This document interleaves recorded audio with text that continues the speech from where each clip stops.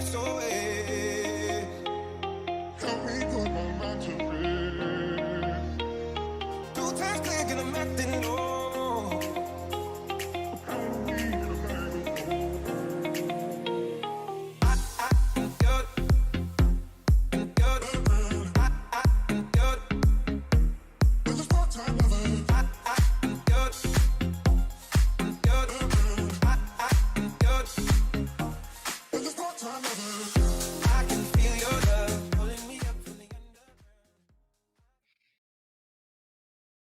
Ahoy, matey, and welcome back to EGFH, where you have 2 captains leading the ship here for this high school Overwatch action. It is I, Captain Jack, joined by Captain Atsoka here on my right.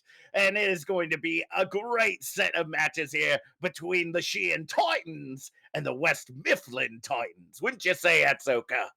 Oh, absolutely. And now I gotta be completely honest with you here. I feel like West Mifflin is going to have quite a bit of trouble taking on Mark T. Sheehan, or I'm sorry, yes, Sheehan. Sheehan. Yep. I remember it's Sheehan because I remember I had the same difficulty pronouncing their name last time, and I remember correctly that it is Sheehan, as in your hand. That's how I was explained on how to pronounce it correctly. Anywho, regardless, I know that this team right here, Mark T. Sheehan, is going to have a fantastic time today because they performed quite well the last time they were up, and we just started in this season. So with their debut, they definitely made a huge statement, and I think they're going to be a team to beat for sure. Yeah, and I mean West Mifflin is not a school that I'm familiar with. I mean, we have dozens of schools in high school, and not all the time do we get a chance to cast them. So we'll have to see whether or not the Sheehan Titans are able to match up to whatever unbespoken power is brought out by the West Mifflin area Titans. As we go ahead and head into our first map of the day, we'll be going to Lijiang Tower to start things off, followed up by Paraiso, New Queen Street, Shambali Monastery, and should we go the full length 5 maps, we'll be finding ourselves in the comfortable Nepal for our final matchup. Now, see, this is going to be interesting only because I am so glad that for our push map, we are going to be going to New Queen Street and not Coliseo. Like, I think we can all take a breath of fresh air that we're not going to Coliseo, right? I mean, that is going to be a fun push map. And you know what? I really do love the game mode of push. It has come under a little bit of scrutiny, but you know what? I like the addition. I just think you need to have the right map for it. Yeah, I mean, I don't see all the hate that people see with Coliseo, I guess. I find the interesting high ground defense strategy pretty useful. But I think it's just more so kind of the lack of back and forth that we sometimes see between these two teams when it comes to push, right? It's supposed to be meant to be this tug of war, but especially at the higher levels of Overwatch, sometimes it's all out stomp in one direction with a very little fight back. So we'll wait and see. We'll have to get there first and see which one of these teams are able to pull off that clean sweep. But as we go ahead and head into the night market, things are looking pretty interesting from these two teams. Oh, yeah, and I'm especially liking the compositions, especially with the recent changes, and I absolutely love that Reinhardt is coming back into full swing, so you best believe I'm going to be looking at Pyro over there for Sheehan as we get this game number 1 well and underway, and these compositions, very interesting. I mean, you're looking at Sheehan right now, and they're bringing the Ana and the Moira for their support characters. Very interesting. Meanwhile, on the other hand, you have what is my favorite healing composition, which is going to be the Lucio along with the Kiriko. To me, that is the meta support class picks, and I am all here to see how this plays out here in Game 1. Ooh, and Mark the Pot getting a fire straight on to the face as we see the West Mifflin Titans go ahead and lock down the point and start their percentage climb. And you see, this is why this is going to be a little bit difficult, and you can already see changes being made. West Mifflin getting rid of their Winston pick and opting out to bring in the Reinhardt, but I don't think it's doing them any good so far. They're already down 2, and already you can see Jan laying down some intense damage, getting head clicks, and picking up yet another elimination. Big Floppa, indeed, cleaning up those final blows. It's Jan really holding the line with that Peacekeeper. 40% and climbing right now as Overwatch Gun sitting at 52% to that Shatter, and Pyro's getting ready to meet them after having one of their own. And you see, you know what's really nutty about Sheehan right now is because they are really aggressive, you would think they would try and maybe, you know, stick to the point a little bit and just pad the stats. No, they're going to take them directly to their spawn. They're going to try and tunnel trap them here and deal as much damage as possible without even going towards the point. The Shatter comes out, ends up finding 2 with the magnetic grenade piece of trash with the follow-up onto Pyro. The only one remaining near the objective is Big Floppa. Has the attack visor online, but is going to go for the hard reset. Doesn't want to get staggered out. 78% as Marty Sheehan. Actually gives it up to West Mifflin. It looks like I had the team swapped.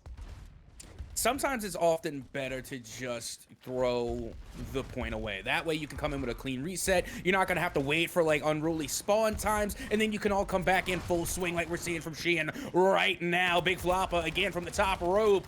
Going to be laying down a whole lot of damage here. They're still sitting on the tactical visor, but I think they're going to wait for the rest of their squad to come in with their ults as well. And now you can see that the nano boost is available, and it has been activated onto Pyro. Pyro going in, swinging for the stars, gets the Shatter, is able to take down piece of trash, although the Shatter does nothing but push them off of that objective. Counter stuns coming in, but it looks like Emriri is there to hold the line, trying to keep Overwatch Gun alive, but will be unsuccessful in doing so.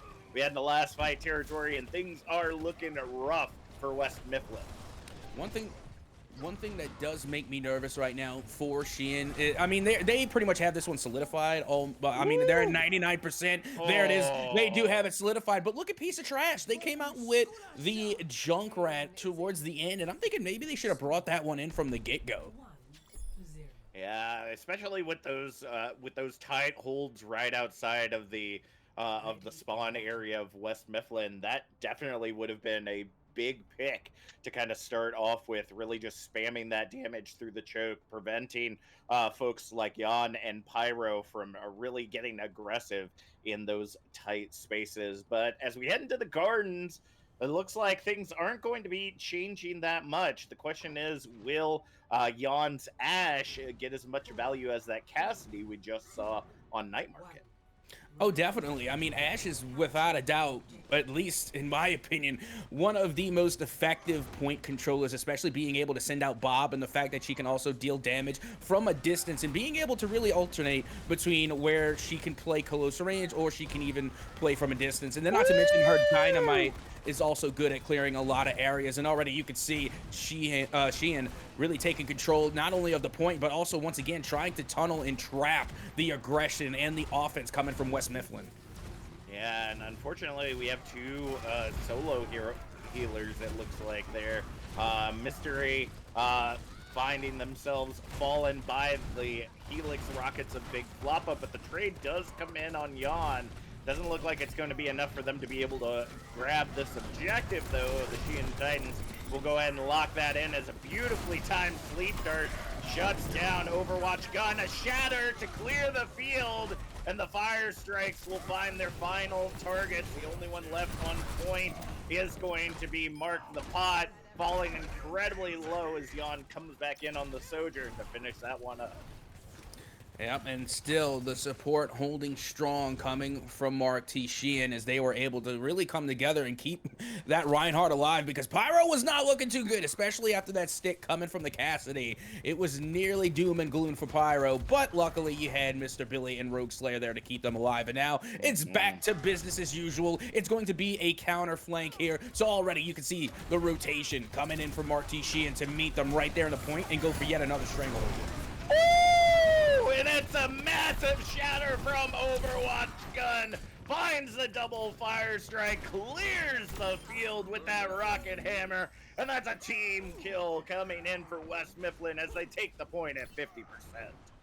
And you see, this is already a massive improvement coming in from what we saw in game number one. It took them all the way to around, like, let's say 75% to actually take the point back. This time they're taking it a little bit earlier on now, and with only half of it being gone, they still have plenty of time to try and equalize and even take the lead.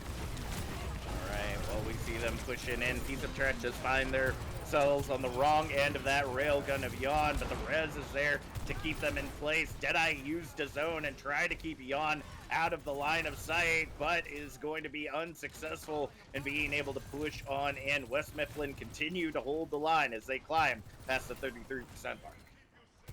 Yeah, and right now you can see this is like the first time that we're actually seeing Mark T. Sheehan on the receiving end of all of this damage. Normally they're the ones putting out all the DPS, but it seems as though that they are getting a taste of their own medicine, being held within that strangle point. And now you can also see that the healing support comp has been changing on West Mifflin. They're bringing out the Mercy and they're bringing out the Moira. You have a pro heal and an anti-healer working simultaneously at the same time, and that can do a lot, especially when you're trying to take side control. Overwatch gun once again laying down a massive shatter. Pyro not able to block it and keep the rest of the team alive, and West Mifflin are looking to tie up this series. Coming around the corner though, Pyro sets up a grand slam, finds the double kill with the help of Yawn. It's a 3v3 on the objective right now as Overwatch gun is able to take out Yawn again. The Nano comes in, is looking to fight back as best as they can, looking to tackle Mystery, but will be unsuccessful, has to find the fire strike to finish him off, and it looks like Mr. Billy's Coalescence will be the last one to claim a life. At the final moments, it looks like Mark T. Sheehan retakes the point.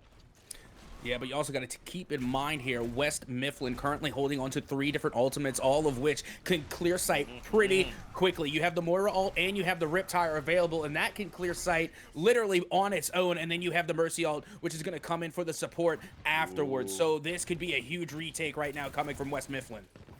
Well, we do see Big Floppa swapping over to the Tracer, which could be incredibly dangerous depending on how they play this out. See the trap right there. Big Floppa is able to get away from it. Ends up taking down Mark DePot in the back line as the tire finds Pyro. With the tank down, it's going to be hard to hold that line. 85% and climbing right now for the Sheehan Titans as Overwatch gun takes Yawn out of the fight, but Big Flop is there as the Pulse Bomb online, not able to connect with the Flying Mercy though, as they are looking to clean up this objective, get those healers off the field. There's the shatter out from Pyro, finds the double kill onto the supports. Overwatch gun though finally taking out Big Floppa, and now it's just a battle of the Rhines as we see Mr. Billy coming back in for the Sheehan Titans as overtime continues to tick away. Control swap back over to West Mifflin. Overwatch gun doing everything they can to hold, but we're heading into last fight. Yep, that we are, and at 90%, it's going to have to be a massive retake now coming from West Mifflin, and all they have to do is take the point there on 99%, but time continuing to tick away, and I don't think they're going to have enough time to do it. Meanwhile, they do have some presence on the point. They bring out Symmetra, quickly dealt with immediately, and now here comes the Wrecking Ball, a huge switch coming from the side of Overwatch gun, and being able to wreak as much havoc as possible, but they will be dealt with accordingly, and now the ults are being dropped as well by Mr. Billy, and that should just about do it. It will be the Sheehan Titans once again to come out victorious.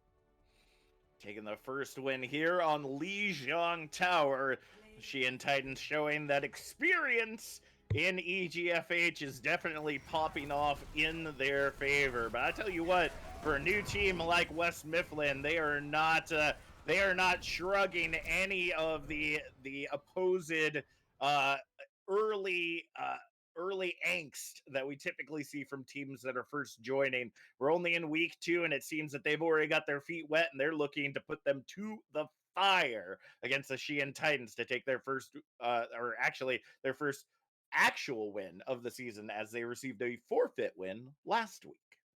Hey, a dub is a dub, you know, a win is a Yeah, win. So, that's you know, true. they can take that forfeit win all the way to the bank because it's still gonna go onto the record. But now you're right, you know, that now they get a chance to really prove themselves. And not only that, but they get a chance to take on one of the more seasoned veterans of EGFH, with that being the Sheehan Titans. This is a team, like I had said I had seen previously. They know how to work, they know how to fight, and they know how to get dubs. As a matter of fact, the last time I casted them, they ended up getting a win. And the way that they know these maps, their map knowledge, absolutely insane. Whether it be something more traditional like King's Row, or even something that is really not traditional like Colosseo, it doesn't matter. They know how to work the ins and outs, and they really know how to work as a team. So seeing West Mifflin come into this matchup and put them to the ringer on Lijiang Tower, taking it all the way to 90% on both sides there in round number two, speaks volumes about this team's ability to really come together and get work done here in Overwatch. Yeah, we'll have to see how much that knowledge goes on to one of the newer maps in our map pool, Paraiso. Our hybrid map for today. Definitely, I know in my competitive time on Paraiso, that first point, very similar to like Eichenwald, is very difficult to get through that first choke point. If you are not able to take down the defenses that are in your way to get to that objective point and start gaining that percentage, it is going to be a rough road ahead as you climb those hills to Lucio's little nightclub at the end of the strip. And I got to tell you, this is probably like my favorite of the new additions as far as maps Hmm. are concerned. Just well, for one, I'm a Lucio main, so I mean, I think that kind of goes hand in Ah. hand. So you know, I do appreciate. Hey, by the way, I'm not even a Lucio main by choice. I'm an Mhm. involuntary healer, which means whenever I go and I queue up for like every role, I always get It's stuck with the always healer support. because no one else wants to do it, right? So again, I am an in heal. I'm an involuntary healer.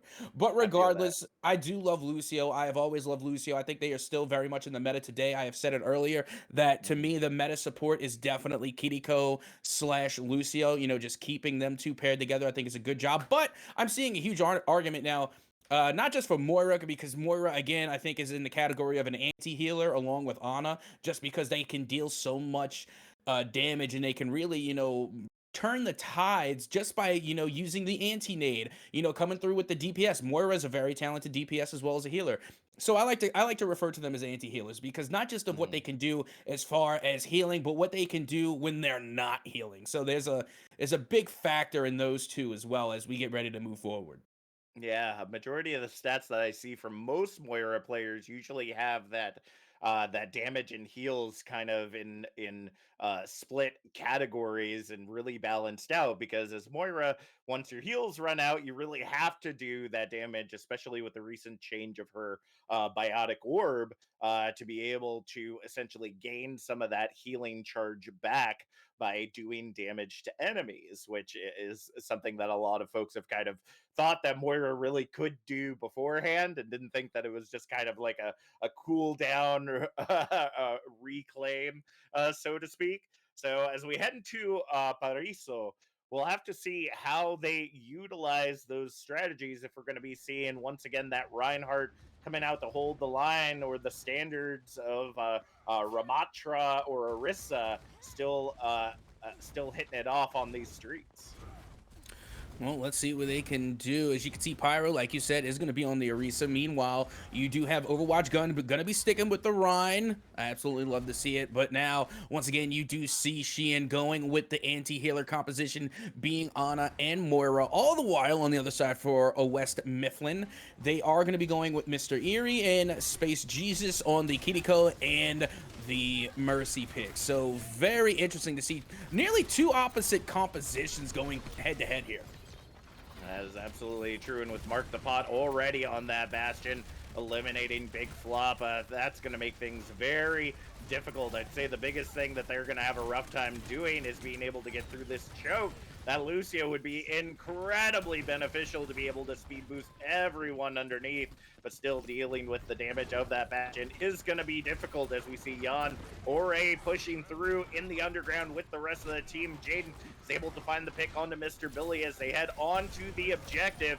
Anti-nade holding it all together, but Jaden is there, finds Jan on the Cassidy, is able to clean them right on up. And it looks like despite the hold that we were seeing from West Mifflin, oh, actually, no, not able to get a single tick there for the Sheehan Titans, unfortunately.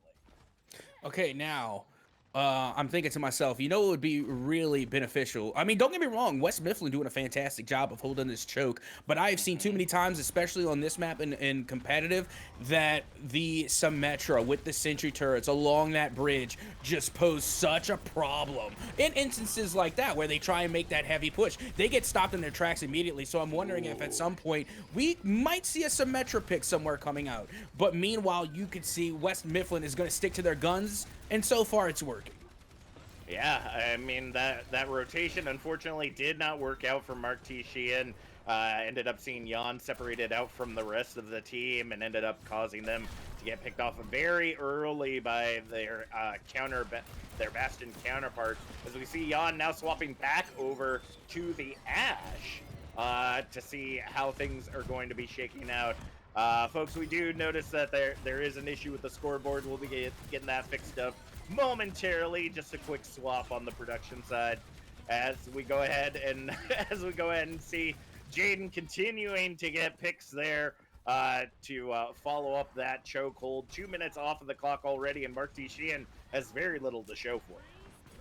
I mean, can we pretend that West Mifflin took game number 1 just for funnies? You know, just for, just for fun, to be like, what do you mean? West Mifflin always was up 1-0 in the series. But come on, you know, just roll with it. Don't ask questions. Meanwhile, you can see Mark the Pot gonna be going in here with the Bastion continually, but they do get stuck and they manage to actually eat it. That's a lot of damage, so well done for the Bastion being able to continue on. And now here comes Bob. It is there, it is available, and we had already talked about earlier how Ash really good at controlling points, especially with this Bob, but I don't know if they even need it, being able to lay down even more eliminations, as once again West Mifflin is going to hold on defensively against Mark T. Sheehan. That was an unfortunate positioning there for Pyro. Ended up stopping the Bob right in the Kitsune rush, and for those that know how damaging character Bastion can be in a Kitsune rush, imagine how Bob with that essentially auto turret arm can be against any hero there. As we go ahead and see now Pyro coming out on the Winston, slams themselves right into an Earth Shatter as Mark the Pot ends up cleaning up the objective. Mr. Erie, the only one left on the point, ends up getting cleared out by West Mifflin. But they're going to continue holding this line, and things are looking dire as we head into the last 10 seconds.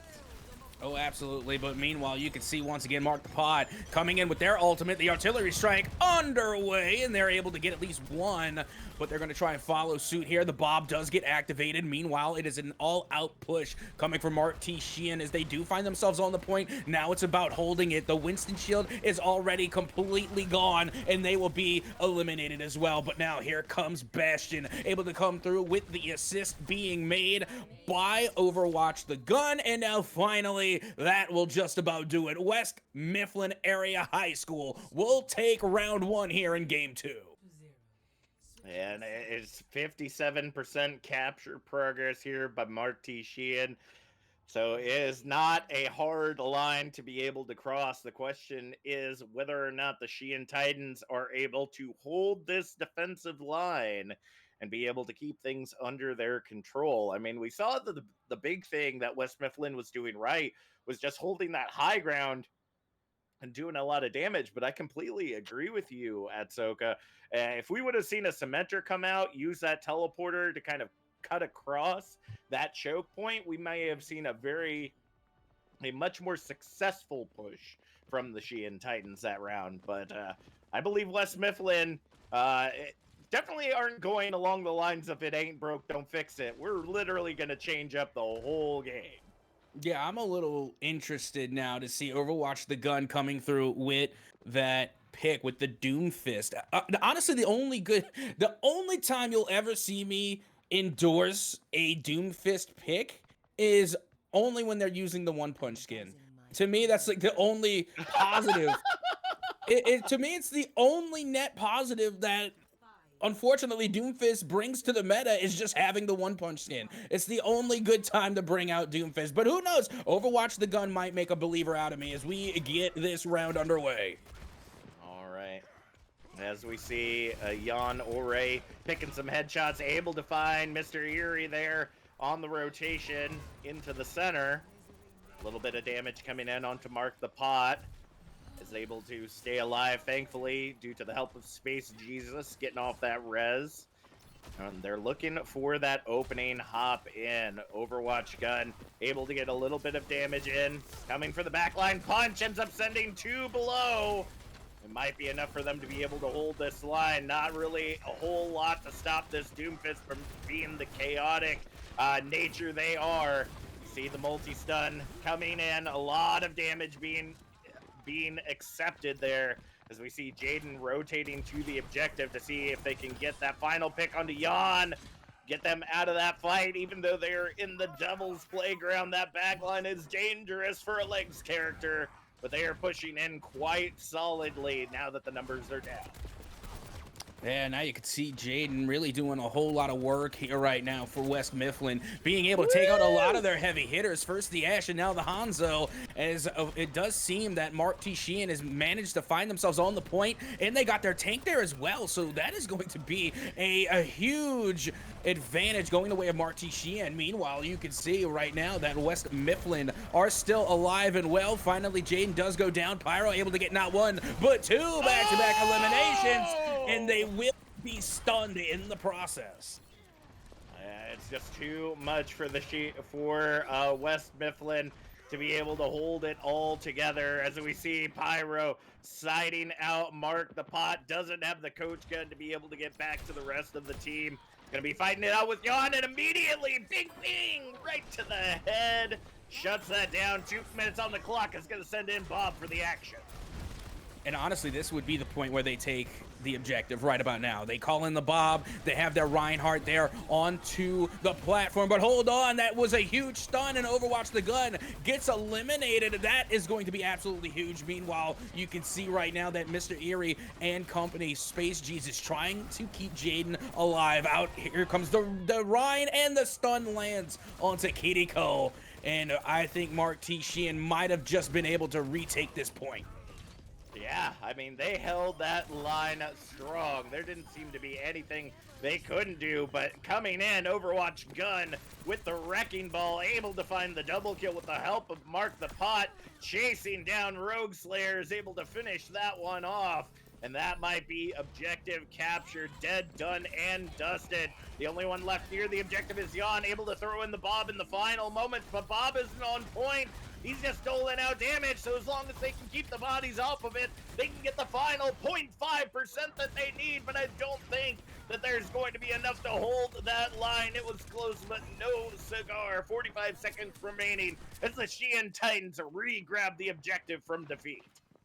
And you know what's crazy is that as much as I absolutely despise this tank, Wrecking Ball, definitely in the meta this time around. It can't be denied. Wrecking Ball has definitely worked their way up into the meta, and now they are in the meta, especially being that they are able to take a lot of these hard control sites, like this one, for example. They managed to work their way past kind of what Winston was there back in the day, really being able to push the line when you think you're in a chokehold and really take control. And that's what we're seeing from the Wrecking Ball coming out of Overwatch the gun.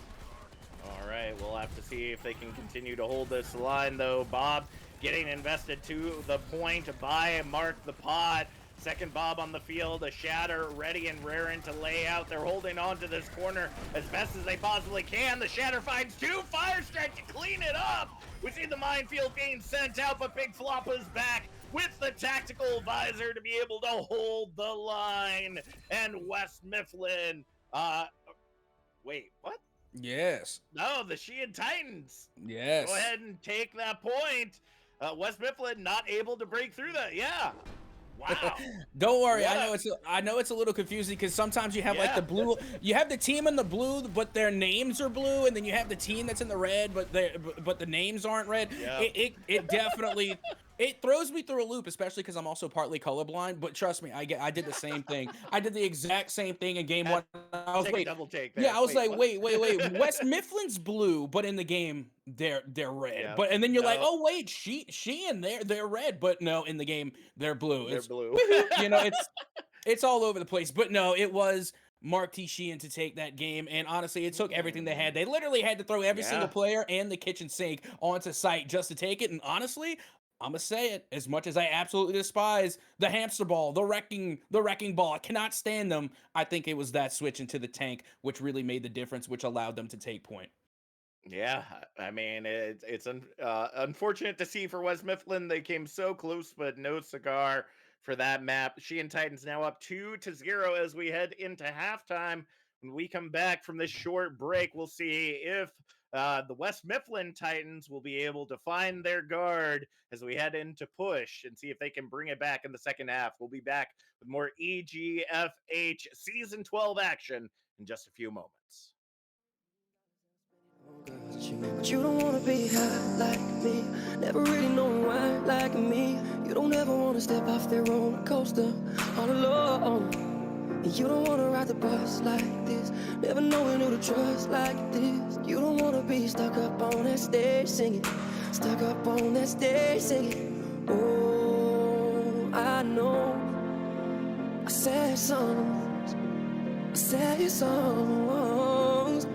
Oh, I know. I said songs. I said songs.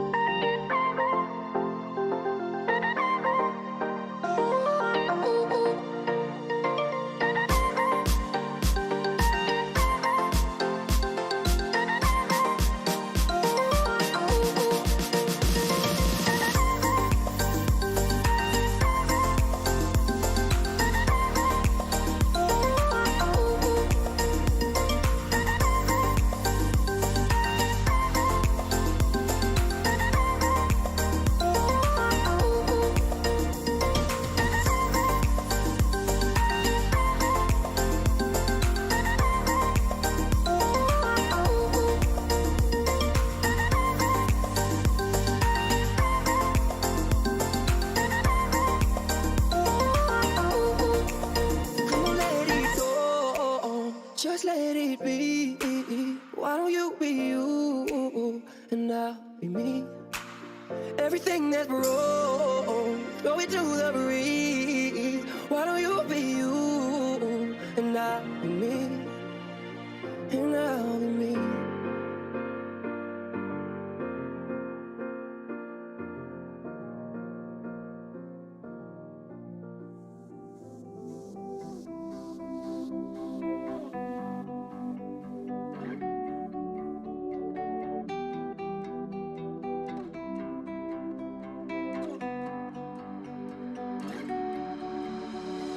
Dance by the water beneath the Mexican sky. Drink some margaritas by a string of blue lights. Listen to the mariachi play at midnight. All Are you with me? Are you with me?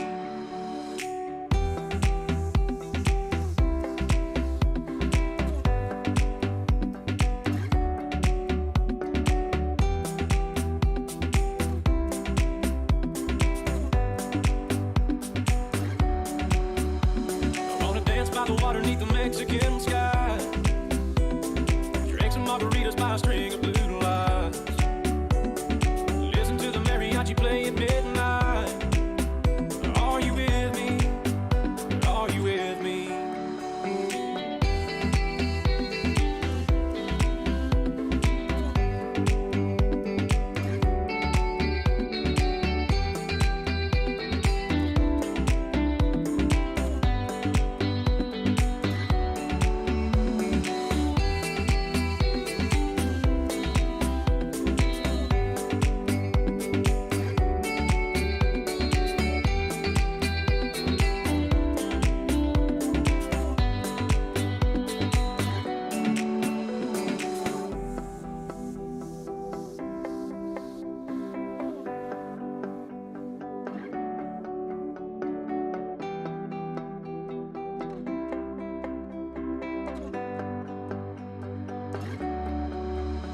I wanna dance by the water neath the Mexican sky. Drink some margaritas by a string of blue lights. Listen to the mariachi play at midnight. Are you with me? Are you with me? I wanna dance by the water neath the Mexican sky.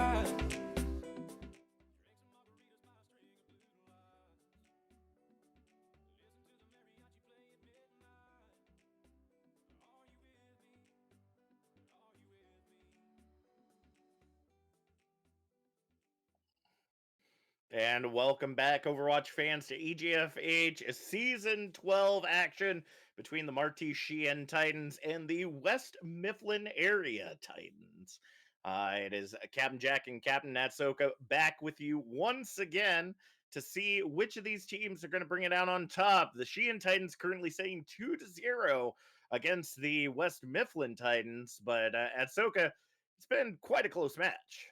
It was a close match both times, and at the end of both times, I'm so confused on who actually took it because you literally you have two Titans. It's the You have- colors. It's the colors, messing with and us. you have two Titans literally clashing, duking it out, and it's not like these teams are making it any easier. You're looking at Lijiang Tower, and it was literally like what 99 to 95%. It was hard to tell which one took what, and then you're looking at West Mifflin again here on Pariso, and you're wondering who came through at the end because it looked as though West Mifflin took control of the point, but then at the last minute, Marty Sheehan managed to come through and take point and solidify their win. And honestly, this has been a literal clash of the Titans, as the scoreline 2-0 does not do this series justice. Well, as we go into New Queen Street, hopefully we'll be seeing a little bit more of that back and forth that we've been seeing throughout these two maps thus far. It really seems to be coming down to the DPS battle, right? A lot of the value that we've been seeing coming out on that DPS line from Jan and who was it? Mark the Pot have been kind of like these Ash Cassidy Bastion battles back and forth that have really been popping off. Big Floppa and Piece of Trash have had their moments in the sun as well. But looking at that tank lineup, Pyro has really been holding that line on the Reinhardt, utilizing all those little buffs that he's gotten through the various changes of the heroes coming out. But Overwatch Gun is going to be taking up that Ramatra, and if they play it out to its inevitable conclusion, despite the fact that his ultimate now only lasts a maximum of 20 seconds, that 20 seconds can last an eternity. Yep, that it can. And honestly, for reference, before we even get into this match, you're going to hear me call Ramatra Remy. That's my abbreviation for Ramatra. I just call him Remy. And honestly, I have not seen a lot of Ramatra since the nerf, so it's going to be interesting to see how they stack up against Pyro's Reinhardt. And already we are underway here in this push matchup, and Pyro going straight for this Ramatra, going straight for Overwatch Gun, as already you can see the big fisticuffs are coming out from Overwatch Gun, and they managed to get to the bot first. Yeah, I mean, that's the unfortunate part about Ryan versus Ramatra right there, is that that aggression can be easily met with aggression right back. You know, that tempo tank that Ramatra has been coined really gives him the ability to fight back against those shielded aggressive characters. And that's the thing I love about them the most is that they are able to get through those shields, and they are literally the Achilles heel to someone like Reinhardt. So I'm wondering if at any point we're going to see a possible switch from Pyro. We do know they do have a lot in their arsenal as far as tanks are concerned, but meanwhile Overwatch the gun just going for the throat of this Reinhardt. All right, well, we're rotating already into first point, so we see the charge coming in. No Nemesis form available, but we do see the anti-nade from Jaden onto Pyro, looking to hold that line. The charge comes in, looking to see if they can get the follow-up onto Mark the Pot, but it's not going to be enough. We see that Annihilation coming out just enough to be able to clear the point, and that's going to be a team kill, locking in objective alpha for West Mifflin Titans. Yep, and they have good control of this bot so far. Already being able to get the forward spawn in that checkpoint. Well done. And that was very quick. Normally when, I see a lot of these push objectives and these push maps go, it takes a while just to get that forward spawn. And to see that West Mifflin already managed to take it is pretty impressive. Well, we see Pyro swapping on over to the Orisa. Very good pick against a character like Ramatra. We'll go ahead and see if that aggression can be matched. Mystery rather, coming out with the Kitsune rush, looking to see if they can push anyone back that they possibly can. The Nano also being invested onto Overwatch gun as they go ahead and find their way on in. Piece of trash with the follow-up onto Rogue Slayer, and Mark the Pot takes down Big Flop on the high ground. Yon last to fall, and that bot is still pushing that barricade forward. The Sheehan Titans just can't find their footing. Yeah, not yet, but still, if I have learned anything from Push is that literally the game can turn around in a matter of an instant. And that's why we have a lot of people that, find this map to be a little lackluster. But with that being said, so far, West Mifflin doing a fantastic job of pushing the bot forward and are now trying to solidify their first win of the series. Oh, we go ahead and see the Terror Surge invested along with the Nano, but it's not going to be enough to allow Pyro to continue to stand. Yon helping out Big Floppa as the tactical advisor, trying to find any pick in the backline, will be unsuccessful due to Overwatch gun just being in the face of every enemy that's in front of them. Mark the Pot finds Rogue Slayer with the artillery, and it looks like we're going into what could be last fight as the Annihilation is released, looking for every bit of life that it can drain out of the heroes that are touching the objective. And in a swift 4-minute run, the West Mifflin Titans go ahead and bring this series back from the brink, 1-2. Yep, that they do. And you know what? That was a fantastic. I was even going to say it. It was really Mark the Pie coming in strong here, because the whole time you really have this Remy just going in and wreaking absolute havoc. But meanwhile, it was these plays being made by Mark the Pot that confirmed all of these eliminations. You had the Remy really breaking through and being the spearhead, but none of that would have been confirmed without Mark the Pot coming through with Bastion to make sure that every single bit of that damage was confirmed in an elimination. Yeah, I mean, that's the great thing about Ramatra, right? Is that he is such an absolute a nuisance when he's on the field, because of not only how much damage he can mitigate, but how many protections that he can get through with his Nemesis form. It just makes it, if you're not focusing on the Ramatra, it makes it incredibly difficult to do anything else, to try to get picks on anyone else. You saw the DPS of Jan and I forget the name of the other player, was constantly looking to try to get in the back line, but Overwatch gun just kept holding that line, said, "No, you shall not pass to get to my back line. We will not allow it." And as we head into the Shambali Monastery, we'll go ahead and see how well West Mifflin can continue to hold with this Ramatra pick, and if the Sheehan Titans can bring things back into their favor, hopefully with a hero that might be able to hold toe to toe against Overwatch Gun's Ramatra. Now, see, that is interesting to me, and you know what? I'm gonna keep it a buck 50 here. And if I'm captain, please say the captain's captain, because I think that a good counter to the Ramatra pick to Remy is the Roadhog. Now, with that being said, Roadhog did suffer some nerfs Mm, recently, so they're yeah. clearly not as meta as they used to be.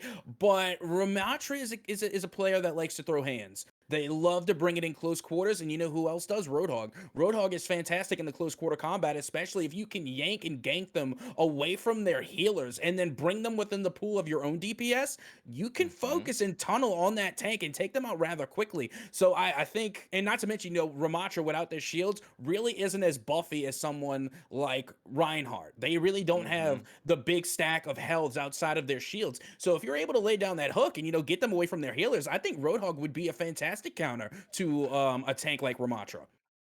As much as I do love my Hoggy Boy, I feel like taking into account that how much Mark the Pot has been pulling out that Bastion as well, we might be looking at more of a Sigma or a Diva pick as a counter here, being able to eat up all that damage and essentially negate the front line holding that Overwatch gun is doing on this Ramatra to be able to get in the back line, take down those DPS or those supports that are doing everything that they can to keep them alive, or even just providing some space for them to work could be some other incredible options. But nevertheless, it's going to be up to the teams on where they decide to go. And it looks like, despite what we saw coming out before, at Soka, it looks like Overwatch Gun said, "Oh, Roadhog, I could do that too." Well, there you have it. I mean, I'm definitely digging it. I mean, if you can't, stick with the Ramatra, then you know what? You got to go with the counter. And meanwhile, look at this Pyro going to be coming out with the Remy as well. And you know what? That is like I said, I think it's a good counter. So who knows? Maybe I was on to something. Okay, maybe, just Maybe. maybe Captain was not capping after all. Yeah, we'll just have to hope that Jan doesn't get in range of Overwatch Gun to make absolute pork shoulder out of Overwatch Gun's Roadhog.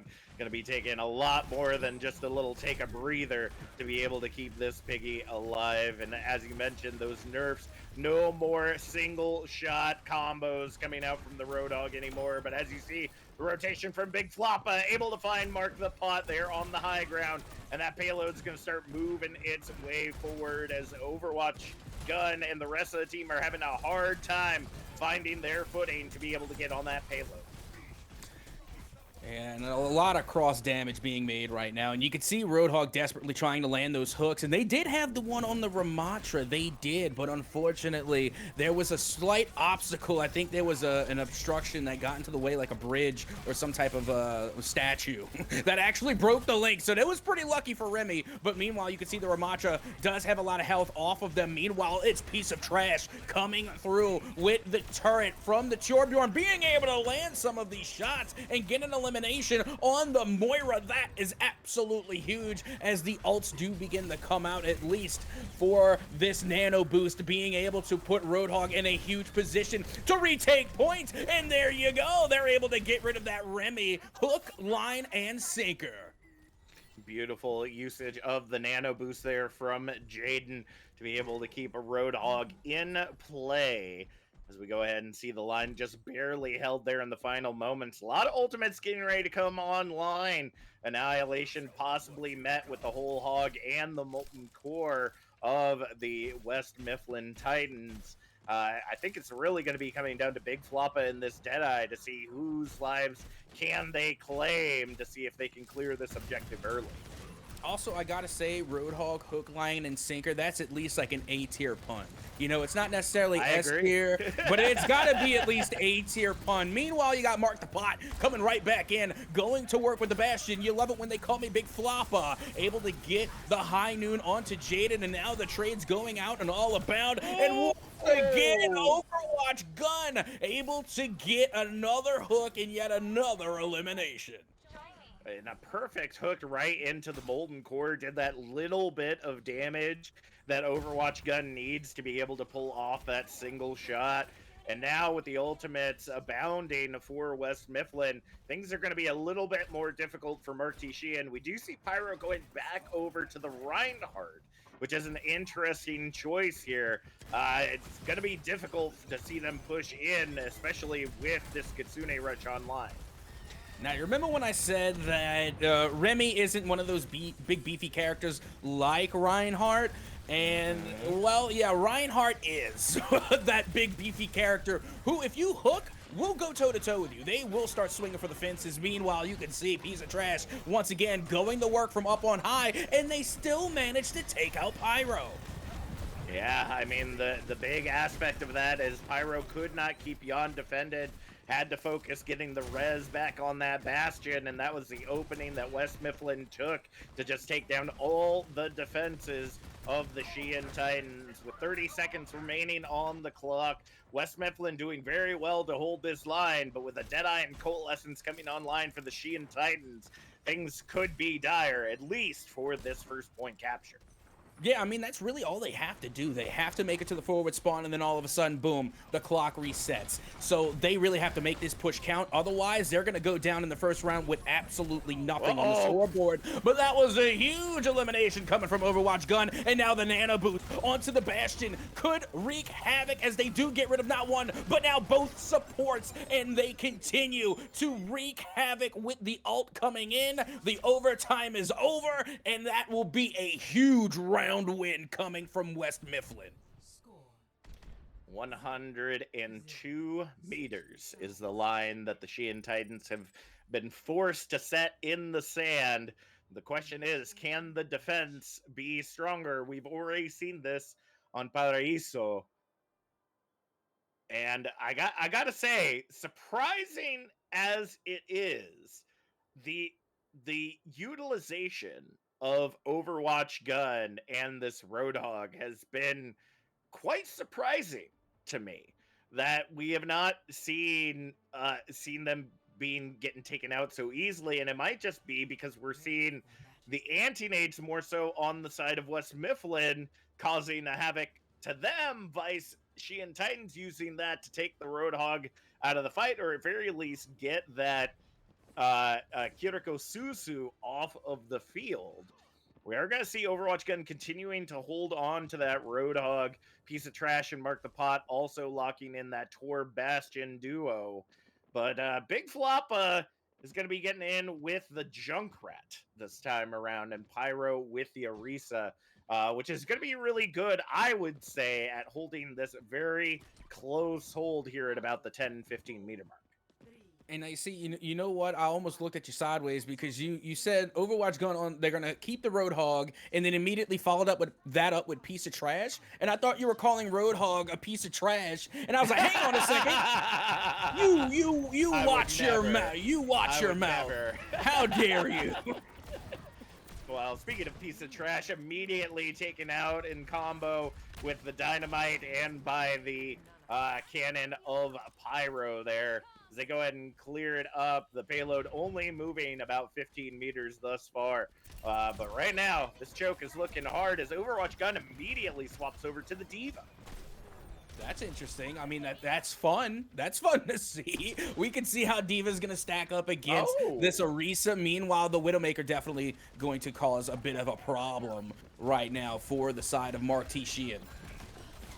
So we go ahead and see the Widow coming out. Big Floppa once again able to take down Piece of Trash early in the fight, but the trade comes out onto Yon. The res is there, though, to keep that Ashe in play, but Big Floppa pays for it with their life to be able to hold on. Jaden also swapping over to the Zenyatta for this fight, gets taken out relatively early in the engagement, and right now, Overwatch Gun is just doing everything they can to try to hold this line where it is so they don't get pushed back. And you see, I absolutely love Zenyatta. It was my first healer main ever in Overwatch, and I invested a lot of time in that character, but I got to tell you, right now, as far as the meta is concerned, I really don't see them being very viable. I mean, I could be proven wrong. I'm wrong all the time. As like I said, Captain is, in fact, capping a lot of the time. Call it about like an 80-20 split in that regard. But I just don't see it. I don't see Zenyatta coming through very clutch here for West Mifflin.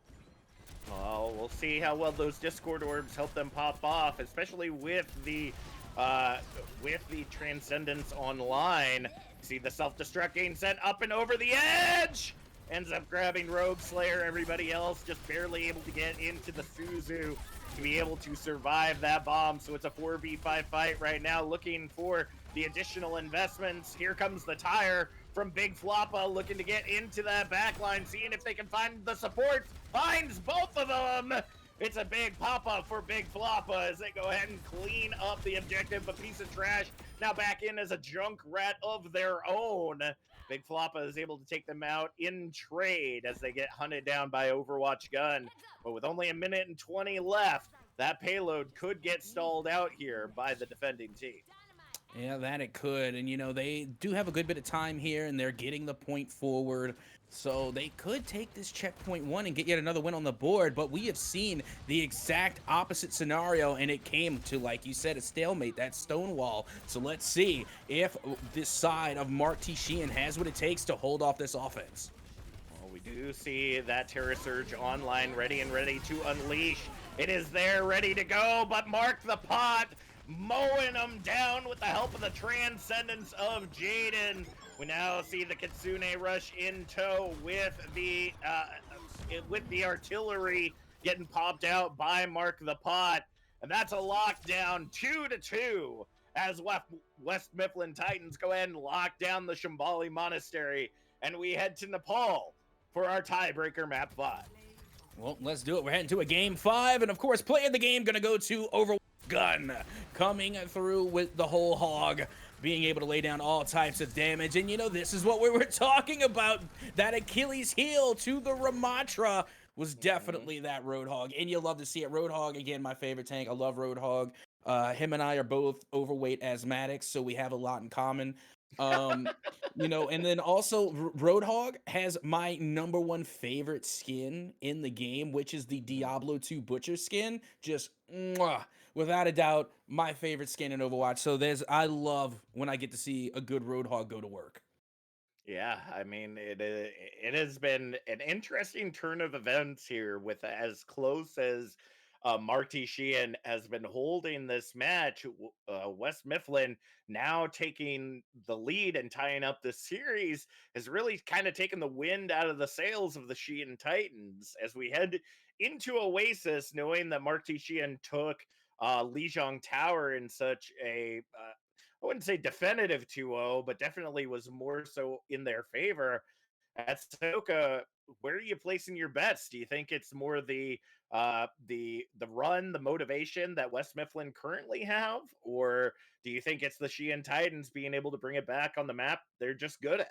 Now, see, I'll be completely honest with you. I'm not much of a gambling man, and if I was, I guarantee you I still wouldn't even have the shirt on my back. So I'm going to leave that for the players to decide. I did come into this thinking it was going to be Mark T. Sheehan because I've seen them play before, but right now I've just seen West Mifflin literally take them toe-to-toe all the way through the ringer and answer back just as strongly. So at this point, it's a toss-up. We're getting ready to head into game 5, but before we do, let's head into a quick break, and when we come back, we will bring you the conclusion, the final game between West Mifflin and Mark T. Sheehan.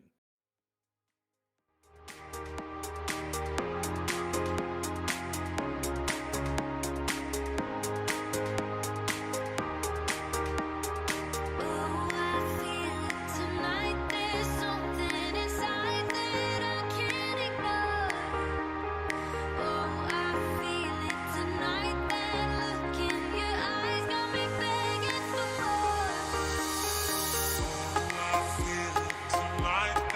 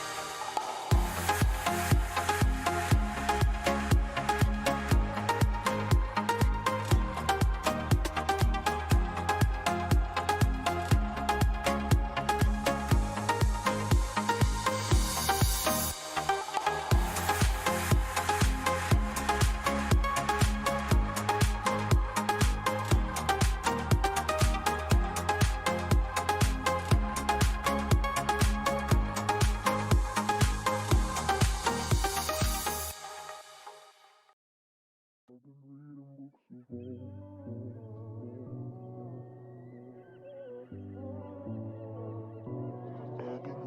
books of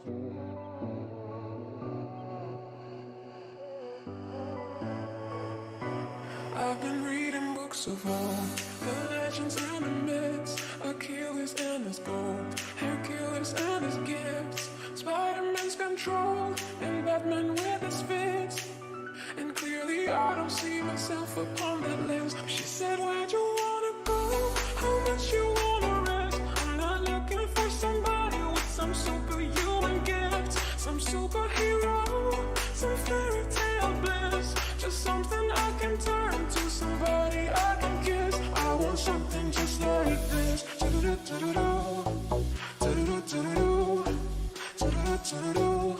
I want something just like this.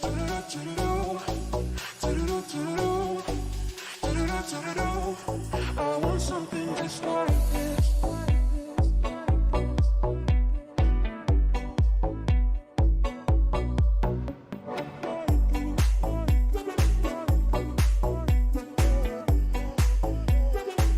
I want something just like this.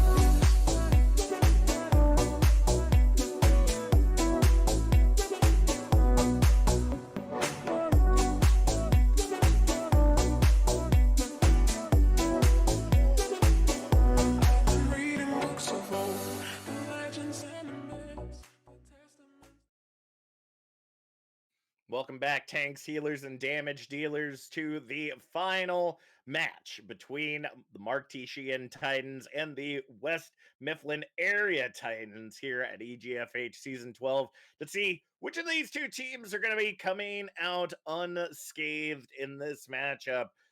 Both teams currently sitting at 2-2 as we head into Nepal for our final map of the series. And honestly, I cannot wait to get into it. It's not too often that we get to see a Game 5 in Overwatch, and I'm just keeping it at $150. You know, at this level, at this division, you know, at most we'll see around like 4 games. It's a rare occasion, at least for me, to see this one go the full distance to Game 5. And not to mention, you're going to have a standout veteran team like Mark T. Sheehan going up against West Mifflin, you know, the more newer addition. But with that being said, you know, they have definitely proven themselves here today. So I cannot wait to see how this one finishes. Yeah, I think the biggest thing that I've noticed between these teams is that, you know, West Mifflin just needed a little bit of time to get their mojo in place, and honestly, it's just coming out to being let's pump out as much damage as you can handle and then some. You know, picking heroes like the Torb, the Bastion, the Ramatra, just overwhelming the Sheehan Titans with so much damage that they just can't seem to get past it. But heading into Nepal, especially on control points, it's going to be more so about how much you can take instead of how much you can dish out, because you got to be able to hold that line. Oh, absolutely. And we have already seen both sides here. You know, both Titans really, you know, on one instance, they can take a control point and they can hold it. Other times they completely flop it. And, you know, both of these teams so far have proven themselves. So it's really going to be hard to say who has a bigger advantage here. But I will say that this particular matchup does remind me a little bit more of Lijiang Tower. And we saw Mark T. Sheehan really go off on that map. So I'm thinking maybe they might have an advantage, but we'll just have to wait and see as we get this first round of Game 5 underway. I think the thing that's got me really questioning at the current moment is just seeing the lack of Symmetra on Village as we head into our first map of the day. And we already see Pyro in the back line back-to-back with Overwatch Gun because their DPS are hounded away at the tanks that are in front of them. But it's going to be Big Floppa who's going to be able to take those first 2 picks on Overwatch Gun and Jaden and go ahead and lock in the objective for Mark T. Sheehan. And that was a fantastic start there. And it was a little bit of a whoopsie, an accidente, whatever you call it. Overwatch Gun, unfortunately, pushed, I think, just a wee bit too far and got themselves caught out. And they were eliminated, therefore giving the point away to the side of Mark T. Sheehan. Meanwhile, once again, the push underway. But this is just Sheehan doing what they do best, and that's working the chokeholds. But hold the phone. Here comes Mark the Bot. Mark the Pot shattering, getting shattered down almost by Pyros, able to find the fire strike onto Piece of Trash as they are trying to escape the objective. Overwatch Gun getting a magnetic grenade straight to the face by Jan, and that is going to be a continued hold there by Mark T. Sheehan. And you know, this is really where you see Mark T. Sheehan get scary. It's whenever they get a choke point. Because say what you will about the game, even the games they lost, if they find themselves a choke point, they become really dangerous. And this is one of the reasons why I say they may have an advantage, because of the way they managed to work these choke points on Lijiang Tower. So it just seems as though that we're just, you know, looking in on what Mark T. Sheehan does best, all the while. Once again, Jan and company coming through to get a huge elimination there on the support from West Mifflin. I'm more surprised by the beautiful utilization of that concussion mine, popping up Mr. Eerie into the dead eye of Jan. Unfortunately, it was not enough to hold that line, as at the 74% mark, Mark the Pot and Overwatch Gun go ahead and clear that objective and take control for West Mifflin. Yep, that they do, but do not go lax on the laurels just yet. The cavalry is in fact on its way. So let's see if they have enough to go for a retake here. Already leading the charge is going to be Pyro, getting right into the mix, taking a lot of damage. And of course, Mark the Pot with the follow-up, being able to pull through. That nano boost on Pyro definitely going to be a huge issue as they continue to apply the aggression onto point. Now they have Earth Shatter still holding on to it, and there it is. Pyro with the 4-man cleanup there. Big Floppa able to take the final life in name only. Ends up getting traded out by a Piece of Trash, but the damage had already been done as the Sheehan Titans retake the point. Gotta be play of the game. Gotta be play of the game. If they take this one, in my opinion, that will be play of the game, hands down. Even if they don't, it still might be play of the game. Regardless, you can see the rebuttal well underway coming from West Mifflin, and they are being met head on by the side of Mark T. Sheehan, and now Mark the Pot will be dealt with accordingly. As you can see, Pyro still trying to hold on to this point at the 99th percentile mark, being dealt a lot of damage at the hands of this Remy, and finally be put down. Yeah, I mean, it really just came down to the investment of Jaden's nano onto Overwatch Gun to be able to hold that line. It was tank v tank. It was very little health versus very little health to be able to hold that line together.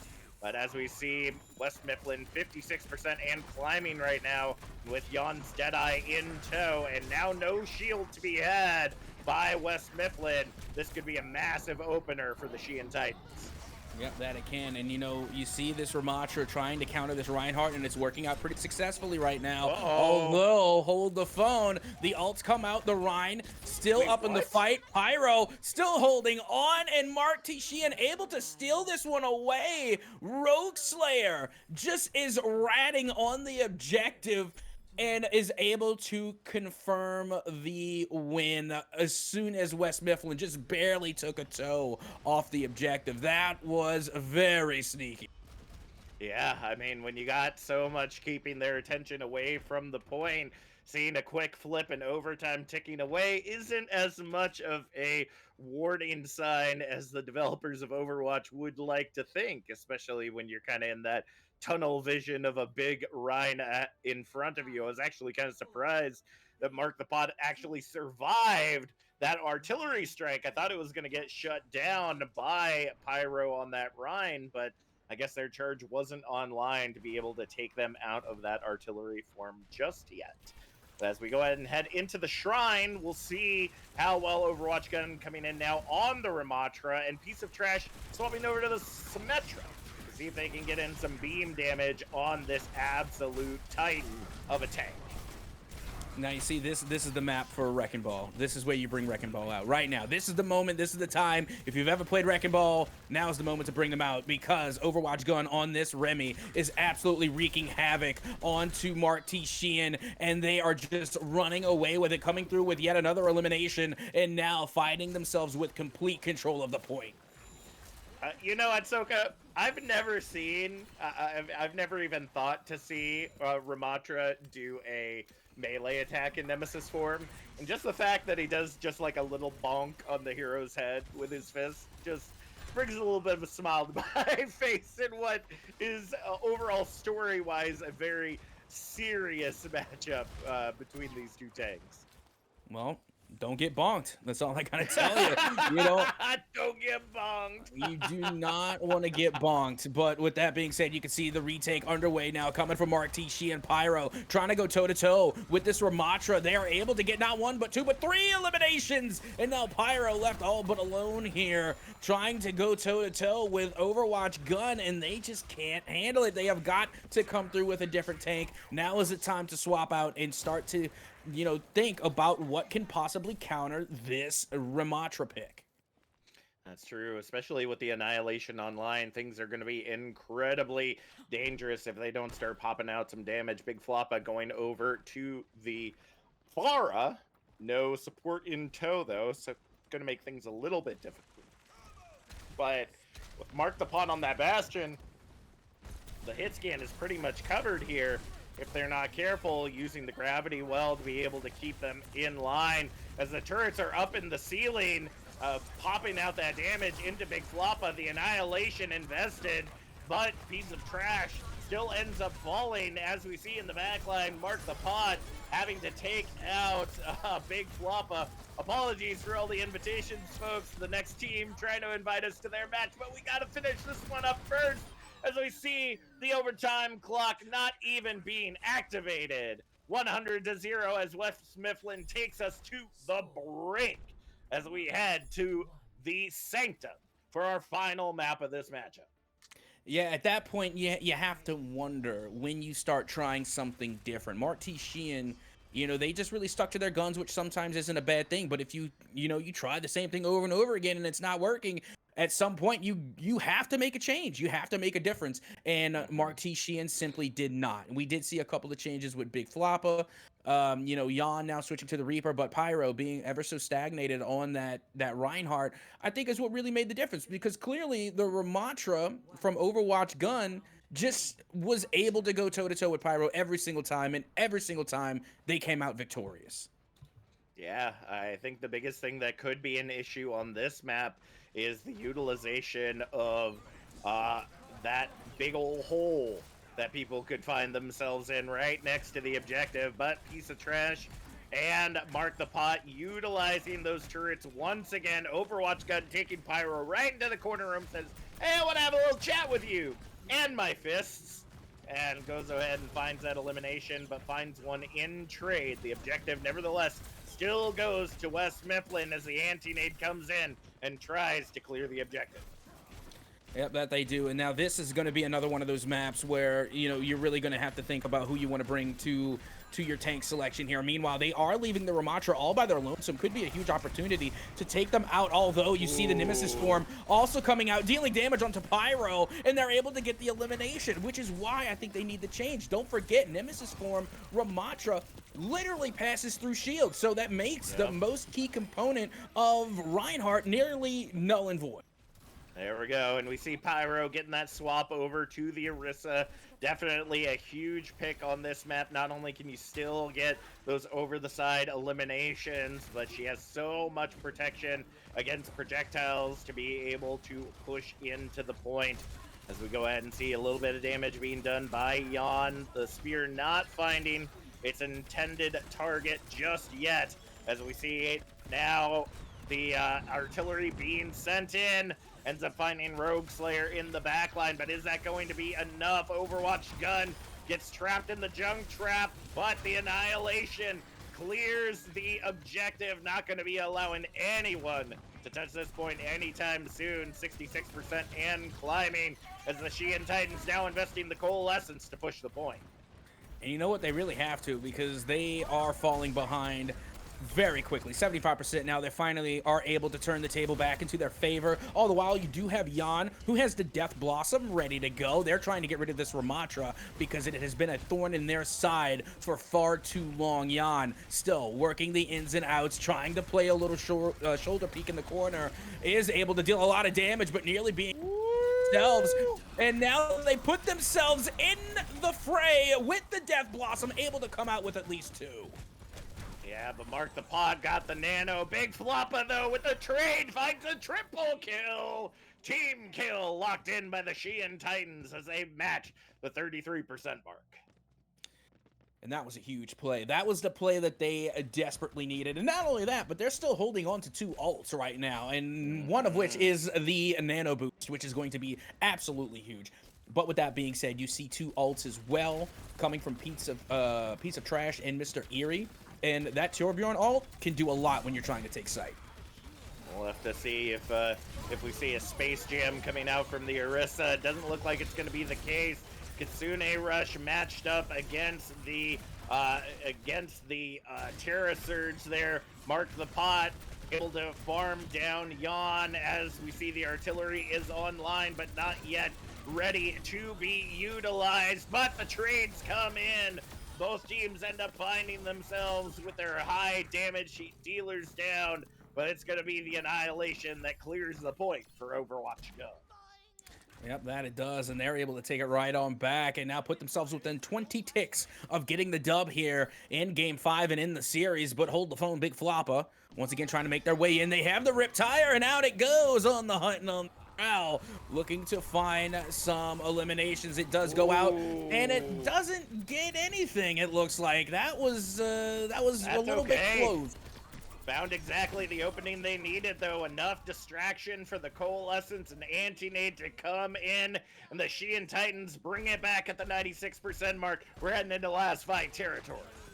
Yeah, now this is going to be tough. This retake is going to be insanely difficult, especially when you don't have a means of getting back to point rather quickly. You can see now they do bring out the Wrecking Ball that might be able to get on point in time, but the eliminations coming through are able to find 3 from West Mifflin, and now overtime has begun, and just as soon as it started, it is ended, and it will be the Sheehan Titans to come out on top in Game 5. What an absolute banger to start off EGFH on. I know that a lot of the maps seemed very short, but it's because these two teams have been fighting tooth and nail against one another, and one of the big relievers of that is Pyro here, as you see, just holding that front line, keeping their team safe and being able to clear things out. Normally, we would go to an interview, but we're already late for our next matchup, so don't go anywhere. We will be back with more EGFH Season 12 Overwatch action in just a few moments.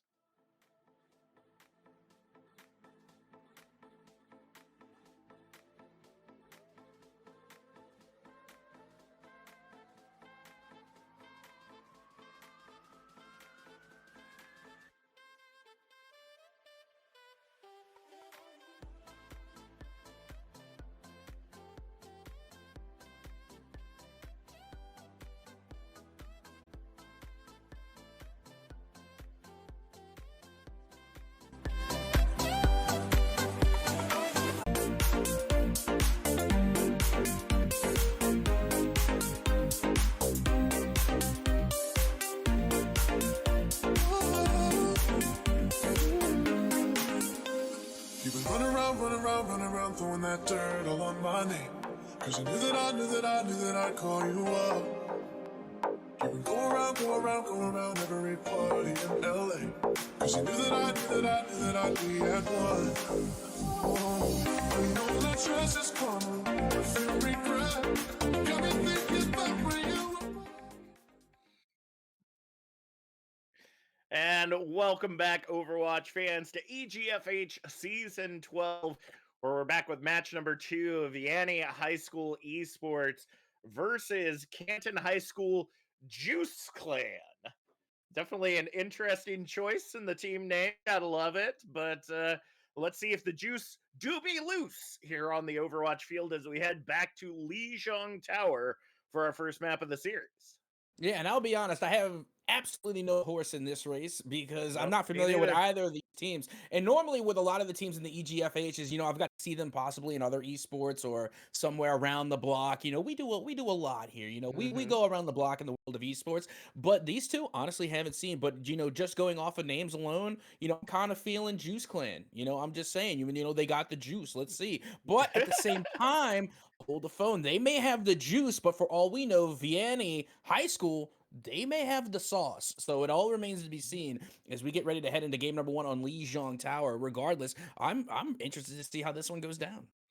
Yeah, it's okay. I totally agree. I've seen Canton in like our Rocket League and whatnot, but I don't remember much of them from my Overwatch experience. Vianney, I think, is another one of the many high schools that have joined us this season, as I don't recognize their name or their logo at all. So they may be a brand new competitor to the scene. I'm going to take a moment to see if I can find up their stats for this season thus far. Now, no, we've only played one match. This is only week 2 after all, but it's always good to see kind of how the start to the season goes for these teams.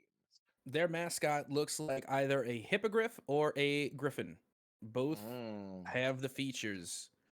So it's just a silhouette. So we're playing a bit of Pictionary here, but that's where my guesses would be. Meanwhile, it looks pretty clear, at least to my understanding, that Canton High School are the Eagles, the Green Eagles. Yeah, and juicy Eagles at that. So Okay. regardless, at least we got Vianney High School, we got Canton. So regardless of mascots, we know who we're talking about. Meanwhile, we're getting ready to head into Lijiang, and look at this. We're gonna have Speedy Penguin. I am assuming that's a penguin because I don't know if they put the in at the end of that. I would hope so.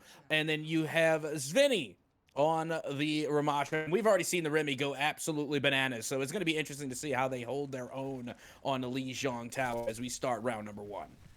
Well, we'll have to see how things go. Looking at their records, Juice Clan and Vianney in very similar positions to where we saw Sheehan and West Mifflin, in the fact that Juice Clan has a forfeit win for the first week, whereas Vianney was able to take their match 3-0, currently tied in first with the Discovery Spartans.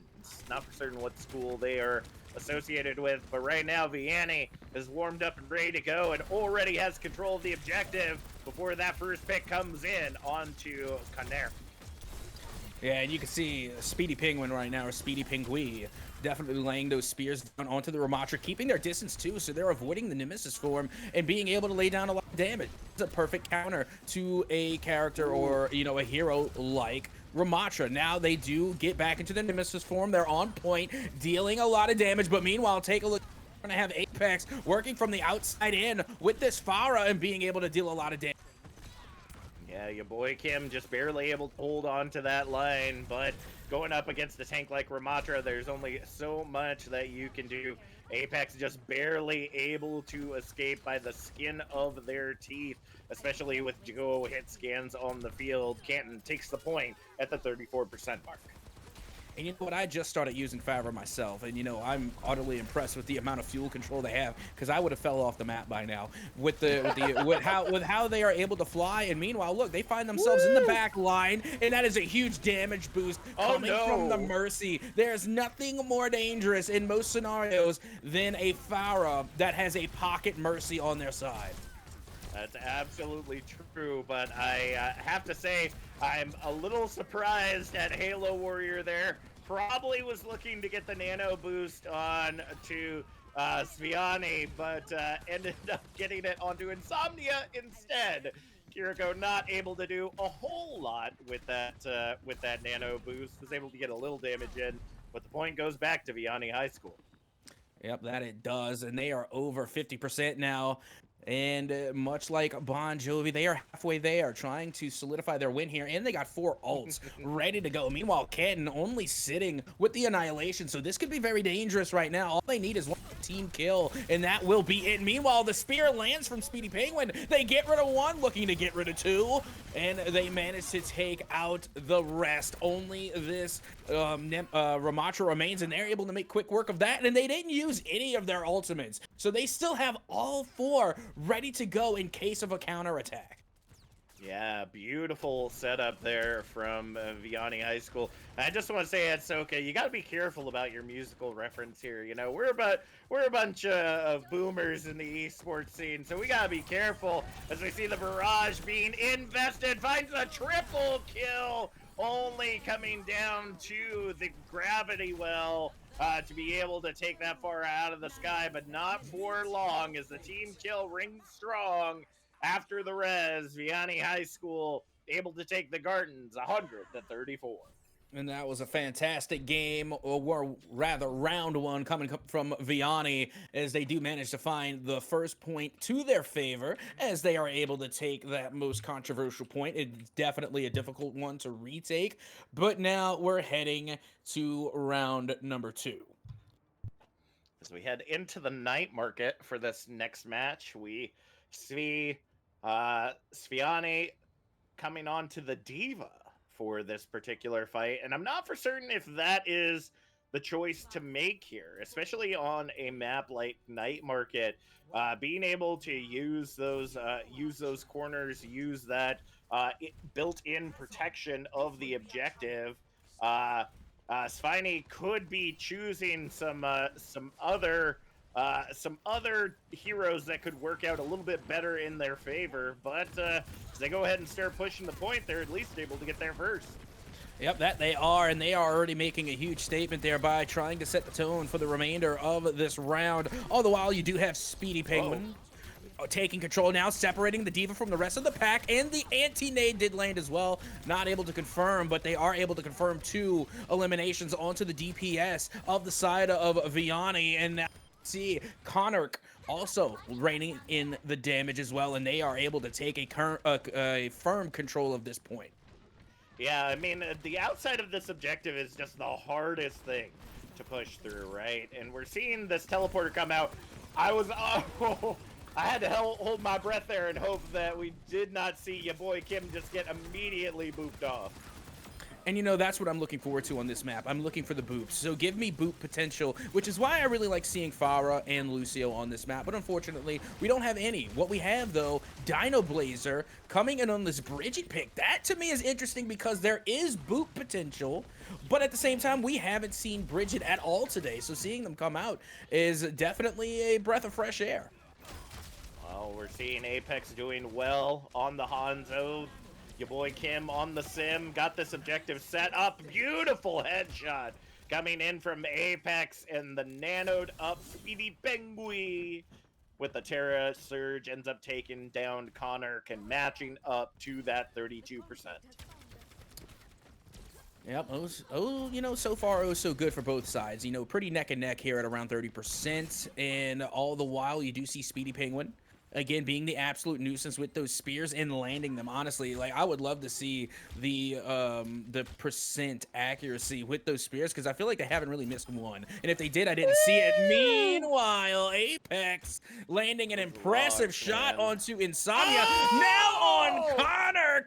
Oh my, Apex making this oh so difficult for Vianney to for Canton to find their way back in. Yeah, I mean, thankfully the spawn is right there, so it's not going to take long for them to respawn back in. But with these Symmetra turrets up, it is going to be a hard line to hold. Apex gets closed upon, and Connor is able to find the elimination onto them. Speedy Penguin able to go ahead and take down Halo Warrior in trade. It's up to Sage Doug to try to hold this line and be able to keep Vianney High School in the control of the objective as they go ahead and clear everything up. We're heading into what could be last fight territory if Canton cannot find control of this objective. Apex! Yeah, Apex just getting nothing but head clicks all day, and now they choose to use the ult. I get it, because they're at 99%. Might as well call it in. They clear the site, and now it's over time before they take the win, and they certainly do. Vianney will come through victorious here on Legion, going 2-0 in game 1.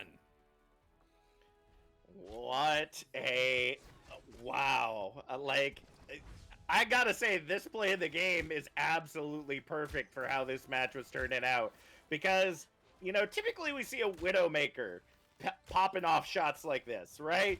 Being able to get those long shots that the enemy doesn't even feel like they're coming close to actually being in danger, and Apex just pop right in 2 separate directions. Just absolutely beautiful work on that Hanzo.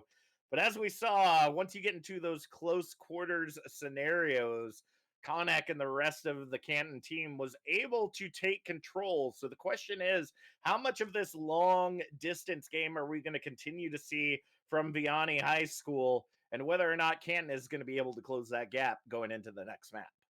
Honestly, I think it all depends on the map. You know, the Mhm. map definitely makes a change in your composition. So who knows? I think we might see a swap from the Hanzo onto something else, and I wouldn't be surprised either. Don't get me wrong; they're fantastic on the Hanzo, but can you imagine that level of accuracy with an even higher rate of fire? Let's talk about an Ash Mhm. possibly, especially with a lot of these point control sites where the Bob can be very useful. So who knows? But right now, I don't really see a need to switch off the Hanzo until you see them start to have a problem. So far, they don't have a single problem. As we get ready to move on to map number 2 with Vianney High School now leading the way. Yeah, going into Pariso, it's going to be interesting to see if they continue to utilize that distance strategy. I mean, that bridge point going into the objective is a great place to be holding up a Hanzo that can just pop off headshots from a distance, but you can just as easily close that gap as we saw from Canton High with that Symmetra. I believe it was Canton High.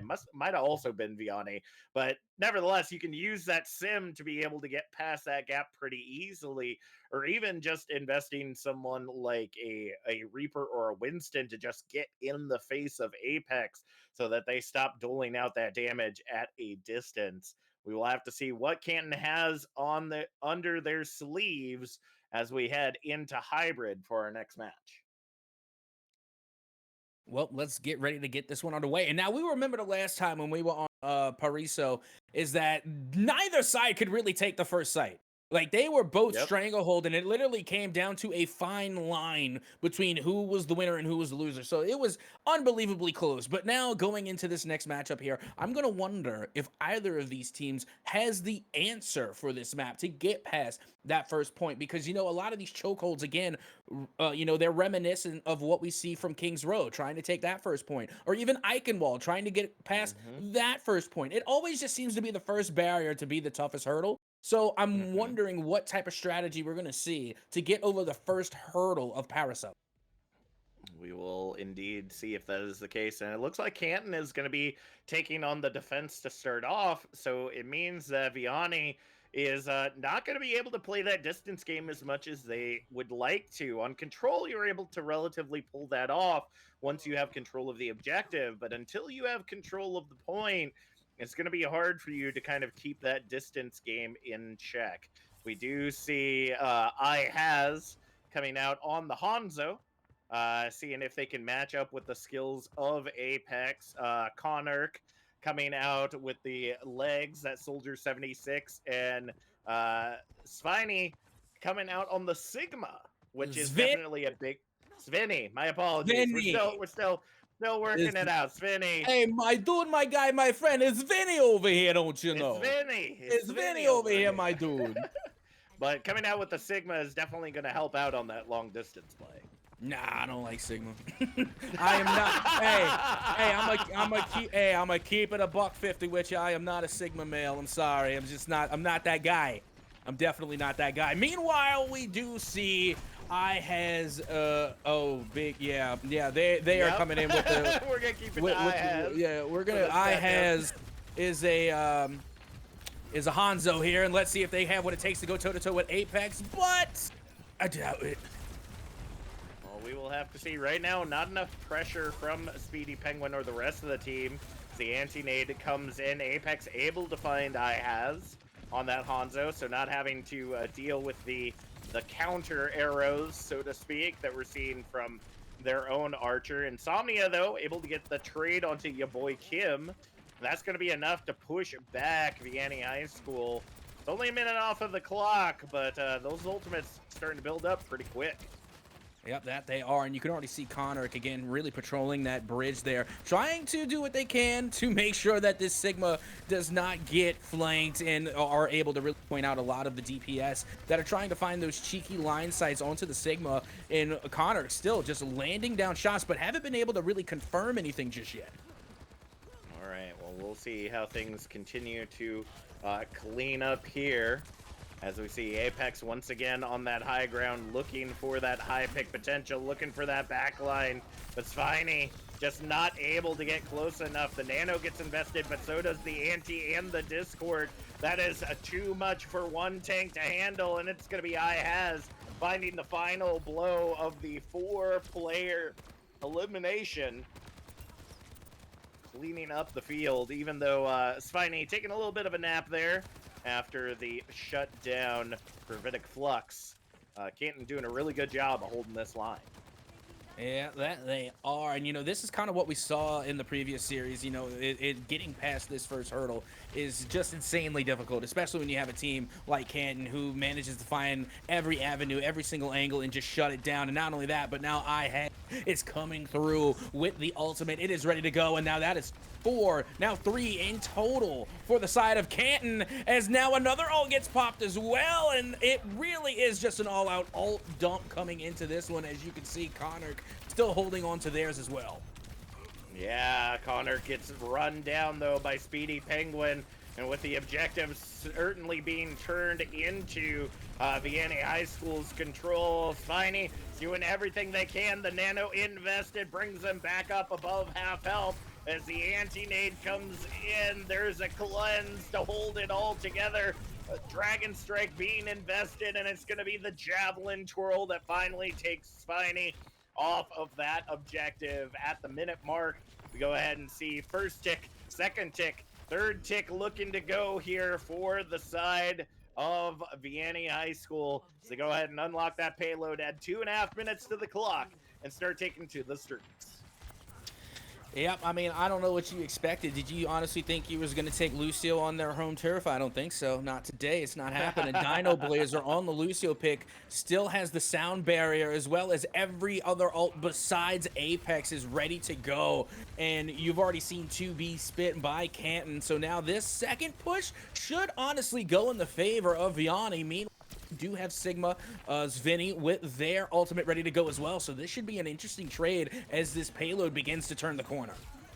Yeah, I mean, IHaz is definitely not having a good time with continuing to be singled out by Apex there, as they continue to hold on to that high ground. We see the rotation of Insomnia trying to see if they can get some success on taking out that Hanzo player. No footsteps means nobody sees you coming, as we go ahead and see the Javelin push, throwing them back. IHaz able to find the elimination onto Dino Blazer and your boy Kim as their Gravitic Flux comes in.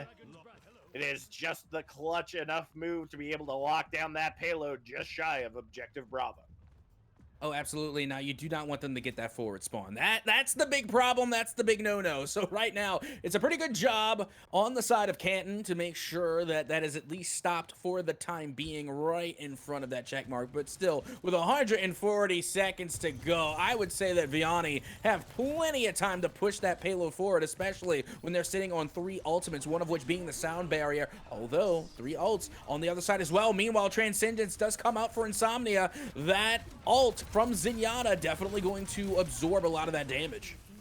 Yeah, I mean, shutting down that Dragon Strike for as much value as it's been getting, separating out members of the team is exactly what they needed to be able to hold this line. Speedy Penguin finds themselves on the wrong side of Sviney's Gravitic Orbs, and with the Tactical Visor coming in tow to look to see if they can shut down Apex, Connor having to invest the Helix rockets in the final moments.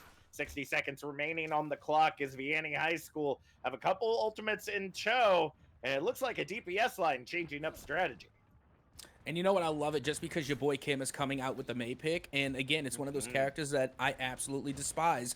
But with that being said, they're viable. And only because May is the closest thing, in my opinion, to a controller that Overwatch has. You know, coming through with the ice wall, being able to slow a lot of the momentum with the freeze gun, you know, it definitely brings a controller aspect to Overwatch. And again, I think May is unique in that regard as a DPS. But right now, it's not doing them any favors. Canton High continue to hold on to this site lane. Yeah, I mean, it's just coming out to that distance battle. Very much a anything you can do, I can do better kind of scenario between Canton and Vianney right now. As they go ahead and be able to touch the point. Dino Blazer nanoed, antied, slept, and out of there due to Connor, but they're able to activate the overtime clock as we go ahead and see the Terra Surge invested. Not enough to find the eliminations that they are looking for, though. And at the 115-meter mark, just shy of Objective Bravo, Canton High holds the line, but have quite a bit of a way to go if they want to find success here on Paraiso. Hey, but they've already done something we haven't seen done today, and that's take the first checkpoint here on Paraiso. So again, big dub for Vianney. Now it's going to be able to really solidify a victory here if they can hold that choke point on Objective 1, which we have seen done twice already by two different teams. So this is going to be really interesting going into this next round. We will have to see how they utilize the strategies that are kind of in their control. And right now, I think the biggest thing is the fact that Canton has kind of turned the tables on what we've seen thus far, right? Vianney saying, we're going to keep you at arm's length, and Canton says, okay, bet. And we'll just have the distance battle the whole time. But with Speedy Penguin swapping over to the Ramatra, things may be getting a little bit more chaotic as your boy Kim also takes on that Symmetra. This is a typical defense we see here on Paraiso, and we're going to have to see if Canton finds a way through it. Oh, I got so excited when I see your boy Kim switch to the Symmetra, and I'm sorry, this first chokehold is going to be an absolute doozy. Y'all have best buckle in and get ready, because this is about to be a nightmare coming from Vianney High School. Is already look at this! I has popping off with a huge shot on your boy Kim. Definitely having a little bit of tunnel vision on your boy Kim. They needed to get that one out of the way early. Yeah, but they have to watch out for those turrets. Just because Sim ain't there doesn't mean there aren't beams of damage to be invested. As we go ahead and see, the Sleep Dart does end up taking down Speedy Penguin with the help of Insomnia and IHAS. And the cleanup just comes in as quickly as your boy Kim comes back into the fight. They're immediately taken out of it. And with 3 minutes on the clock, unless we see a contest coming down from Vianney High School, that's going to be a lockdown of Objective Alpha in 5 minutes to push that payload 150 meters. Oh, yeah, that was absolutely insane, and I did not see that coming at all. But with that being said, I have to give it up to Insomnia. That was the first time I've seen a Zenyatta literally run in and drop kick a three-piece. I've never seen such a performance coming from a Zenyatta. They literally got 3 eliminations back-to-back-to-back by simply just running in and just laying down drop kicks. Absolutely impressive coming from a Zen. And now, as they do have this first payload already underway, they have plenty of time to push this one forward. We'll have to see how this works out. We see Dino Blazer swapping over to the Brigade and looking to possibly get in the face with Speedy Penguin, but right now it's just not working out very well in their favor. They're not able to close that gap just yet, and that payload is getting ever closer to its final objective point. We see Spiny pushing in with that accretion. Not enough to be able to find an elimination as Apex just there on the high ground, able to grab the double kill there. Your boy Kim, the only one to fall. Gravitic Flux and Nano Boost invested, finds the double kill. The Gravitic Tac Visor invested as the Annihilation comes out from Speedy Penguin to turn the tables in the final moments. Oh, absolutely. And then, you know, Vianney making the most out of that Bridget pick on Dino Blazer because they are one of the most best tank healers, in my opinion. Now, okay, that's a little bit capped. They're not the best tank healer, but they are truly gifted when it comes to tank healing because they play at such a close range. They rely a lot on the tank, and the tank relies a lot on them. It's a nice give-and-take relationship whenever you have a Bridget on the field, and if you go for their tank and you get within distance of their hammer swings, not only are you going to be giving away a lot of damage, you're going to be giving away heals. Meanwhile, they're able to make a separation between the two and capitalize, and now they have a good avenue of pushing point, although Dino Blazer Bridget does still have 95%, now 97, 99, they have their ult. We see the rally Online, ready to go. Tire unleashed. Clears the objective. Ya boy Kim locking down another stall. But with 3:20 on the clock, Vianney High School still has a long time to hold. And with only a rally in the pocket versus the Dragon Strike of has, this could be it right here if planned out correctly. Well, that it can, and now, once again, you can see has coming in with the Hanzo, being able to lead the way here, does have that ult and is going to keep it in their back pocket for the time being, but so does a Dino Blazer. As they continue to lay down the damage here, and once again, having this choke point in their favor, but out comes the Dragons, being able to land a ton of damage there, but not being able to confirm, although has was eliminated themselves.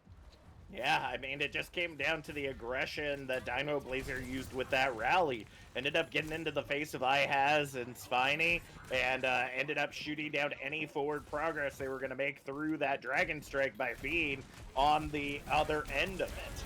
And now with the Bob getting ready to come online, Annihilation also in tow, things could be difficult for Canton High as they push into this point. Yep, payload moving ever so slowly, at least in the right direction, but meanwhile, you still have 3 ultimates. Now, 2, the Bob does come out, and Vianney, once again, trying to take control of this point and trying to push it that much further. Well, or rather, trying to stop the push, because Canton High is on an absolute tear, again, coming out with the Flux in order to pick up at least 2 eliminations there, but hold the phone. Out comes the Annihilation for him. And literally just going to the throat of this Sigma, but I don't know if it's going to be enough. They sustain a lot of damage in the trade. Yeah, I mean, it came down to Halo Warrior. Give a lot of props to your supports, folks. The Nano invested in just pocketing the absolute snot out of Spiny was just enough for them to be able to continue pushing forward. And this Tactical Visor is able to find that backline damage that they needed to push in those final few meters. 2-1-0, and that's a lock as Canton High go ahead and lock in their first point of the day here on Paraiso and take us into the half, 1-1.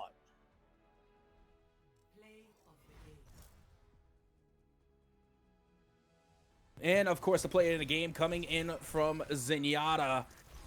Off of Insomnia. Again, like I said, they literally dove headfirst, started laying down drop kicks, and it was absolutely fun to watch. Look, even that for the road, and that was a fantastic game coming out for Canton High. Yeah, I mean, I know personally I enjoy a couple of Zenyatta drop kicks here and there, especially when people try to close gap with you. It's like, no touchy, 6 feet away, please. As they drop kick them back into oblivion. But with things tied up, it's a wonder where this series may go. But we're gonna head to a quick break. When we come back, we'll see which of these teams will take the lead as we head into New Queen Street.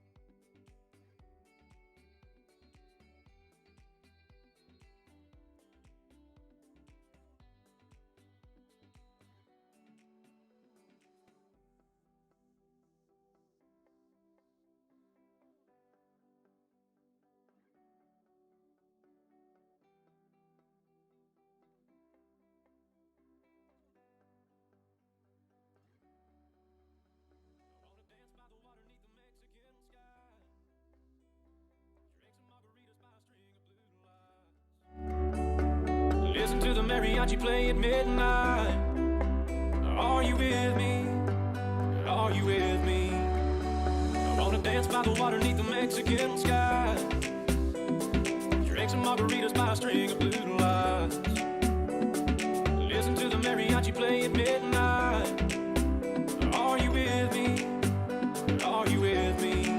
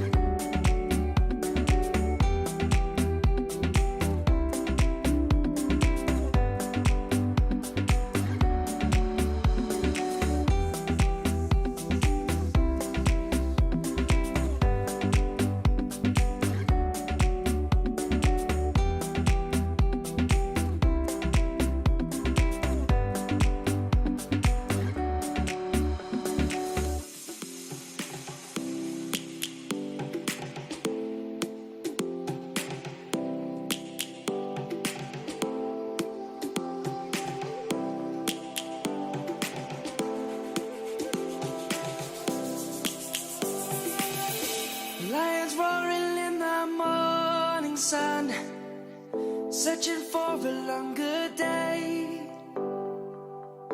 People feeling like the light has just come. We must never stop the way. Birds chirping and I hear my name, grasping into a life. Life is happy but it's so insane. We must merely make a start. Savannah, I'm coming home. Savannah, we'll never be alone. Savannah, the beauty of the world. Savannah, let's all take a walk. Savannah.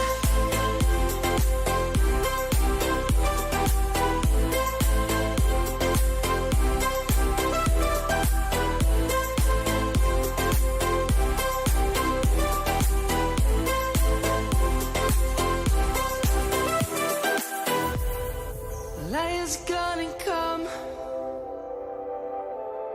The birds have just begun. We will always take a stand for the people, for the land.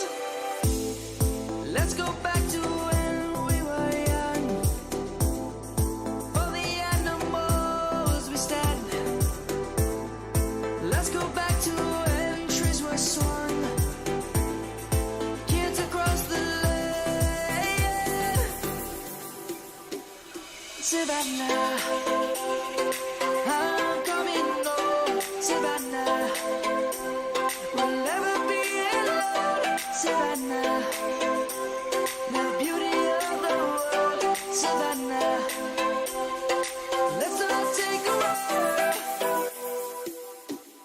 Savannah, I'm coming home. Savannah, we'll never be alone. Savannah, the beauty of the world. Savannah, let's all take a walk.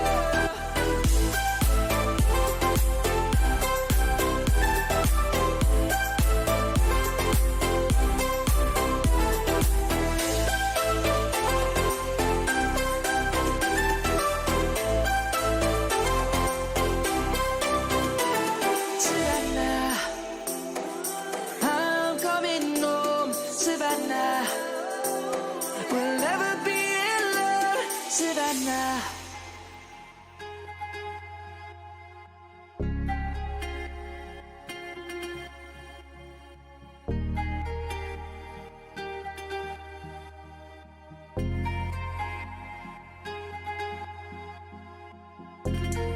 Clock keeps ticking as the time flies by. So many times I've forgiven you in my mind.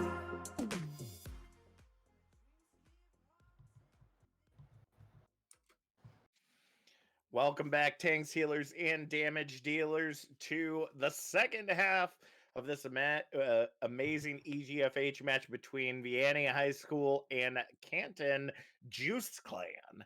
Currently tied 1-1 as we head into New Queen Street, map number 3, to see which of these two teams will break this tie.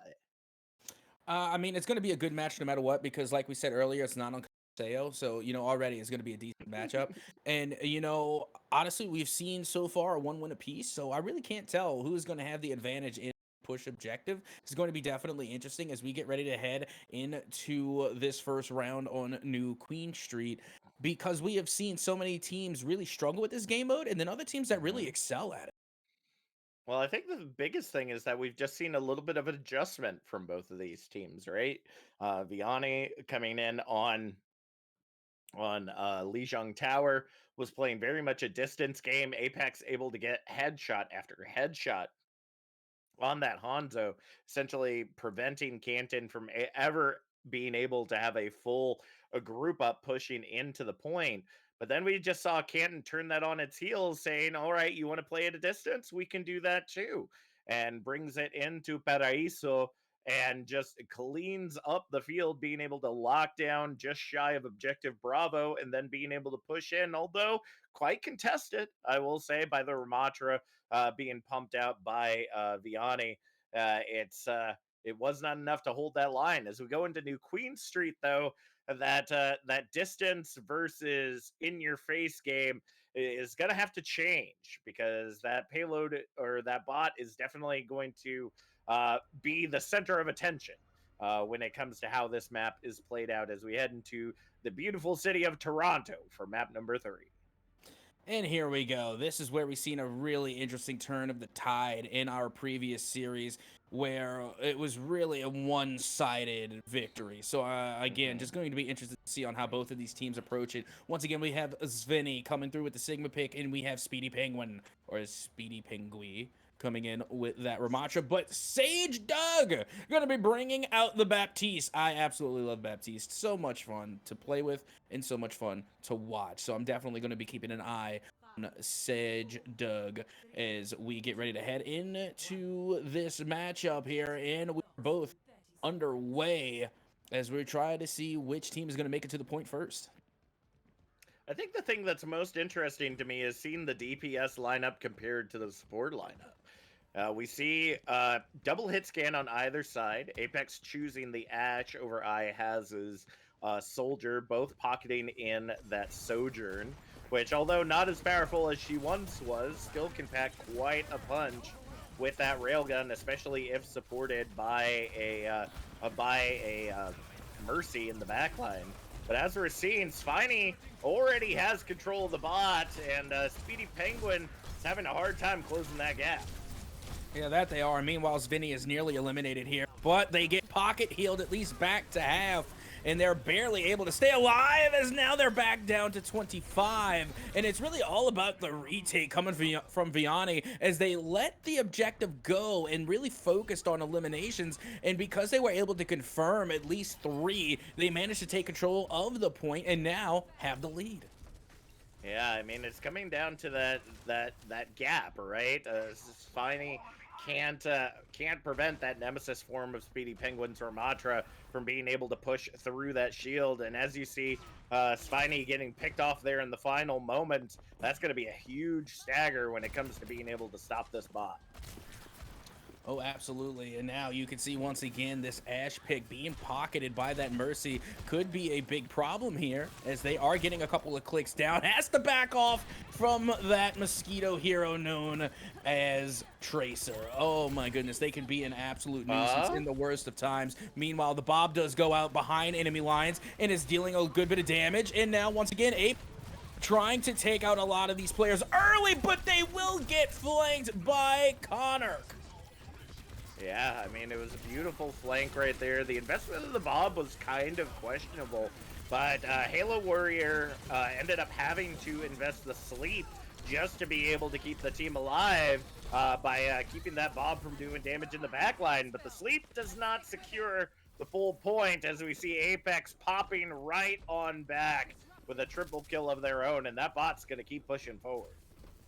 Oh, that it is, and you can see that it already has gotten that forward spawn, which is going to be a huge boon for the side of Vianney, and they're sitting on 2 ultimates at that, one of which being that Annihilation, and the of course being that wall from Sage Doug on the Baptiste. Meanwhile, Annihilation does come out, they get it, which could be the what they need to get the elimination, and they do a huge anti-nade on that Ramatra. Was what got them the elimination there. Meanwhile, you can see it's an absolute counter and retake coming the way of Canton, and finally the bot will be going the other way.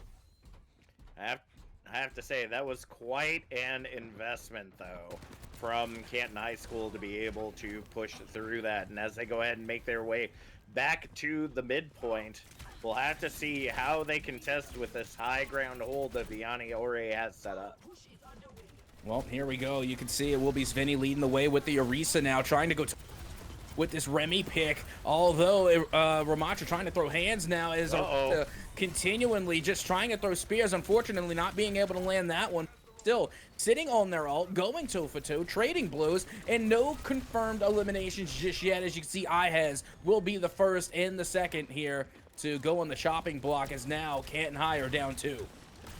Yeah, I mean, Canton's just having a very difficult time when it comes to these staggered investments from Vianney High.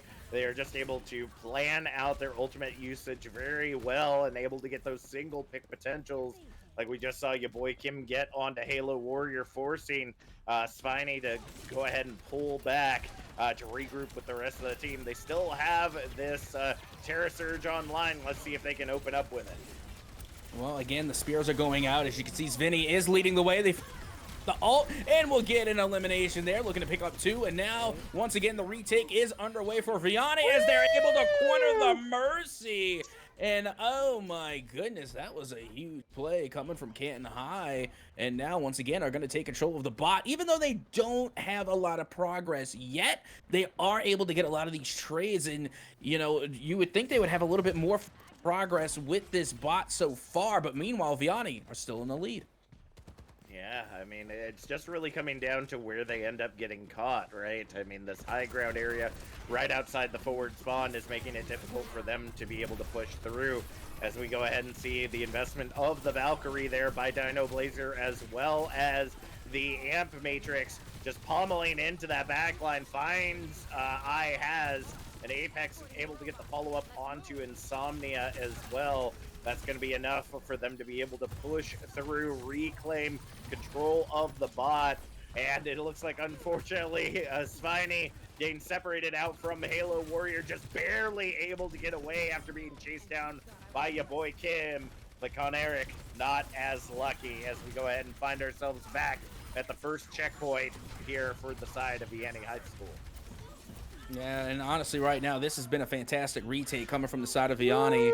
But this is really what we have been seeing back-to-back. It's been team kill after team kill. The only difference being is that Vianney has that forward spawn, and they have that huge lead, as now they continue to push forward here. So this can be really dangerous right now for Canton High if they can't pull out a team kill. But luckily for them, they do have 2 ults in their back pocket. As we go ahead and see Apex still popping off on that Ash, just grabbing headshot after headshot. We head into what could be final fight territory. IHES trying to hold the line with their tactical visor, but ends up finding themselves on the wrong end of a Ramatra Nemesis form. Svenny, though, getting the follow-up there, able to find the double kill with the help of Coneric.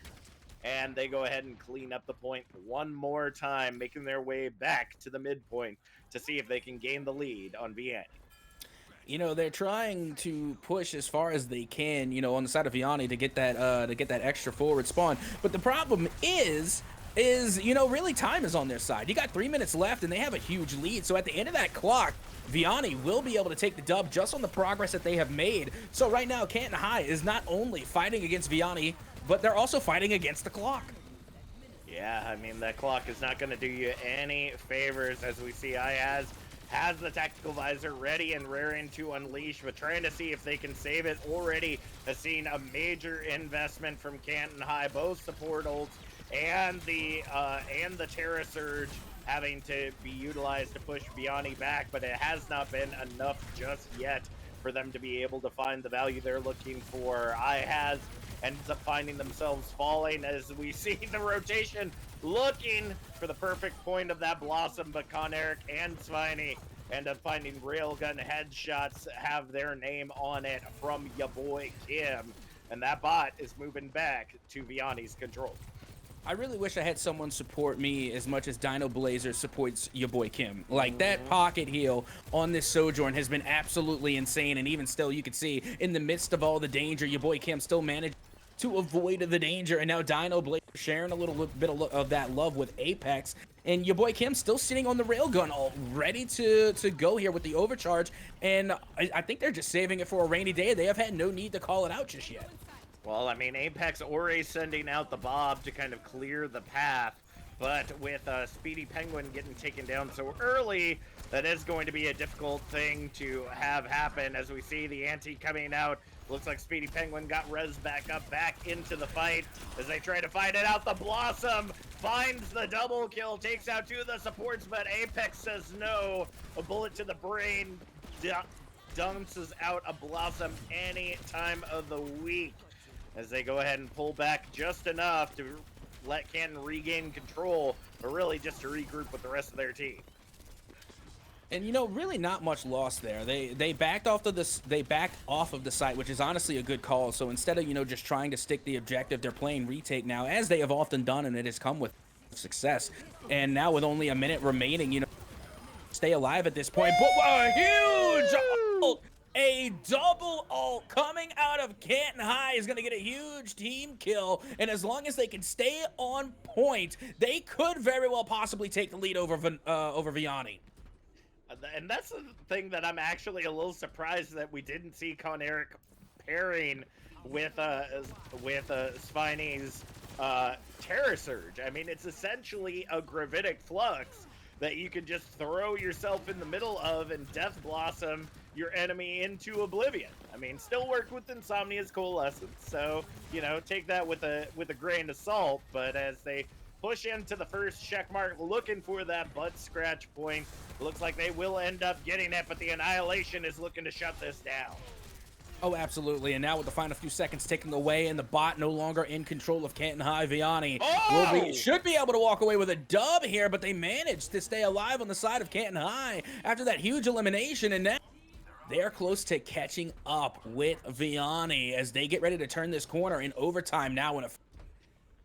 I mean, the combination of Halo Warrior with those anti-nades onto Speedy Penguin, as well as Con-Eric with that Reaper just kind of dosing out damage in the backline of Vianney High School, has been making things so difficult for them to be able to hold their line. And as overtime ticks away, we already see the pick onto your boy Kim. Bob invested into the fight. Unfortunately, the sleep dart came out a little too soon, finds Con-Eric. As much as we thought this would be the match for Canton, as they continue to fight back, there seems to be so much investment from Vianney High to be able to hold this line. IHAZ finally popping out the tactical visor, finds the double kill in the backline, takes out Sage Doug, but Speedy Penguin with the trade. Insomnia trying to get those picks in the backline, seeing if they can take Apex out of the fight, but it is too little, too late. Finding the only one left on the objective here. Con-Eric back in the fight, has the Blossom online, is looking to find any elimination that they can grab, but it's a railgun shot to the face that holds the line. Vianney High School walking away with the win here on New Queen Street, taking them into the lead 2-1. And that was a huge dub. That one came down to the wire. And once again, Insomnia with the play of the game for the second time today on the Moira this time around, coming in huge with this all being able to get a massive amount of eliminations here, nearly getting the entire team in an ace. When it looked like they may have gotten it, actually. It looks like they were involved in every single elimination that occurred in that play. And again, Insomnia just being an absolute just menace when it comes to being a healer. And whether it's on the Zenyatta or definitely a top player for their squad. I mean, that's the great thing about Moira, right? Is that for supports that don't like necessarily being the pocket heals all the time, you know, your ultimate not only allows you to hold up your team, but also diminishes the ability of the enemies by dueling damage and also healing up your teammates in one fell swoop. And especially combined with the Terror Surge, those anti-nades that we've continually seen coming in from Halo Warrior, it is just a no-brainer as to how this combination continues to keep working for Canton High. Unfortunately, it was a little too late for that particular map, but as we head on into our escort map, things might change for Canton. We'll see what they can do as we head into the Shambali Monastery for map number 4. I'll be honest, to me, this is one of the more difficult maps that have been added in with Overwatch 2. And, you know, a lot of people like to say, you know, Colosseo is the most difficult map and probably, you know, the most controversial within the meta. But I don't know, Shambali, I think definitely gives it a run for its money just because it is so big. The lanes are so long. It definitely gives a little bit of credit to a lot of those sniper characters, you know, like the Hanzo, like the Widowmaker, you know, and we've field day so far. So when you put them on a map like Shambali, I expect them to just go to work. But with that being said, we're going to leave that to the teams to decide what composition they decide to bring, because so far we have seen both sides in the previous series struggle just to get to that first checkpoint like we had with Paradiso. Yeah, I mean, we're gonna have to see how they utilize that long distance game that we've seen kind of going back and forth between these two teams, right? If their hit scans can continue to pop off in the way that they've been doing, then we definitely could see once again that first point hold. If someone is able to kind of figure out the strategy of how to get past this these dueling DPS game that we've kind of been seeing going back and forth, then we might be seeing something incredibly different. As we see Canton High coming in on the defense once again, Sviney locking in that Orisa that has been honestly working out in dividends against Speedy Penguins Ramatra. I think the interesting choice I see on the field right now is Apex swapping out to the Cyborg Warrior Genji against Con Eric's Widowmaker. Nice. See, that is interesting because, you know, we've been talking about the Genji all day and where they have been. Well, guess what? They are showing up here and now on Shambali and able to go from the outside in with the Widowmaker. And let's see if they're able to make the most out of it. Trying to get these sneaky peeks here on the Genji, but avoiding the damage. Not being able to find any head clicks just yet. It will be landing one, trying to follow up, but really can't get the head clicks to go. As you can see, the payload continues to move forward for Canton High. Yeah, I mean, they're stuck on this corner. Con Eric able to find the pick onto your boy Kim, at least to start things off. Apex trying to dive in, but has to retreat right on back out. And Dino Blazer gets the back of their head cut off in that retreat by Con Eric once again. Only a minute off of the clock thus far, but things are looking very good for this hold.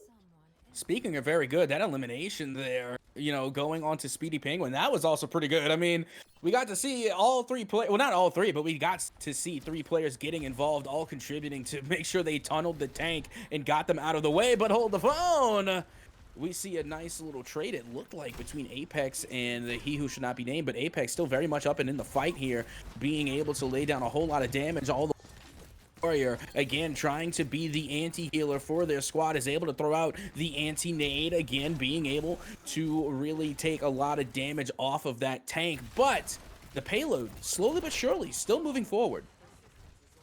Well, we'll see how they continue to hold this line right now. Only 33 meters claimed, and Insomnia with a clutch coalescence is able to push right on through the attacking team. Vianney is having a difficult time getting around this corner, and I feel like it's going to come down to this annihilation of Speedy Penguin that could open up the gates for them.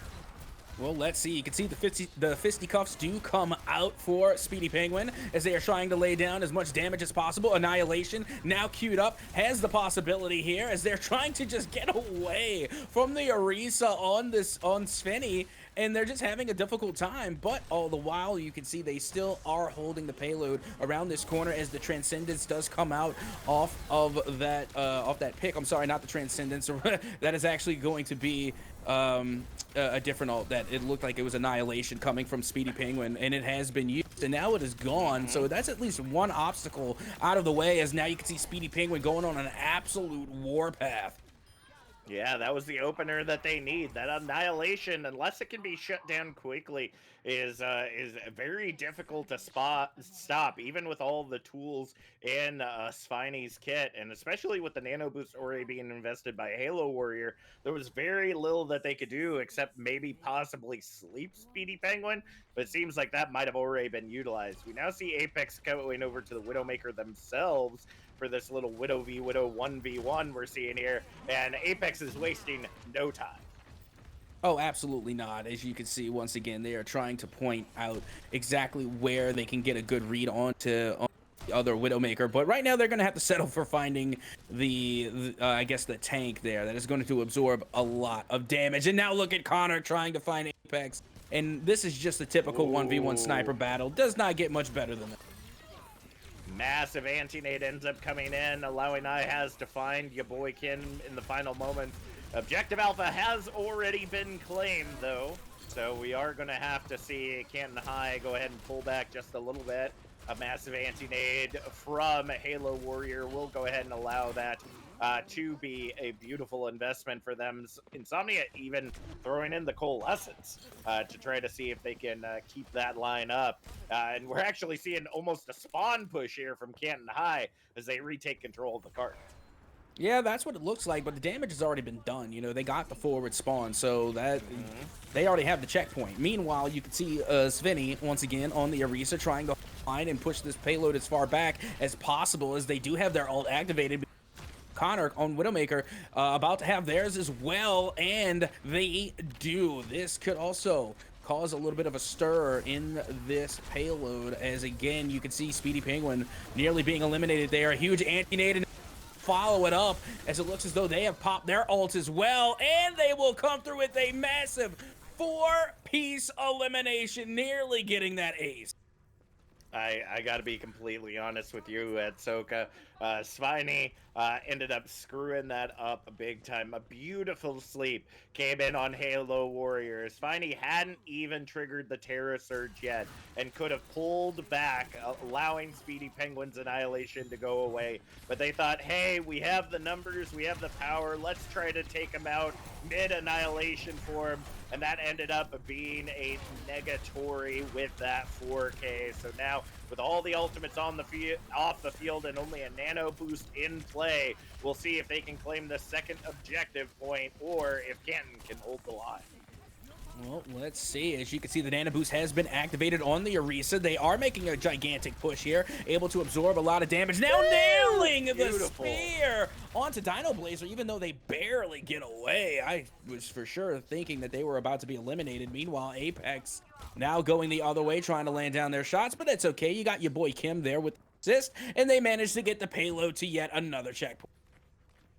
And with Apex back on this Hanzo, not only on the Hanzo, but also having that Dragon Strike online, things are going to be very difficult for them to be able to hold on to. And so wow!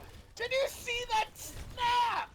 Right to the head of Con Eric, says, no way are you gonna close the gap on me, boy. That was just disrespectful. I mean, the Reaper teleported, was ready to bring the smoke and bring the fire straight to Hanzo, and it was just shut down immediately. Meanwhile, you have Hanzo again going with the huge flank, and Connor finally comes through to get their revenge, putting Apex down, but by then the damage had already been done. Yeah, I mean, as long as they can continue holding this line, though, we might be in a very good position for them. Connor having that Death Blossom. Ooh, just barely staying alive as Speedy Penguin. As we go ahead and see that Nano Boost is online, ready and raring to go. Annihilation unleashed. With Plus the Nano Immortality Boost. Field down. Nano Boost, Dragon Strike, the kitchen sink being invested on this point. They want time on that clock. And that is going to be it. Team kill ringing loud and proud for Vianney High School as they lock in Objective Charlie with 49 seconds on the clock. Now, you see, we used to think back in the day that Reinhardt with a Nano Boost was probably the scariest thing to come your way, but no, now it is Annihilation plus Nano Boost is without a doubt the scariest thing. Having those two ults combined just makes a powerhouse that I think honestly cannot be stopped. Absolutely insane the way they managed to take a team kill there at the end. And then not to mention, like you said, they were able to get the Dragon ult in there as well. Kitchen sink ult, and inevitably it led to a victory for Vianney, at least in 3 rounds. Now it's up to the side of Canton High to try and replicate that success and find themselves with a 3-point round as well. Well, we'll have to see if that is indeed going to be the success that they are looking for, because I think right now the difficult part that Canton High is having getting past all this damage is really Apex. I mean, Apex is being able to get headshot after headshot on the Hanzo, on the Widowmaker, and they just have not been able to find a way to close that gap. I mean, you see Insomnia on the Zenyatta, which if you're support like myself against Widowmakers or Hanzos like Apex, you know, is pretty much what you pick to try to be a second competing sniper along with one of your own. But honestly, I'm surprised that we haven't seen like a Sombra come into play. Someone that can hack Apex, get him down to half health, immediately delete him as quickly as possible. But I think the bigger thing is seeing Spiny coming out on this Doomfist and immediately getting shut down. I mean, that's pretty much what I expected. You know, I'm thinking the same thing, you know, with Svenny. And then, you know, a big shout out to the observer for just shaking no on the Doomfist. Yeah, I saw it, we saw it, we all saw it. Yeah, no, just put Doomfist back in the toy chest. You need to figure out something else there. But and again, you didn't even have the one punch skin, so it literally was not viable by any means. So you just got to put them away and, you know, come back with something else. And they decide to switch out to the Sigma. Again, I'm not the biggest fan of Sigma, but you know what? It could definitely do wonders here on this map. Let's see what they can do with it. Well, like I say, the toes knows, but right now it seems to be the arrows that are finding their space here. Insomnia, though, off of a massive anti-nade from Sage Doug, is able to get a 5-point shot into the face of Speedy Penguin, and without a tank on the field, things are going to be a lot more difficult for Vianney to hold this line, so they're going to pull back. Yep, that they are. And you look at Connor trying to get a lot of these cheeky peeks here with the Widowmaker, and they're going to have to push up a little bit more forward because now the payload has made the turn. It's out of their sight. Meanwhile, Apex have not been finding as much success as they usually do with a lot of their shots as they're trying to land at least some head clicks in order to get some of these eliminations. But unfortunately, this time around, they've been a little off the mark, but Speedy Penguin able to come away with a 2-piece of their own and now looking for a third. Yeah, I mean, the cleanup is fast and fierce, and I think really comes down to the rotation that we ended up seeing from Insomnia on that Zenyatta. I'm not exactly for certain why they went that direction, and I'm not for certain why Connor ended up getting off of that high ground, as we see our observer also sad about how that ended up turning out. But, you know, Widow only has so many ways that they can get out. A lot of damage. Very much the glass cannon of Overwatch in means of being able to escape or keep themselves safe. Yeah, but meanwhile, I'm really just waiting for this Kitsune. It does have a lot of way to go, but that's literally what they need right now on the side of Canton. They need Kitsune Runch. Meanwhile, the Dragons do come out, and they do find a lot of targets. They're being able to at least one, but also helping the way with a lot of other eliminations as well. Meanwhile, you have the from the from the Ramatra being able to take down the Sigma yet again, and now Apex with flank able to put it into Connor. I mean, Apex continually getting into the back line of Canton High is just an absolute thorn in their side. With 60 seconds remaining on the clock, they've got to find a way to shut down all these ultimates getting ready to come out. Nano Boost, Annihilation, Overclock. I mean, everything is in the bank for Vianney High School to hold for 40 seconds, and Canton just has the abilities that are in their pocket. Yep, that they do. Meanwhile, you can see Apex again from the back line trying as much as they can at the opposition. That Echo did come out, though. And meanwhile, Connor also trying to deal their damage from a distance with the Widowmaker, only finding shields so far. There's 2 up there in the front, and that's all they have to look forward to, as your boy Kim also does eat a big boulder to the face. But Speedy Penguin, once again, finding many eliminations thanks to the Annihilation. Yeah, I don't think that they're going to be able to touch in time, and that's going to mean the end of our match. Unless Halo Warrior can find a way to be able to get over that wall quickly. Not fast enough. Gonna have to go back to the wall ride simulator there, Canton High, to see if you can lock it down next time. As Vianney High School here on Chambali Monastery lock in the series 3-1. Play the game going to Speedy Penguin. Going ahead and locking down that beautiful Annihilation. Like I said, was sleeping. But as soon as they got woken up, popped that Annihilation, was able to run down that 4K straight down mid. And did a fantastic job at that. And not only once, twice, but I'm pretty sure enough times where I lost count. They were absolutely wreaking havoc with that Ramatra pick and did a fantastic job. All right, we're going to head to a quick break, see if we can get an interviewee from Vianney High School. Oh, we're not? Oh, we're behind. Never mind. Thank you, producer. It looks like we're a little bit behind, and this is my last one for EGFH. But K-Wing's going to be taking my spot with Captain Natsoka steering the rest of the EGFH ship here for the next 2 matches. So don't go anywhere. We'll be back with more Overwatch action in just a few moments.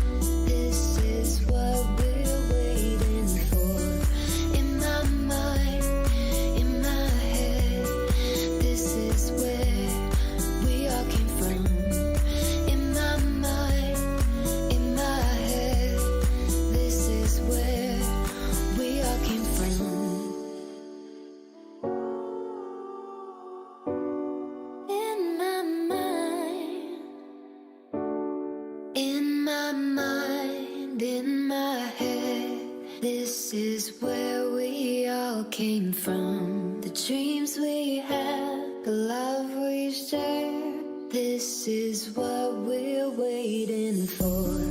In my mind, in my head, this is where we all came from. In my mind, in my head, this is where we all came from.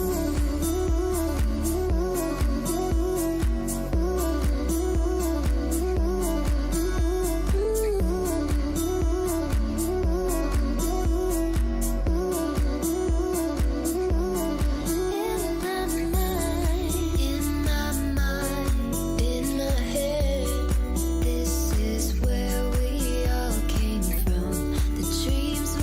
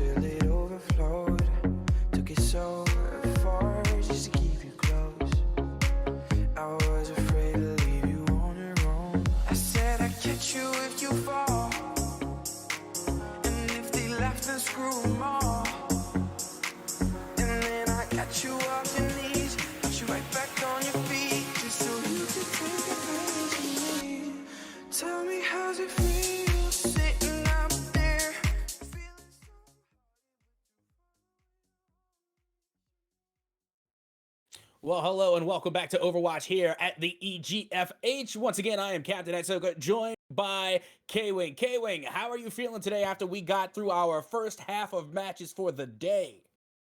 I'm feeling really great. I enjoyed watching those first two matches with you and Captain Jack on the mic, and I'm happy to be stepping in for our first fight. You've got the Hamilton Southeastern High School versus the Richardson High School Legal Eagles Law Firm varsity Overwatch team.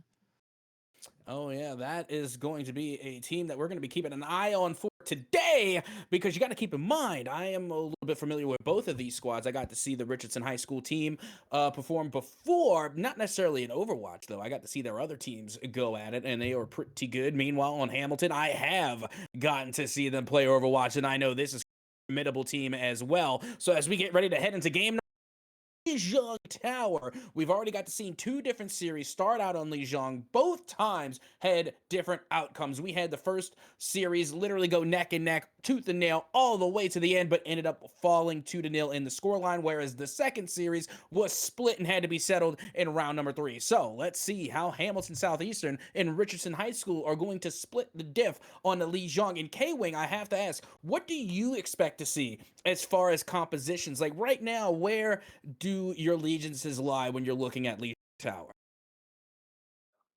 It's tough. Lijiang Tower is a really variable map, and I love Control as a first map type because I always call it that litmus test for the entire series. You see exactly what compositions that these teams want to run and what compositions that they might want to avoid having to pull out. If a team is going in onto Busan Mecha Base playing dive, you know that they are not a rush team. And I think some interesting strategies you might see is the Symmetra TP onto point, especially on this submap in particular. Well, we are getting ready to get underway here on round number 1, and a lot of familiar names popping up. And let's take a look at these compositions. Up first, we have my personal favorite, which is going to be the support composition coming from the side of Hamilton, which is going to be that Lucio along with the Kiriko pick, my favorite healing meta. Meanwhile, on the other side, you get to see something a little different. You're going to see the healing composition that is going to be Mercy and Zenyatta.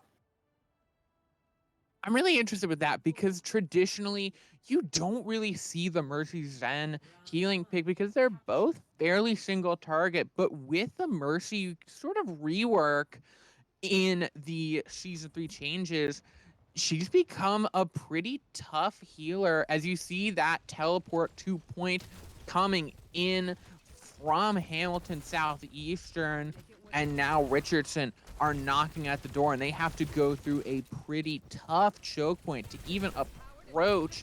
It's going to be up to Colonel Sanders on this Sojourn. Oh, but they're going to get hooked, and they're nearly going to get taken out before they just escape away with that power slide. Tortoise takes out the Lucio, and Hot Nachos gets sent right to spawn. XX Tortoise XX is going wild in the back line, getting 2 picks, looking for another, gonna get hooked off the map, stays alive just barely, is gonna have to Newton's cradle their way into the pit. Aw, no, says the observer.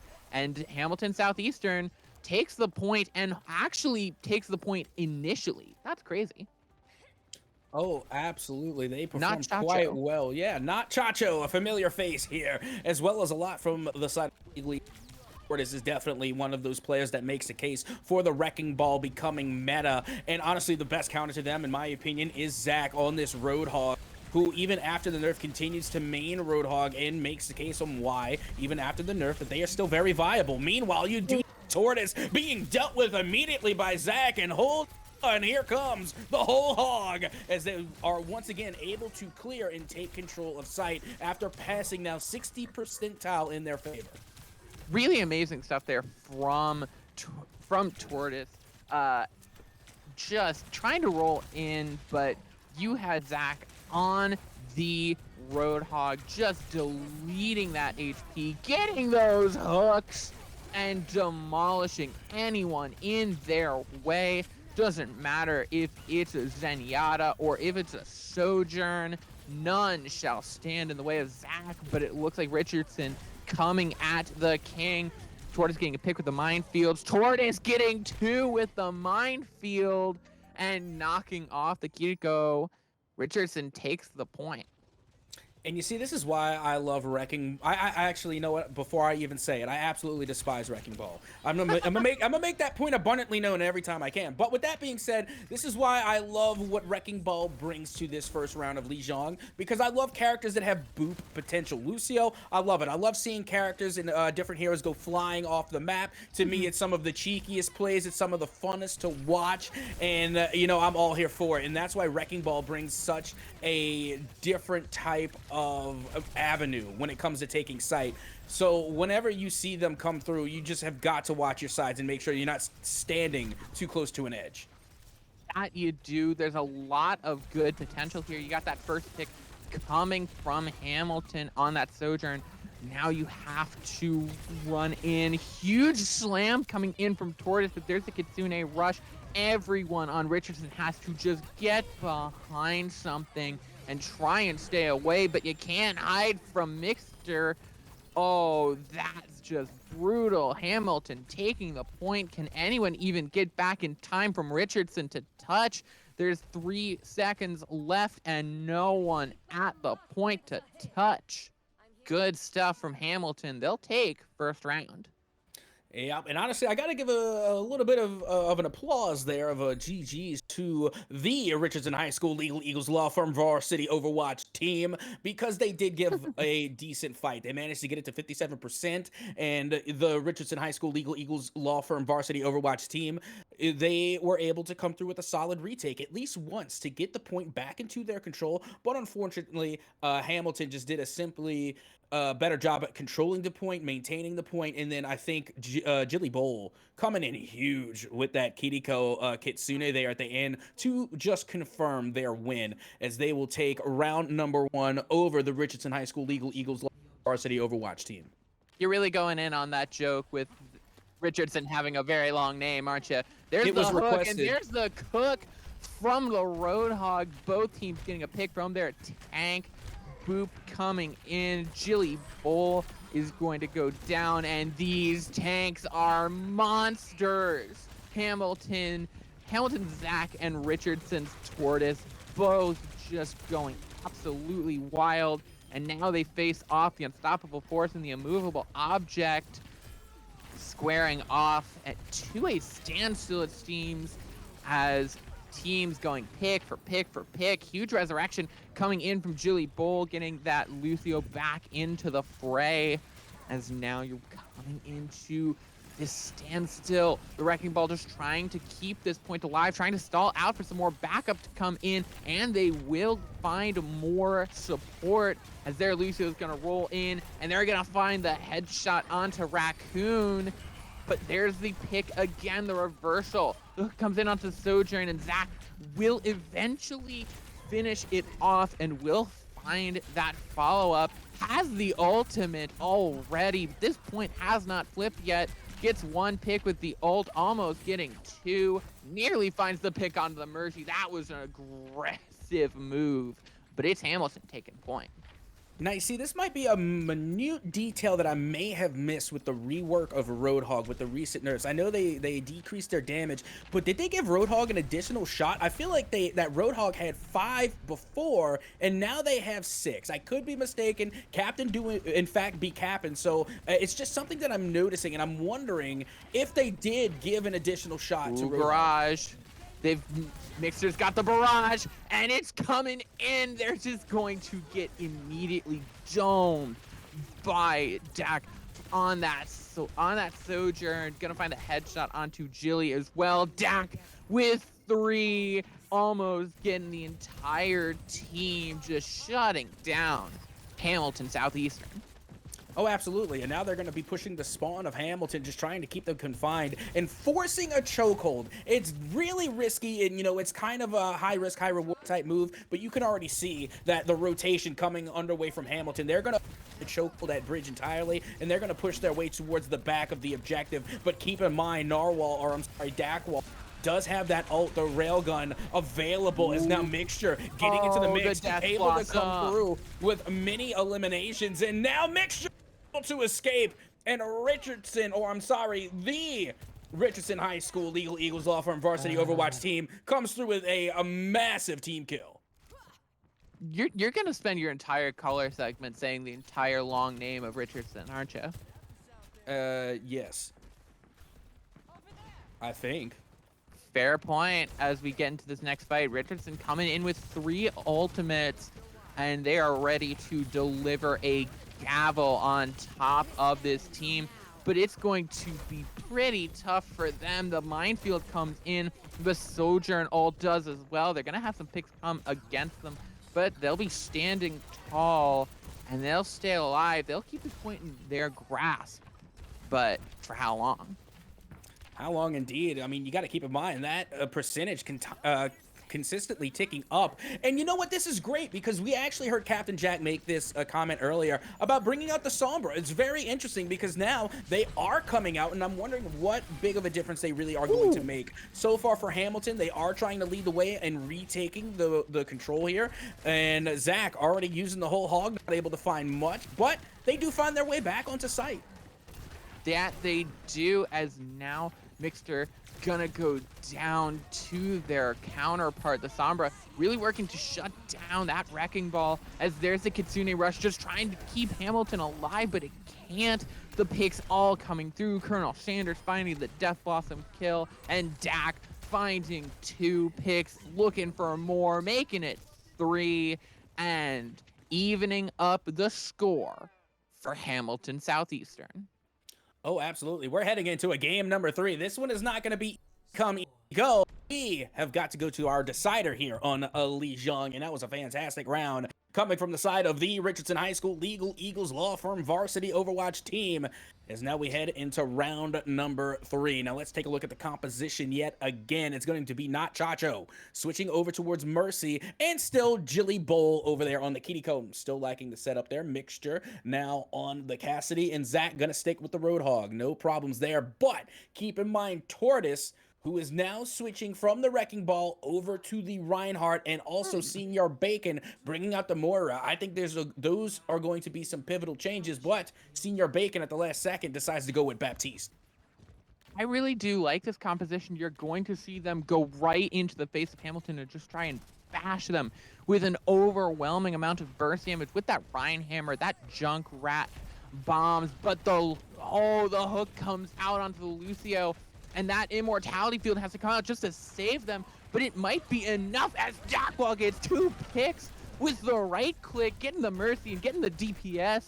It's all they need, and now you're setting up in a tight choke point. It's gonna be tough for anyone to get through from Hamilton. They're pushing the spawn door. You haven't even taken a point, Richardson.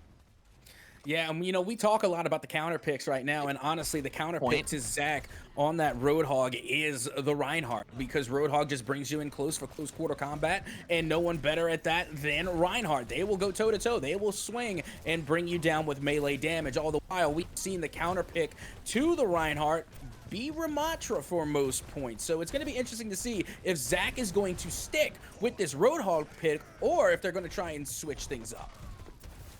Well, they're going to get that pick onto the Reinhardt, but 2 picks from the DPS means it's going to be tough for Hamilton. They've got the closer spawns, but pick after pick coming through, they can't do much of it, and it's a quick fight win for Richardson, and they've got all the ults to hold.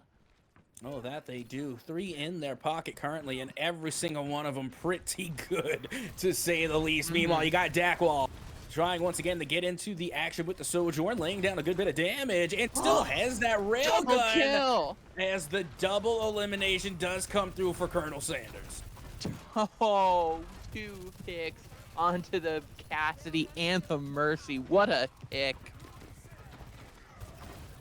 And Now, once again, you can see the likes of the Richardson High School Legal Eagles law firm, varsity Overwatch team, trying to imply this chokehold on the doorway, keeping them at spawn and just literally racking up the points and percentage. Wow. And yet another elimination on Zach, who tried to go Reinhardt with Reinhardt. But unfortunately for them, Tortoise is the Reinhardt in this map. You come at the king, you best not flinch, and Zach just flinched a little bit there, and that's all you need.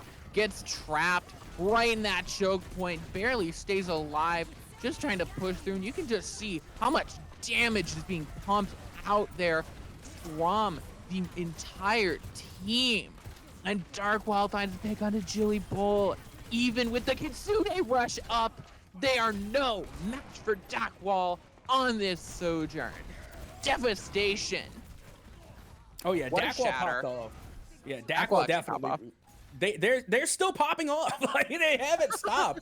They keep on going, but it is going to be a pretty one-sided victory there, 100% to zilch in the favor of the Richardson High School Legal Eagles Law Firm Varsity Overwatch team, and the play of the game is going to go to none other than Tortoise.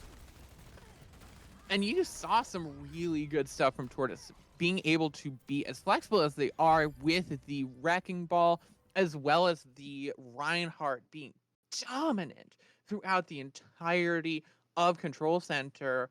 You have to wonder, can Hamilton pull out the Ramatra and try and shut that down? Ryan did get a buff at with the Season 3 patch. The question is it gonna be enough to make Ryan really a devastating force? And Richardson High School, the Richardson High School Legal Eagles Law Firm Varsity Overwatch team, if you will, is putting in a very good case for, yes, it's really, really tough to play against this team, especially when they took that first choke point and just made it their mission to pump in as much damage as possible, as much burst damage right into that small door so that no one can really get through it. Oh, absolutely. And, you know, we really got to see the formations being made there for Li Zhang. And Richardson High School, or the Richardson High School Legal Eagle Law Firm Varsity Overwatch team, they just had a little bit of a better formation. They were really being able to, you know, kind of like spearhead their way onto site. And then not only that, but they managed to not only take the site, but keep it. That's the difference. That's the hard part, is being able to maintain that constant pressure to keep your team at bay. And we saw that they got to do that time and time again by just confirming the chokehold every single time. And unfortunately, Hamilton could not break that chokehold. But we're going to see if they can do it right after this short break. And when we come back, we're going to continue on with our next matchup between these two squads. Don't go anywhere. The show with Fiji, I was cool. When I finally got sober, I'm 10 years old, motherfucker, there was something to do. I'm living out in LA. I drive a sports car just to prove that I'm a real big baller, cause I made $1 million and I spent it on girls and shoes. But you don't wanna be high like me, never really know why like me. You don't ever wanna step off that roller coaster all alone. And you don't wanna ride the bus like this, never knowing who to trust like this. You don't wanna be stuck up on that stage singing, stuck up on that stage singing. Oh, I know I sad songs, sad songs. Oh, I know I sad songs, sad songs.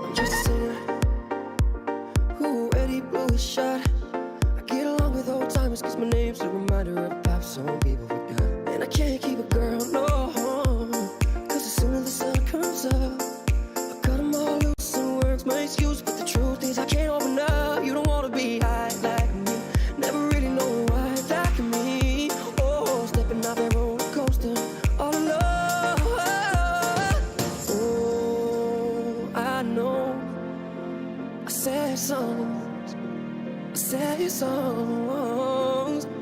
Oh, I know I said songs, I said songs.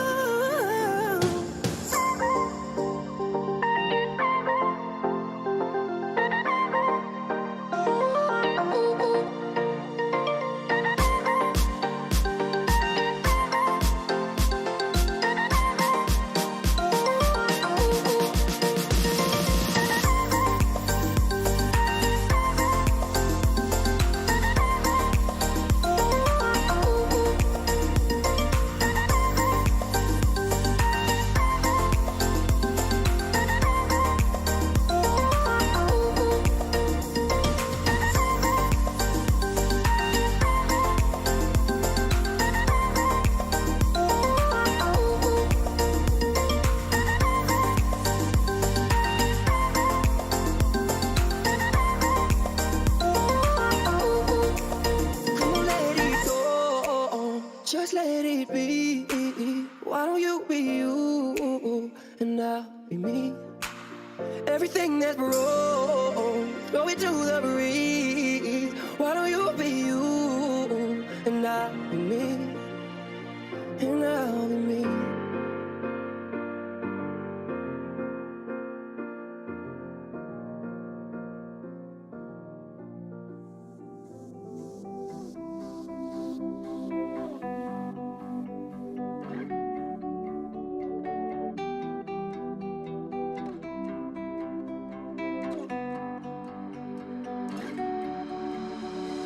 Dance by the water neath the Mexican sky.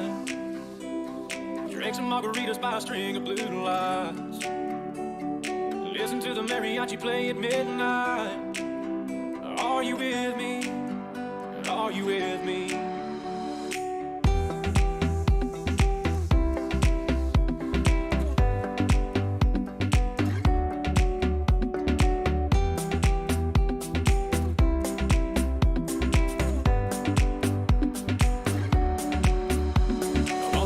The water neath the Mexican sky. Drink some margaritas by a string of blue lights. Listen to the mariachi play at midnight. Are you with me? Are you with me?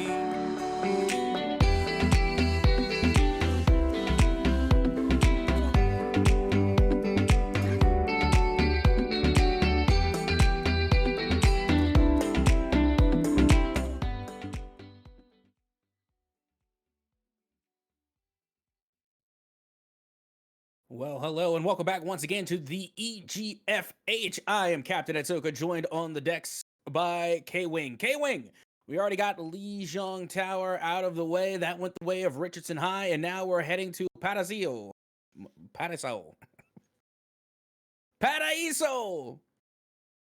Our producer specifically told us, remember, guys, it's Paraíso. Remember Paraíso. You know, Paraíso, the new map, Paraíso. And then you come in Paraiso, Pariso, Hey, at least Paris. I did remember the Richardson High School Legal Eagles Law Firm varsity Overwatch team. Regardless, we did get to see at least one game out of the way in the high. But now, what do you think as we're heading to Paraíso? There you go. As we head to Paraíso. Damn it.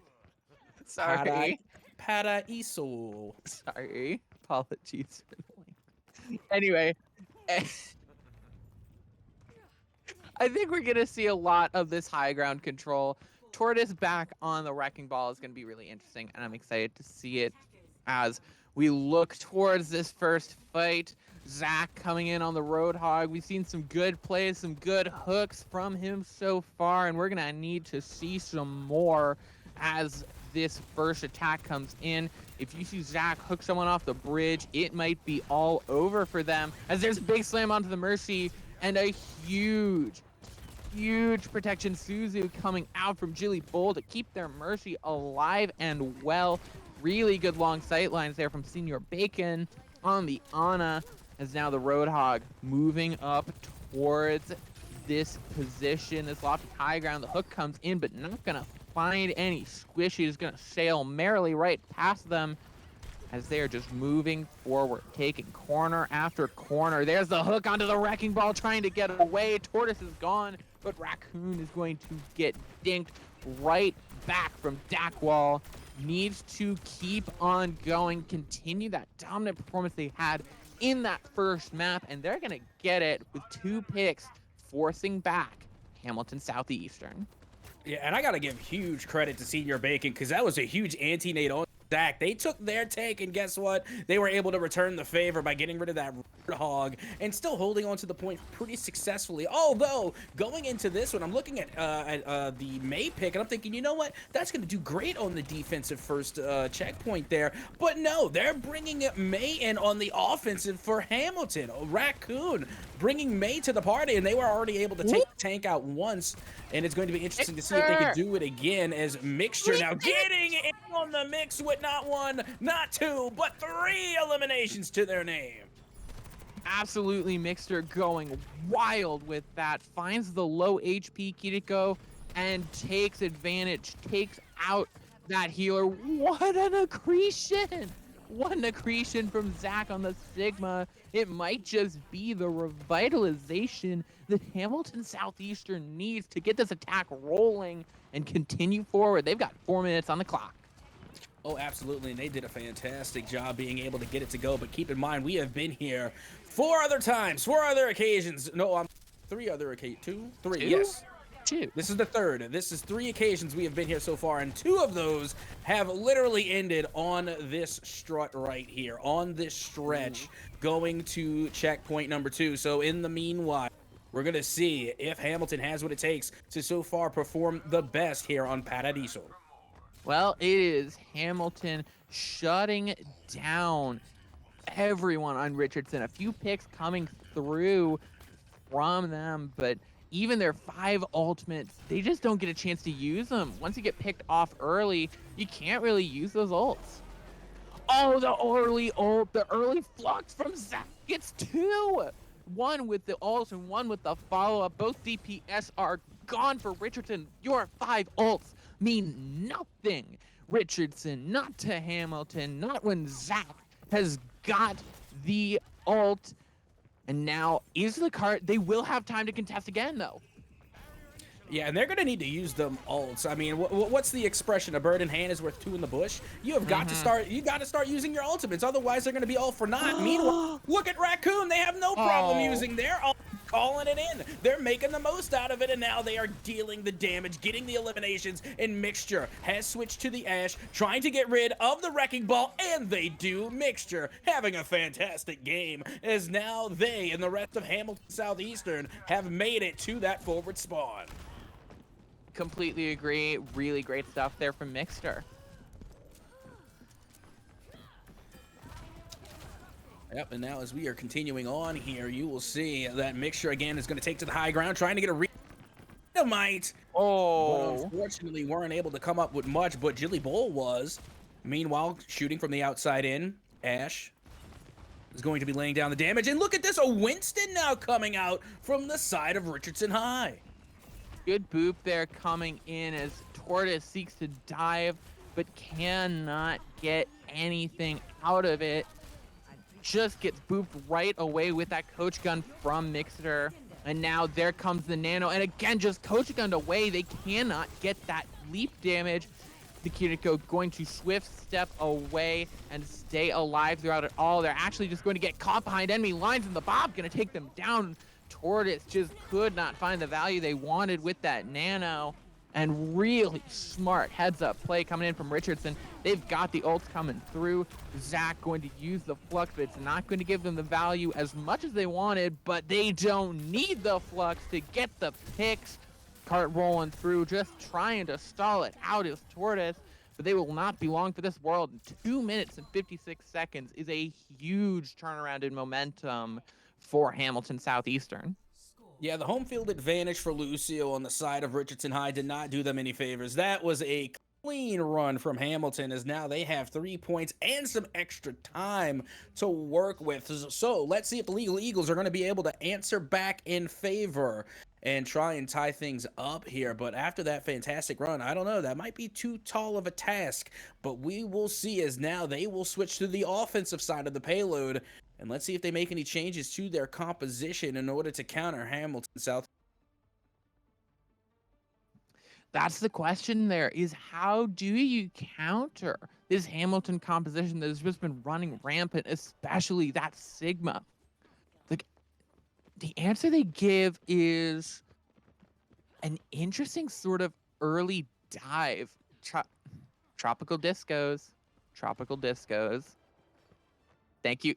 Thank you, Observer. Oh, we're bopping our heads to the tropical disco.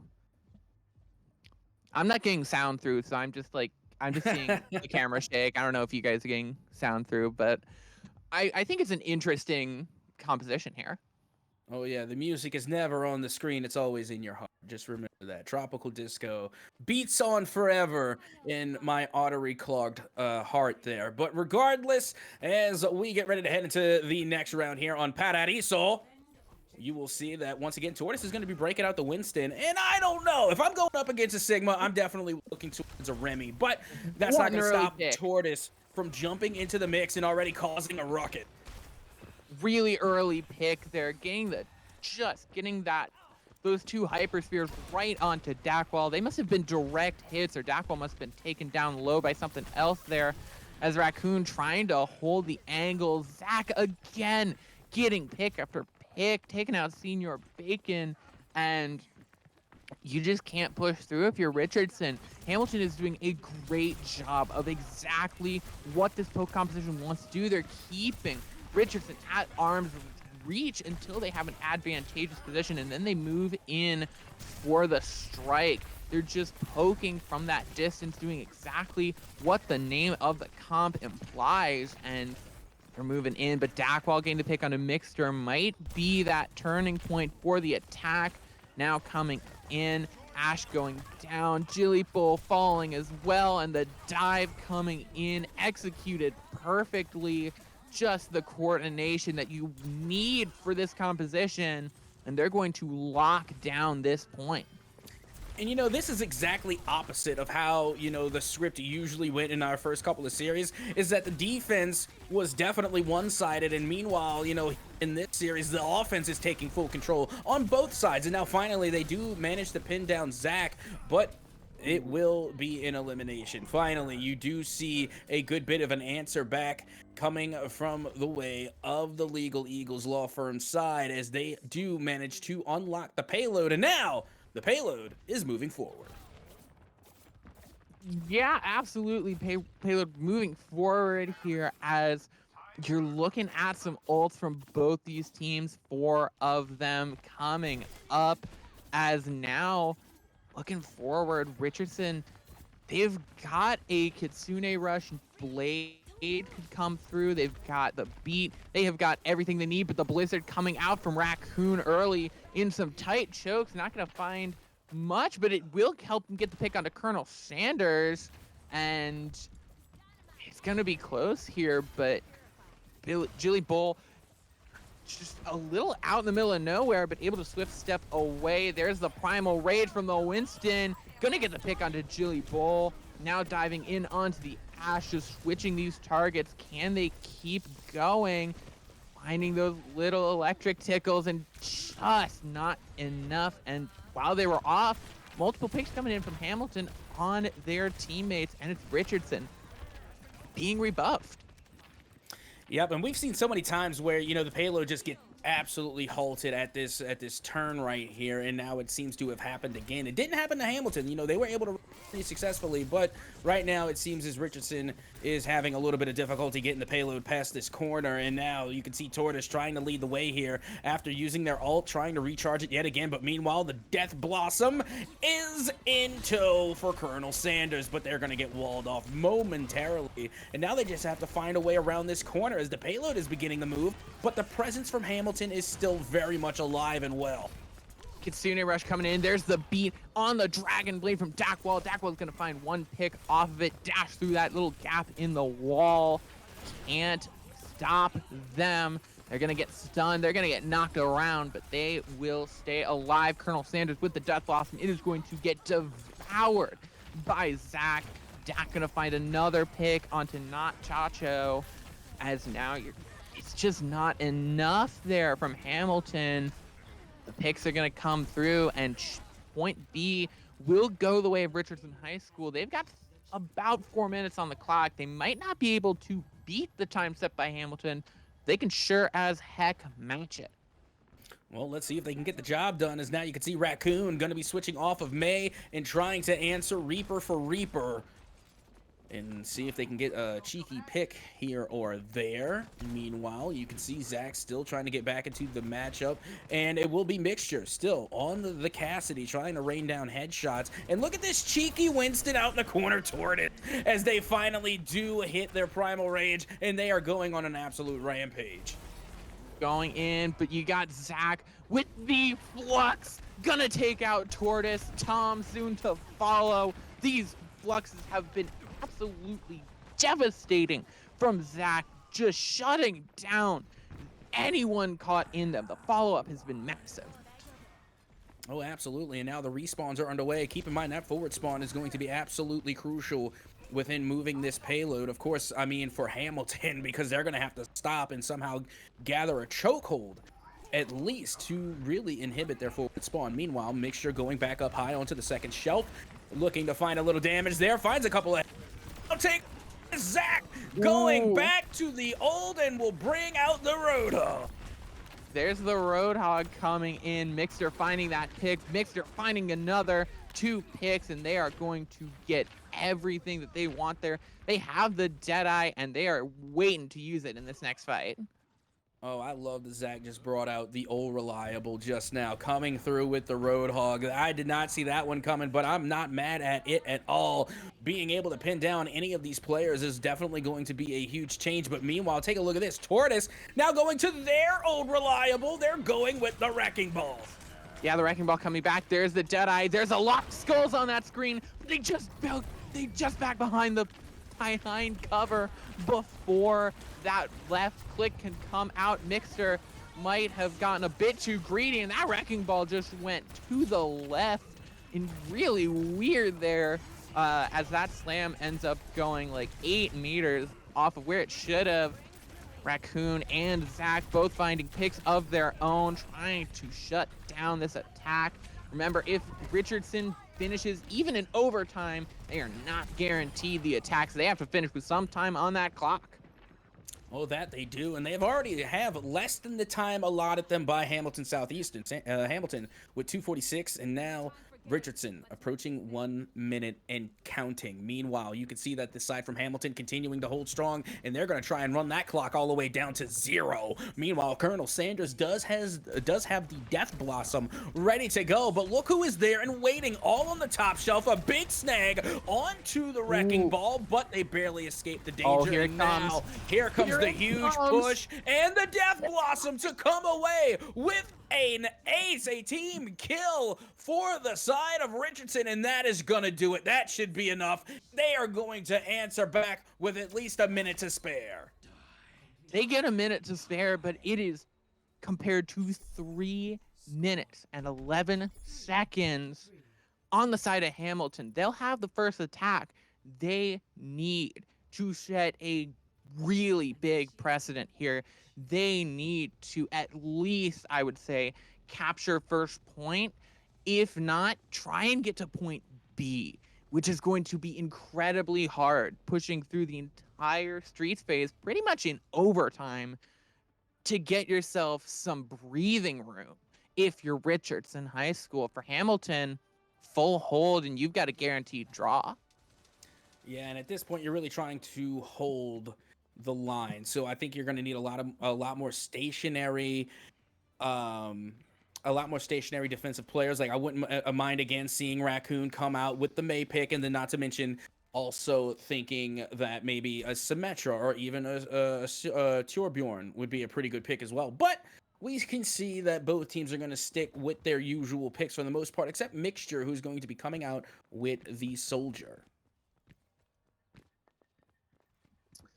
That they are, as I think it's an interesting choice, and I think it could have some synergy with the Nano. You could get a Nano visor going, but as these doors open, Richardson needs a successful dive, especially onto Jilly Bolt. If you see Jilly Bolt, the first one picked off, that is going to be a successful dive. But if you see more picks coming through, then it's probably not going well for Richardson as they dive in, nearly get the pick onto the Mercy, but the damage is there. But they get both of the supports. They've got what they need. Colonel Sanders finding 2. Even with Dackwall going down, it will not matter as it's all Richardson in the kill feed.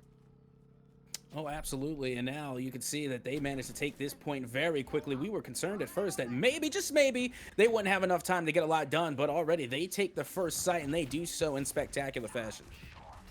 That they do, now rolling out.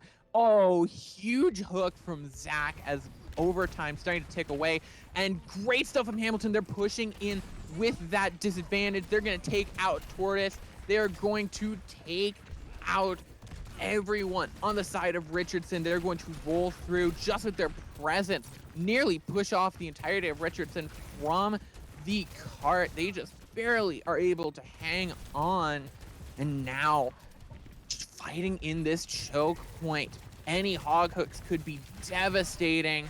It could be the end of Richardson as the cart slowly rounds this corner, but they're coming into a barrage of fire as Tortoise is going to knock off the Lucio, but come down with it with them themselves as the Roadhog barely going to stay alive.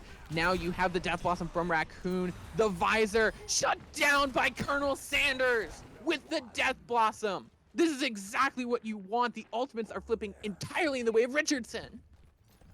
Oh, absolutely. And they're doing a fantastic job of making a lot happen with only little. As you can see, now their time has officially expired, but that's not stopping them from moving the point and moving the payload. Absolutely wonderful job at turning what seemed to be a disadvantage into a huge advantage. And now Zach once again trying to lead the way as now the retake is underway for Hamilton. Eat and Kitsune rush. Hamilton cannot die, and they are dishing out damage upon damage, and it's going to be enough to just shut down Richardson. Really, really great stuff. They got almost all the way to the end of Point Bravo. That is exactly what I wanted from them for a solid amount of breathing room. They have the ability to lose some fights in their defense and not have it be the end of their hold. You could see the hold come through for Richardson and them go up 2-0 and go to match point.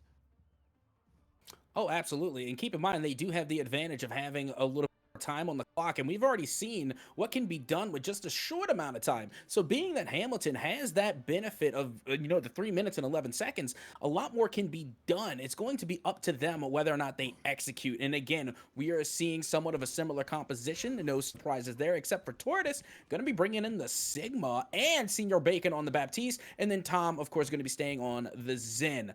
Like I said, I think this is going to be an interesting composition, considering now that the Legal Eagles are on the defensive side of the payload.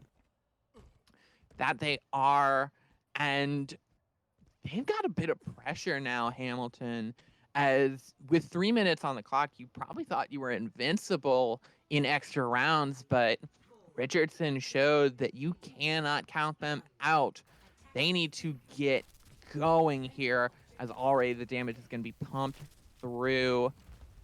Just firing on them. They've got a pretty damage-intensive support line, Richardson. They are trying to dish out the damage. Already you can see just the tanks and the DPS getting melted away.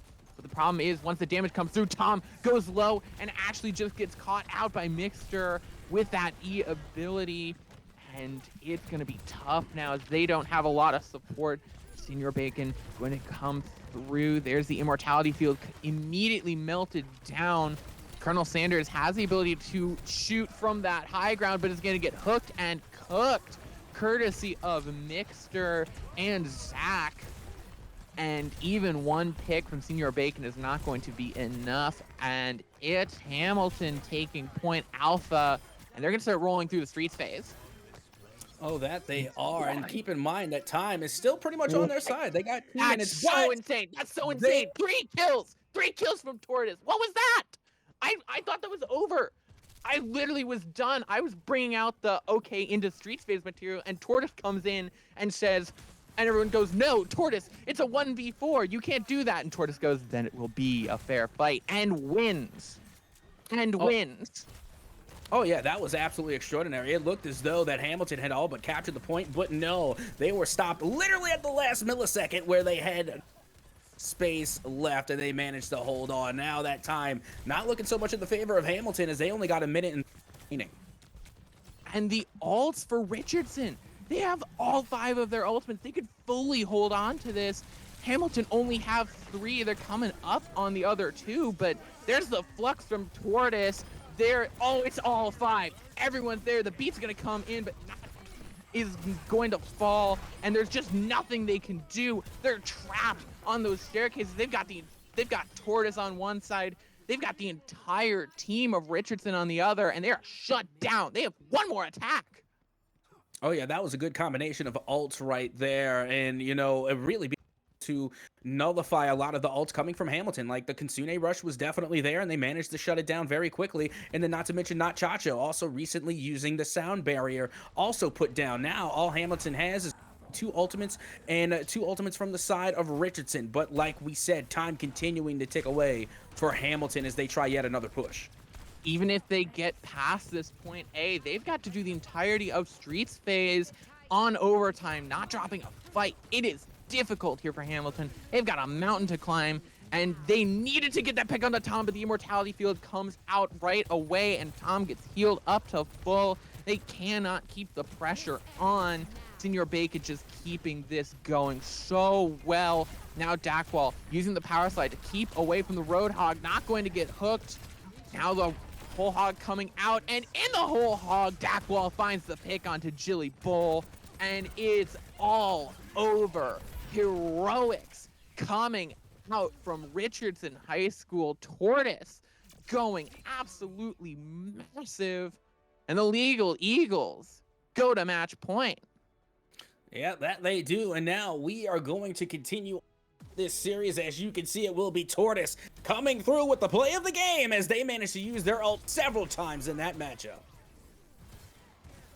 That was absolutely incredible. I loved watching that, and I couldn't tell you what moment that was from Tortoise. It could have been that fight on the stairs. It could have been the heroic play of shutting down what was basically a lost fight, taking it and getting 3 picks in such quick succession that I had written off that fight for done. We had both written off that fight for done.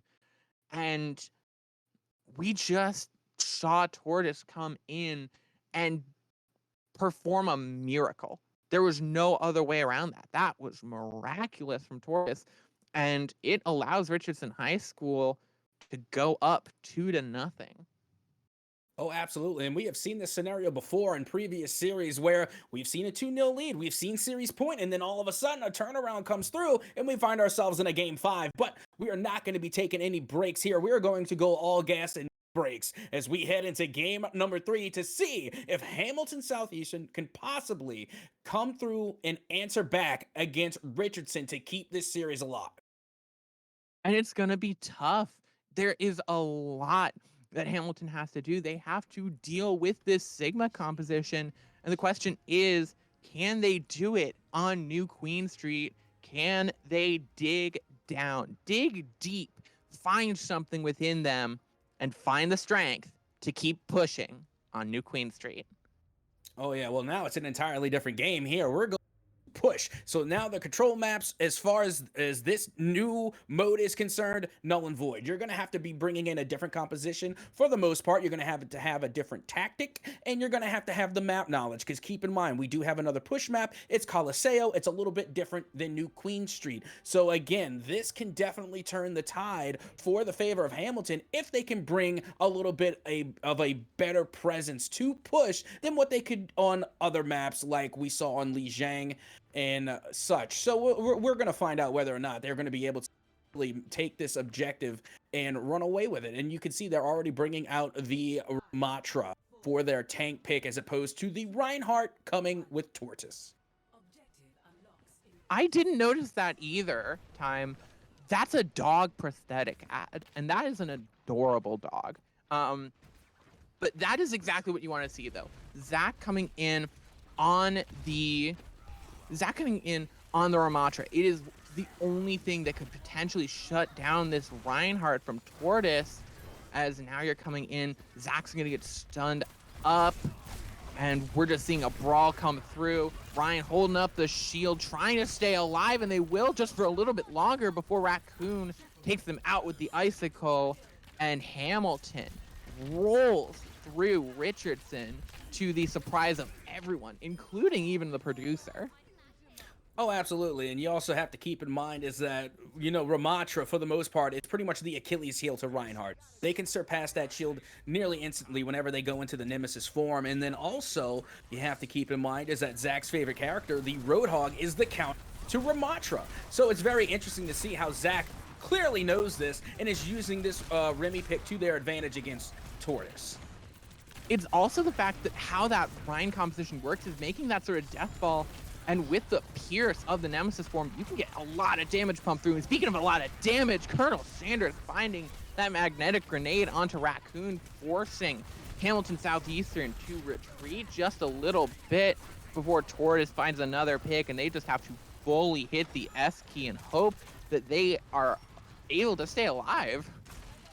Well, they managed to do just that. As you can see, the Annihilation form also activated for Zach on the Ramatra pick, as they are nearly looking to break it out, but it looks like they're just going to hold on to it, at least for the time being, and wait for some reinforcements. They have 4 ults currently to their favor, and I'm wondering, when is this all going to pop off? Because you have 3 right now on the side of Richardson, and the robot still pushing forward on the side of Legal Eagles. Tortoise! 3 picks from the chatter there. That fire strike buff, absolutely massive, allowing this Reinhardt to pump in so much more damage and shut down Hamilton Southeastern. It doesn't matter there, as they're going to, there you go, guys. Make sure to not leave the bot behind. Take the lead. Good job. Thank you. Yeah, they do manage to take control of the bot. Meanwhile, Colonel Sanders going to be popping the Deadeye, not being able to find much. Only 1 onto Mixture. And still, the robot continuing to push forward here for the Legal Eagles and nearly being able to get the... Annihilation. But they have to make sure that they get it just that much further, and they do. They secure the forward spawn. Devastating there. That's devastating. A little bit more, and they could have had that contest. Yep, just a wee bit more, but unfortunately they didn't have it. And now you can see Zach will be the next on the chopping block to fall to the Legal Eagles as they continue to push. They don't see this series go any further. They want to end it here and now. They want to take the sweep.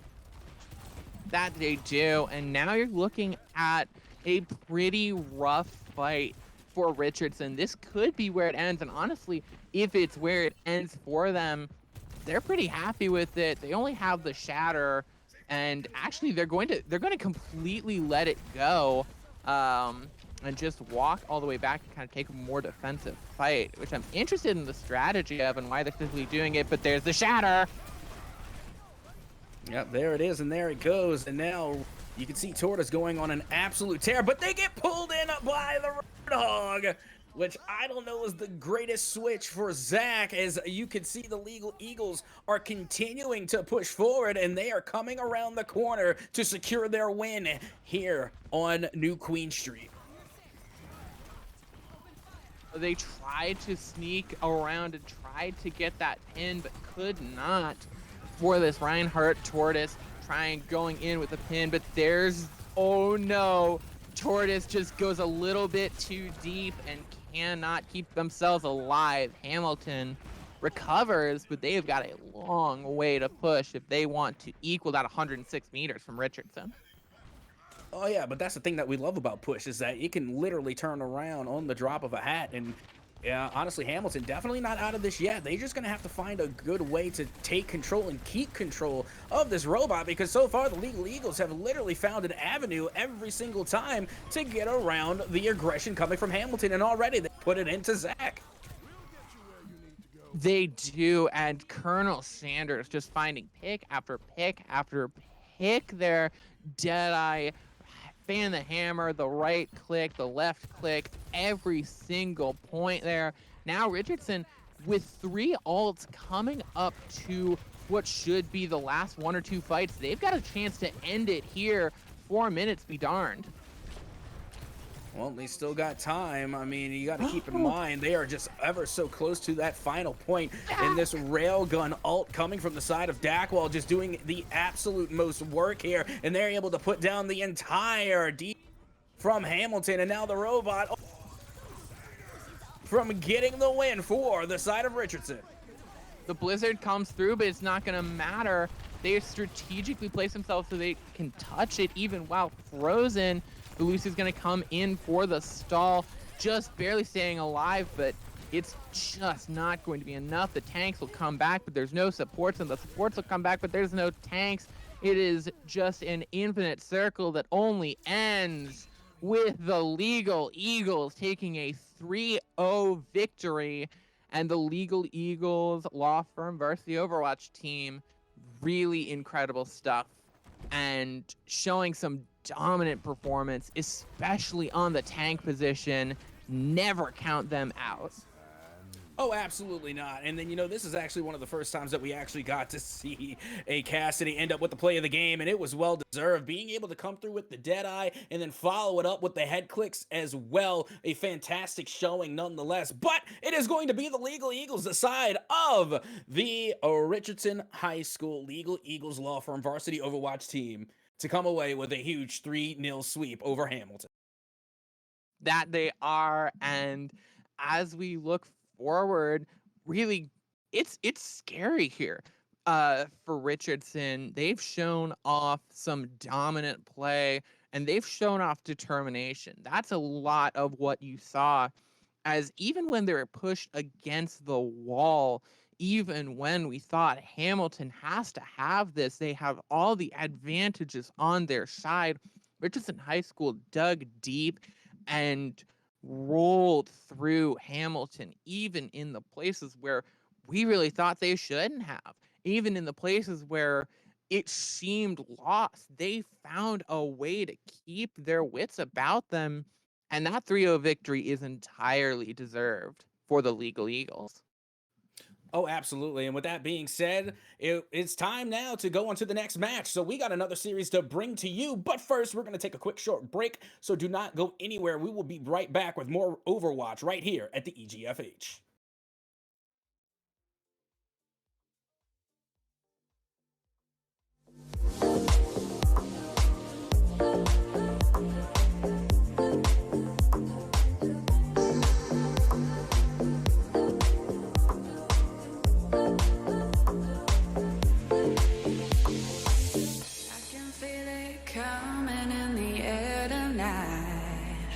Oh Lord, I've been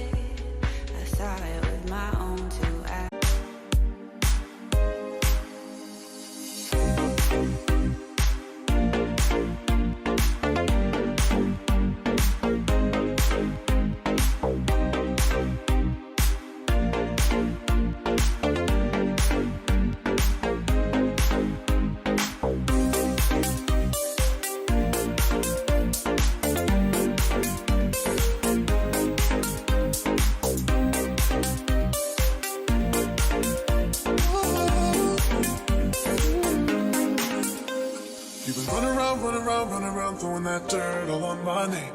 Cause you knew that I knew that I knew that I'd call you up. You've been going around every party in LA. Cause you knew that I knew that I knew that I'd be at one. Oh.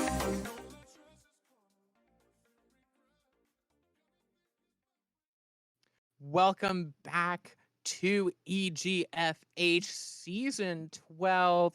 We're here with our last match of the day in Overwatch. We've got Lexington Christian Academy Lions versus the STEM Innovation Academy of the Oranges Phoenixes. Oh yeah, the Phoenixes. Got to make sure that we get the plurality,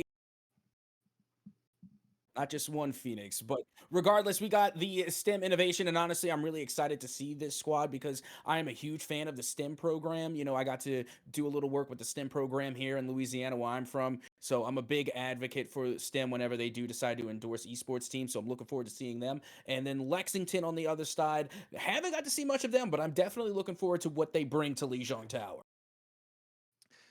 Absolutely, me too. As we saw a lot on Lijiang Tower in our third map of the day, the match before this one, and we saw some different strategies, and we saw those kind of early premonitions of what was going to happen with each of the teams, with some rush strategies, some dive, some of the roadhog, and you got to see that sort of triangle there of the Ramatra, the Reinhardt, and the Roadhog all kind of countering each other, being countered in a weird rock, paper, scissors kind of way. But as we go into Lijiang, I have to ask Captain At, what do you want to see from each of these teams? Really, I just want to see pretty much what we got to see in. I want to say it was game 2 where Lijiang went all the way to 3, and we saw it in the last series as well. You know, it went all Mm-hmm. 3. It was definitely a one-sided adventure. So one thing that I want to see is some better counter picks. Like we've got to see the Rhine come back in a major way, and I think a good counter pick to that is the Ramatra, the Remy. So far, it's really hard to establish a counter pick to the Wrecking Ball. There's definitely a multitude of ways that you can answer that pick, but I really haven't seen the meta counter for Wrecking Ball. So I'm hoping that answer could be given to us here tonight as we get ready to head into Lijiang between these two, and that's only if, you know, Wrecking Ball even gets picked. Like I said, they're my least favorite of the tanks. So again, I don't know who else out there shares my opinion. Who knows? We might see Wrecking Ball at all throughout this series. We might see it. We've seen a lot of tanks today, and the question is, which are these teams wanting to pull out, and what's going to be the most effective? Because those are not always the same thing. A lot of times, you see teams adapt on the fly, and that is what I want to see a lot of, is adapting on the fly from these teams. We saw it a lot from our two teams before this, came in and did pretty well with adapting and with changing up the tanks to try and counter pick. Will that be the same here with Lexington and STEM Innovation, or are we going to see two compositions and neither team going to move from either of them? Yeah, I really want to see the Ana come back out because especially on Lijiang, you know, we got to see Ana come out in a major way. Again, the so pivotal time and time again, and it's really making a case for Ana just being solidified in that meta because, as I like to call them, and Moira as well, the anti-healers, it's not too often that I've seen those two pair together in the support roles, but I have to say I have seen enough evidence for it tonight to really see why they are being paired more and more often. That's really true there. I also just love the anti-healer, anti-hero kind of pun there. But really, Anna's anti-nades have been pretty pivotal throughout the game, but she had a pretty big nerf come through just basically with the release of Kiriko, with that cleanse being so more readily available with the protection Suzu, that Anna saw a bit of a drop off in terms of usage in the competitive scene from my personal experience. Um, but now seeing a bit of a resurgence as Kiriko is not as that Kiriko Lucio comp is becoming not the only composition that people are using now. Yeah, and honestly, I haven't seen as much Lucio tonight either. And Lucio is my favorite support, favorite healer, because, you Mm-hmm. know, coming in with the speed boost as well when you're trying to get onto objective, I think is very helpful. And if you don't have that, then maybe bring in Symmetra who can use the teleporters. Regardless, I like being able to get back to site and to point very quickly. So I think whoever is going to bring that pick could have that advantage. And you do see Lucio finally coming out from the side of STEM Innovation. It makes sense from STEM Innovation. They've got the Ramatra, and the Ramatra Lucio composition can be pretty devastating with Ramatra popping that Nemesis form and getting sped in right on top. You've got Pop Smoke on the Reinhardt coming in. The question for me is going to be Silence versus Nick Lifts on the Reinhardt. On the Pharah versus the Ashe. Is it going to be the destruction raining down from the sky of Nicholas? They already find the pick onto the Moira of STEM Innovation, and they're going to get absolutely demolished. 3 picks for Nick Lifts, and they're looking for even more. They're going to get caught in the vortex of Oliver, but the picks are just coming through for everyone. The damage getting dished out is unceasing, and it is Lexington going wild. Oh, absolutely. And right now, you're looking at Nick Lifts right now currently, and you know this is one of the most dangerous combinations that we see, and it's a Pharah that has a pocket mercy, and it has just been literally blasting off onto STEM Innovation as they continue to lose their DPS time and time again, and now they're struggling to get out of their own.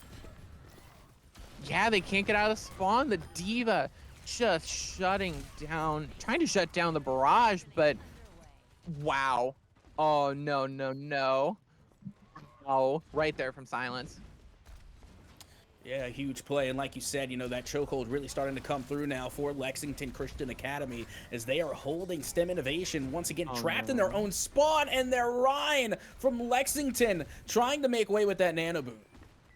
Yeah, the Rhine with the nano, not going to get 8 picks, but they're just holding so close. It's just disrespectful at this point with how much damage is getting pumped through. STEM Innovation Academy on the flank, the Deadeye on the flank. Oh no, they're coming through.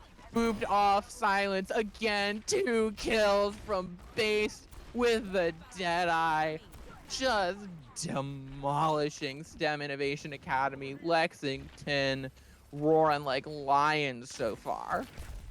Yep, so far so good as they have just about 75% done on the point. And look at this, poor Serpent Flame tried to get on the point, tried to halt the progression, but in the end of the day was gunned down by none other than Xander. And even the Bastion ult can't stop them. They're just getting pick after pick after pick. STEM Innovation Academy, they're throwing everything at the wall. They're trying, they're experimenting with new compositions, but whatever they do, it cannot help them. It's 100-0 for Lexington. And that is a huge first round dub coming from Lexington, as now they will go up into the series. And not only that, but they get the boost of morale and momentum that comes with completing a 100% to nil shutdown victory. And now as we get ready to head into round number 2, you can see the compositions beginning to change. That it is, you see some compositions coming in. They're keeping the aerial composition with Echo coming in on the side of Lexington. You have to wonder if the double hit scan is going to be a lot, because STEM is putting a lot in on shutting down the aerial. Oh yeah, Echo is absolutely insane. I think definitely one of the more underrated DPS characters, especially flying characters. But with that being said, you also see Pop Smoke on the Doomfist. So I'm wondering, how is that going to play a role, as nearly you see tried to get a boop. Yeah, trying to get that boop, but doesn't even need it. Nicholas is going to get the pick onto Null Black, going to punch in on the Doomfist and shut down. Innovation Academy is shut down by Lexington. Just rolling through with no resistance, it seems. Now, see, this is interesting because I didn't even know the characters and the heroes could get this high. The flying characters absolutely going insane on this second round and going to lengths of which I didn't even know were possible. Look how high up this Pharah is. Yeah, you can't do this in Valorant. Just raining down destruction from 2 miles in the sky and still getting the picks. It's just not fair from Nicholas. Just lifting off into the stratosphere, nearly booping people off. But it might not be enough. Oliver getting the pick onto base is a good start.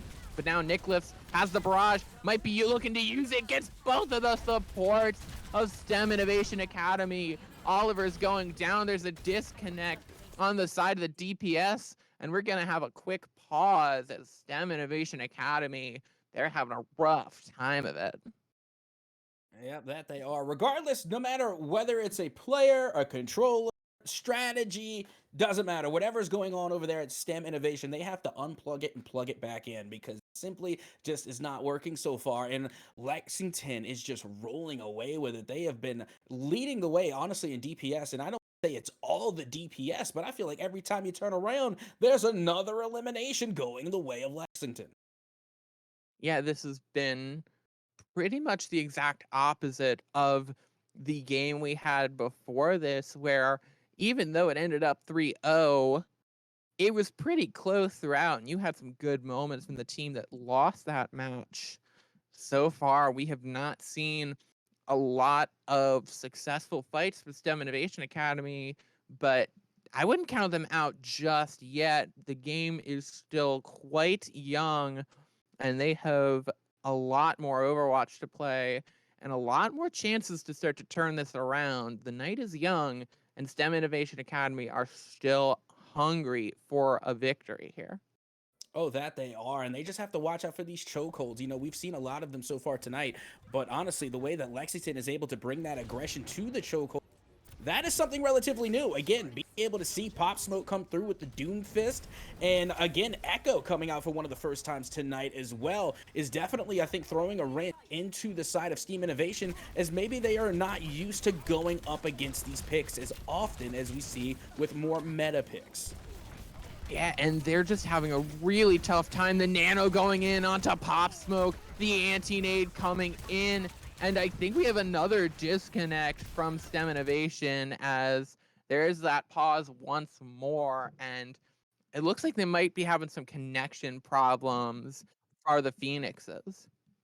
Yeah, and that's the last thing that you need right now if you're on the side of a STEM Innovation, because you know you really need to start answering back on terms of score right now. I mean, the first series, or rather the first round, wasn't exactly into your favor, so you really need to come back strong so that way you can make a bigger case going into round 2, because the last thing you want is to look down the barrel of a 3 sweep, regardless of how you got there, whether you fell in game 2 or because you were having connection problems. And honestly, there's nothing worse than surrendering a round due to unfortunate connection.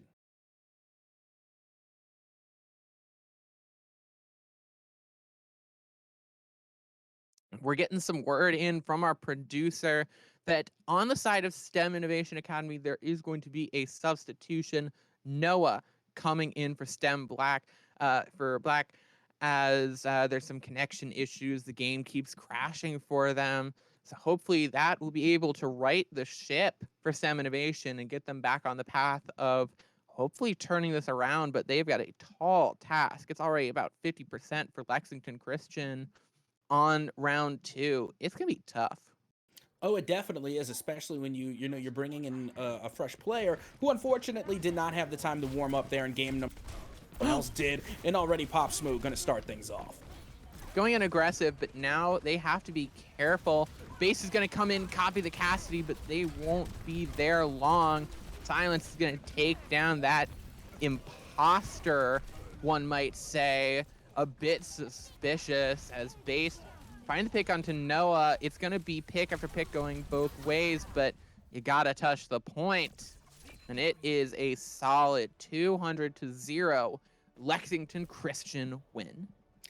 And you know what? I'll chalk that one up to technical error, like, because I would feel bad to say that, you know, STEM Innovation unfortunately just did not show up to play, because the fact of the matter is they really were having technical issues and they really couldn't get involved. But with that being said, Lexington Christian Academy definitely earned their win. No ifs, ands, or buts about it. They have been on the offensive nonstop from a game number 1 and clearly in game number 2. So STEM Innovation are going to have to find a way to stifle that flare and kind of put out that momentum before they ride it all the way to a 3-0 sweep.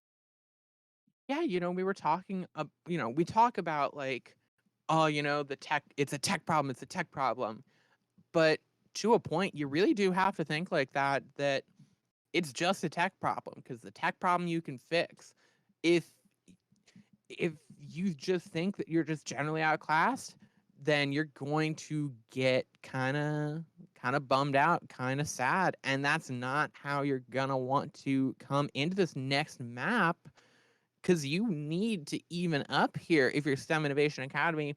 And we saw some promise from that last fight of round 2, the first fight with the subbed in DPS player, but you're going to have a lot more to go for STEM Innovation if you want to even up that score and make it 1-1. Otherwise, it's going to be Lexington Christian rolling through, taking it 2-0, and going to a match point.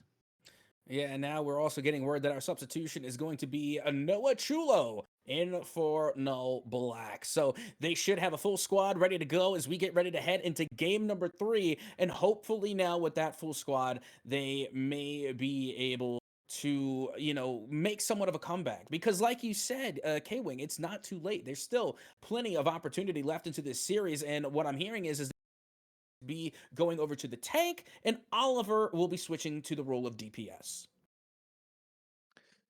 Indeed, as going into map 2, going into our favorite map, the one we love to pronounce, you know it, you love it, say it with me now, Paraíso. Yeah, Paraíso. There you go. Good job. You did Oh, it. I'm very proud of absolutely. you. Thank you. We're also proud of you. Claps for you. Clap, clap. But realistically, Paraíso is a great chance for STEM Innovation Academy to pump the brakes, have a bit of a reset, and say, okay, we have got this new opportunity in front of us. Treat it like it's 0-0. A lot of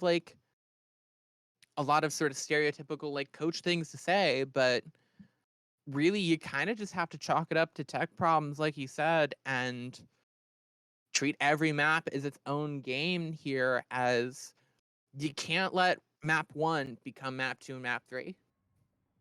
Well, let's see how they're going to answer back now as they have a new lineup here. They got themselves a sub in, someone coming fresh off the bench and is ready to play. And as we have seen earlier on this particular map, we have seen plenty of strangleholds going down on this first checkpoint. So let's see, will STEM Innovation fall victim to yet another chokehold, or will they rise above the occasion?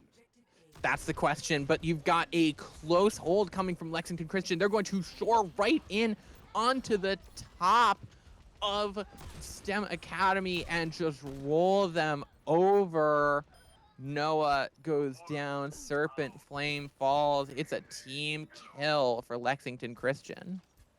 Well, that escalated rather quickly. Oh, no. I mean, coming off of the spawn, immediately being answered by the side of Lexington Christian, and again, taking them all the way to their spawn, which isn't the brightest idea, only because they get instant heals whenever they are in their spawn. So maybe, no matter how good you're doing, just give them maybe a little bit more. Maybe, but really, Lexington Christian are playing so well, but like you said, maybe a bit too overconfident, as base is going to go down. Oliver is there, and they've got some headshots. Pop Smoke going to take Noah onto a nice relaxing date at the beach, and they're just going to have some fun over there. But looks like Pop Smoke has to dine and dash, as they're kind of left alone, caught behind enemy lines here. They're going to sort through, run in behind people on the choke point. Shut up!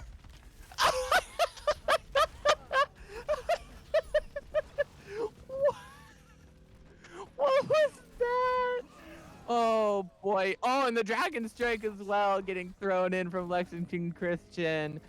STEM Innovation will capture the point in hilarious strategy. And Nick coming back on the Pharah.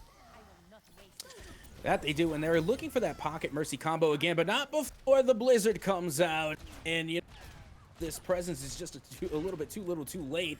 The payload is already out and on its way, and I think we literally saw what happens when you push up just a little bit too far. Again, you saw Pop Smoke go all the way to the beach with D.Va, which, you know, sounds like a fun time. I would love to go onto the beach with D.Va one day, but maybe just not right now in the middle of a payload match. Maybe, but Pop Smoke's got a nano, and they're going to go in deep again. And Pop Smoke, you can't go back to the first point spawn. It's point B now. But Base is going to get headshot after headshot after headshot. Just standing at the spawn door, ready to take out everyone. They're in spawn, Base. Have us some decency.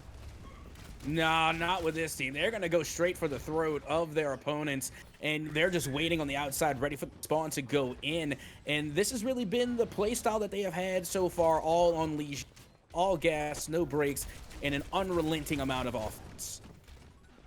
That's been it, but Noah finding the pick onto Yas. That could be the opening, but all the picks going the way of onto STEM Innovation. The Barrage going to take out Silence. It's another team kill for Lexington.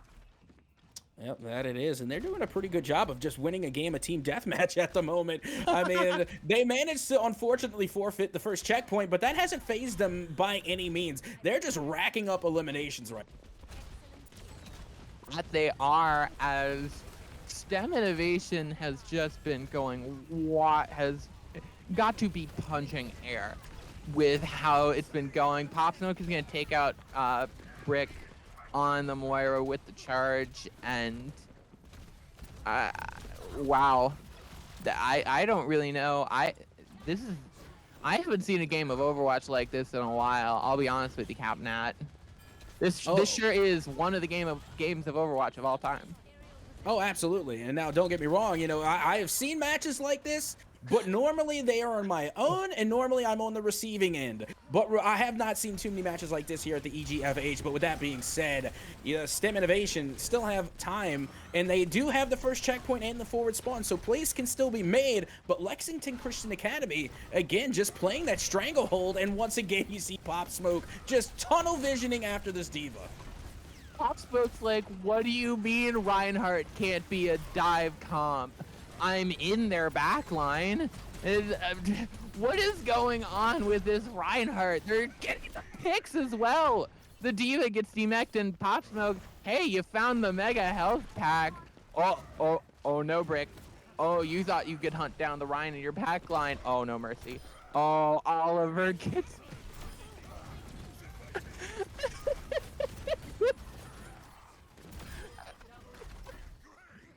And now that is a whole lot of swinging for the fences for Pop Smoke. And again, some hilarious antics coming from the side of Lexington Christian Academy, but they're paying off.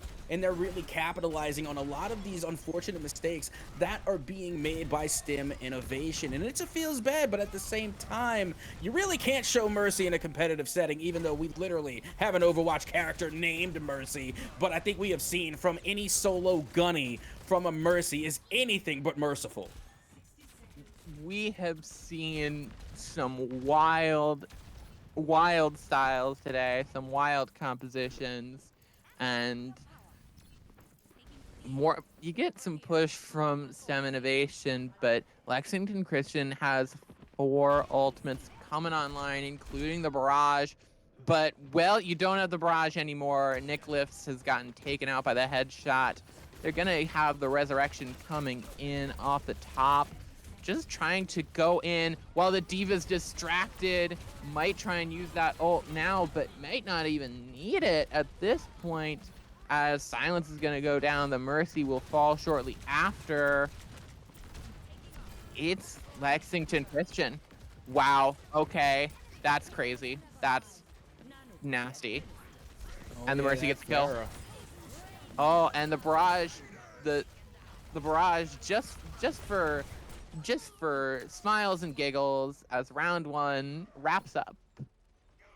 Yeah, that Farah definitely went on a tear at the end there. That was fantastic. And you always got to watch out for the Mercy. You never know where they're going to go. They can back pocket the Reinhardt and then immediately switch to damage boost the Farah. You never know with the Mercy, which is why it is pivotal to try and pin them down. More often than not, a Bastion is usually a good answer for any flying character to try and get them out of the way. But as we get ready to head into the next round, keep in mind, Stem Innovation still have 1 point on the board, which is more than some of our teams managed to get here tonight.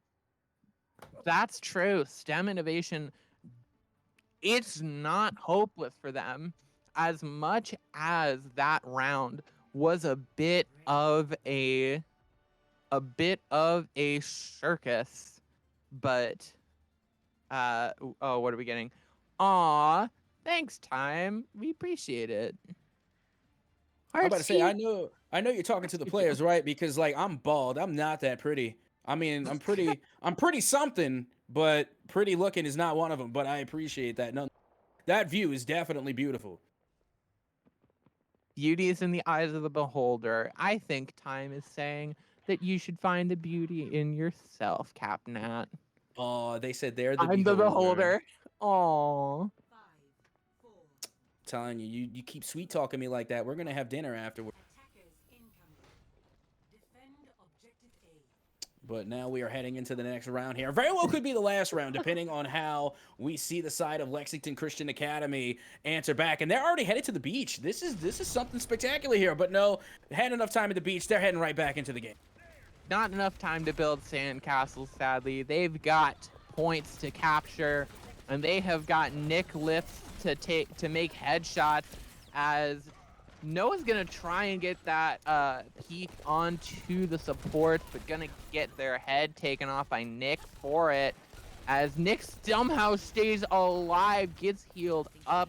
The Sombra can do nothing. Base takes out Oliver with the hammer. Oh no, Oliver. Not with the hammer. Not like this. And it might just be exactly like that. As it, again, you know, you're seeing the Reinhardt come through in major ways, and now Nick lifts, being able to land several head clicks, and nearly being able to take out that Orisa.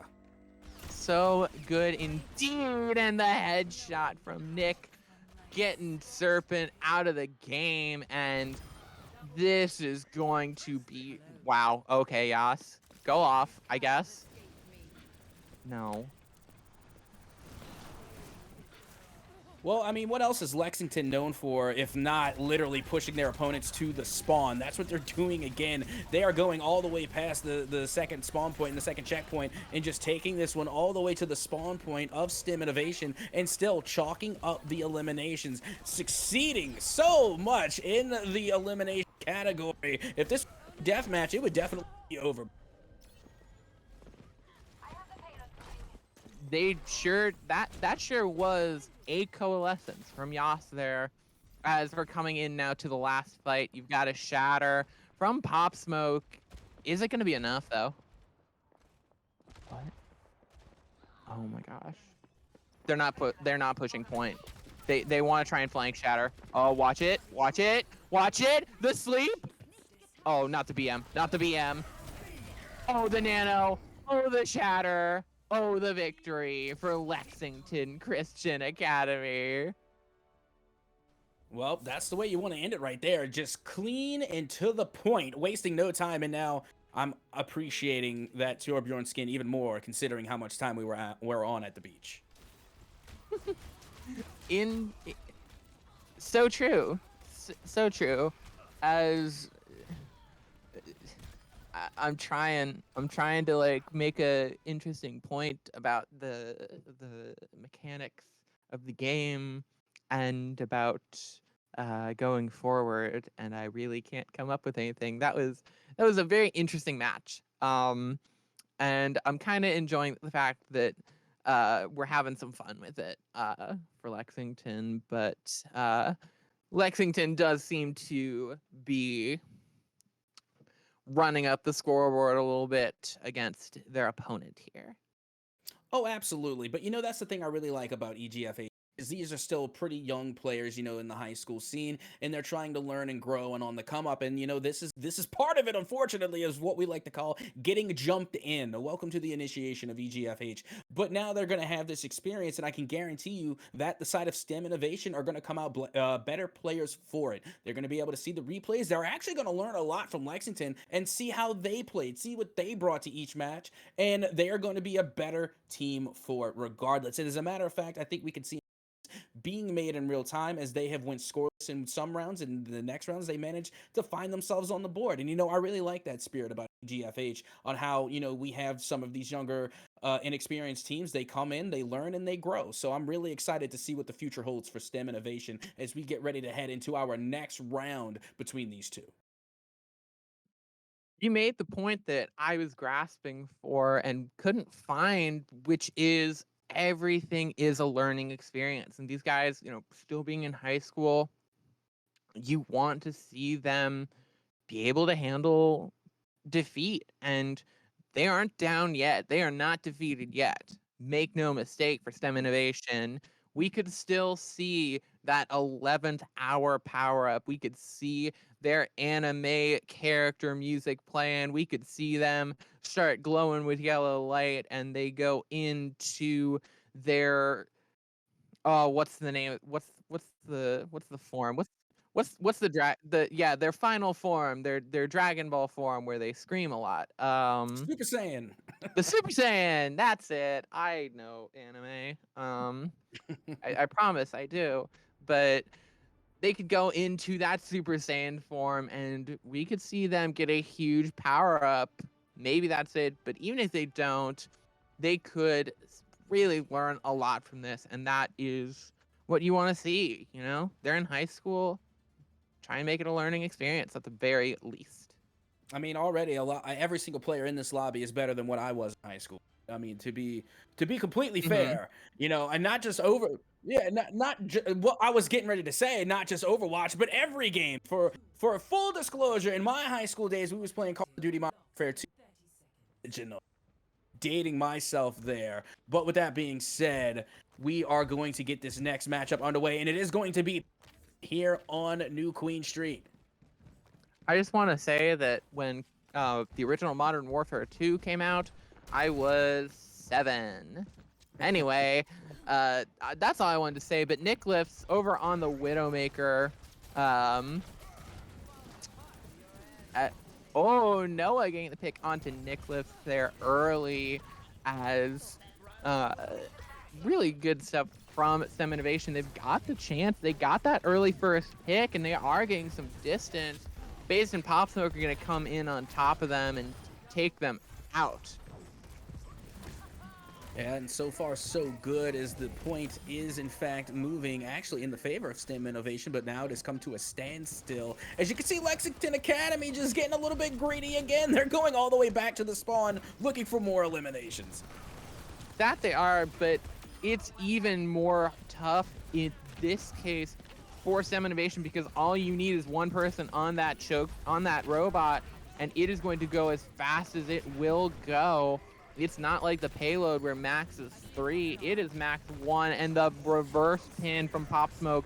The solo shatter onto Oliver, the nano. This is BM coming out from Lexington Christian. They're going to just run in on the junker. They're at spawn. They haven't even reached the butt scratch, and they're at spawn. I mean, this is pretty much the MO of Lexington Christian Academy. This is what they've been doing all night long. Even giving a friendly hello to the Roadhog there. You gotta appreciate that, at the end of the fun, and we're having a good time here at the EGFH. We sure are having a good time here watching these two teams face off. Base gonna get picked on Serpent Flame, and just this next fight, Pop Smoke doing a good disengage from the whole hog. Base is gonna get taken out by it though. Oliver finding some picks off of it, but this bot has kept going the entire time. They'll get some motion on it, but it's 70 meters, and we haven't even hit the 7-minute mark. No, absolutely not. Meanwhile, already you can see the side of Lexington Christian Academy are just around the corner from getting a dub and yet another nano Wow. boost going to Pop Smoke and yet another 3 eliminations. As you can see, they do have their shatter ready as well. And the bot continuing to move in the favor of Lexington. And there's no shields here, so this shatter is just going to hit as many as it's going to hit, including Oliver. They're just going to get pinned right down the straightaway, and there's just nothing they can do. Lexington Christian are just going wild, as there's the Riptire coming out from base. It's going to take out Noah. And come on, guys, move the bot. Don't be mean. Don't be cringe. Being mean is cringe. Be base. I think we already passed that point, and I don't think there's any going back. I'm gonna keep it a $150. Like, this has been literally the MO for Lexington for the entire time. Yet to let off. They have not shown any mercy. They show no sign of doing so. So I don't think I really don't think there's any going back at this point. They might as well go full out now. Maybe they should, but it's not going to be that much longer, as the bot going to continue pushing 124 meters. There's only one person left on the point. It's Oliver trying to stall it out. They'll actually end up taking out Pop Smoke, as these spawns are so close, but it's going to be about even. But oh no. Oh, they almost left the bot alone there, but not enough, as now base is going to come through the back, try to get that pick, and actually going to get the wow. Ruh-roh. As you can see, finally the bot is going to move the other way, but it doesn't go very. And yes, here comes a big flank coming from Nick Lifts. As you can see, they are going to be taking their time, and finally they be bullets fly. And immediately the pick onto Silence. Oliver's going to go down shortly after. The bot will not even reach the center. Forward spawn staying for Lexington Christian. And it is just looking like a repeat after a repeat. They're going to have about 2 fights left. And then it could be all over, as Noah actually steals the bot right from under them. But oh, are they going to shatter him? The nano. Oh, they almost tried to shatter there, but not in. Pop Smoke gonna instead take out their anger and shatter Brick. Gonna get the pin onto Oliver, and just leave them there, sitting right up against the wall. They look pretty comfortable. You know what? It looks like a nice soft pile of snow to ease their wounds. Oh, absolutely. And now with the final stretch, it's really just a matter of whether or not Lexington wants to take it. Again, trades are being made back at the spawn of STEM Innovation, as has been the script here so far between these two teams. And now finally, it seems that STEM Innovation have finally started to group up. They've actually got the ability to group up, which is going to be really good for them, but it's Yas just finding the picks. XZ just goes into the corner to just pass from their wounds. Really a barrel of laughs this game has been. Riptire from base maybe coming out soon. Oh, okay. It's gonna move. Here it comes. Over the top.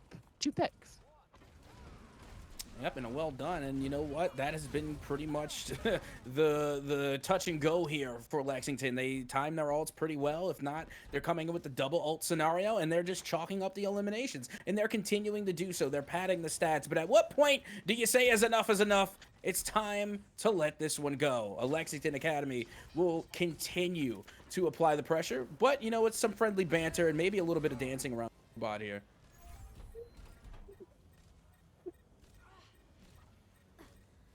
So, how's your morning? Well, bye, Serpent. A singular question mark from Time, our producer. A singular question mark as the bot rolls through, looking to be potentially the last fight, as that barricade so close to the end there, and one last fight could be all pop. Ooh, some interesting stuff could be coming through. You have XC with the nano, but it's base going down first. The nano could come through soon. Try to charge up Pop Smoke Shatter. You don't have any shields. Oh, Noah with the visor, not going to find any picks, but Pop going to go low and going to get taken out.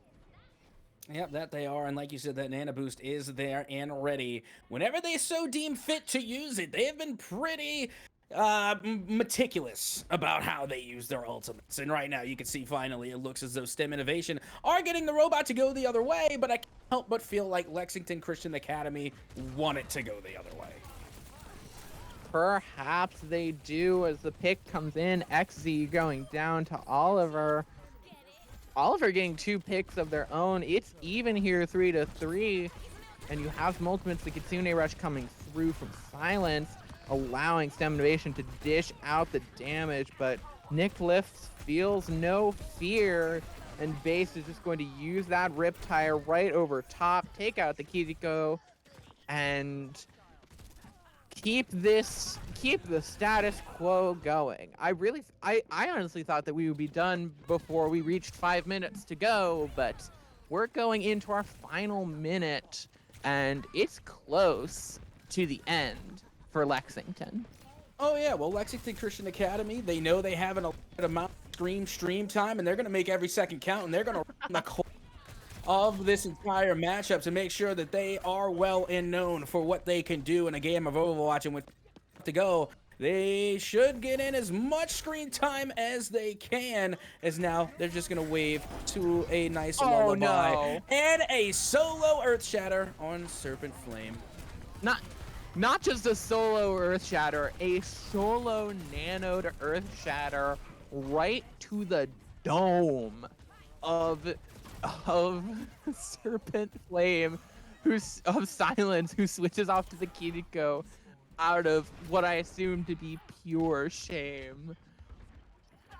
What an interesting time this game has been, but the seconds tick down, the bot pushes through, and with a few meters to go, it will be those last few staggers coming through, and the barricade finally reaching the end as Lexington Christian seal off a bizarre 3-0, but a 3-0 nonetheless.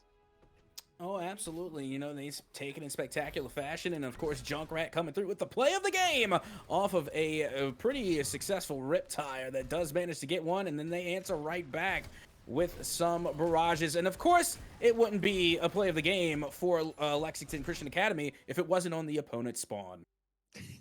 No, it would not. It really would not. If I think if they have any play of the game that happens before the first choke point, they just like they lose their contracts or something. They must have some contractual obligation to get at least one choke point, one play of the game before the first choke point, because they were astoundingly good at it, as Lexington Christian Academy takes a solid 3-0 over STEM Innovation Academy. And like we said, a good learning example for a good way to learn for STEM Innovation, as maybe not the closest game, but definitely something to learn from. But that is it for us here. We have reached the end of the day, as we had some pretty great games of Overwatch, some pretty close ones too, despite what the scoreline may show you. I'm pretty happy to have been here. Captain At, is there anything you want to say before we get going, and anywhere that anyone who's interested in following you and what you're doing can find you? Well, I'm always on socials at Captain at Soka. And how about yourself, Kwing? Where can we find you at? Well, I'm on Twitter at KWingCast, right down below.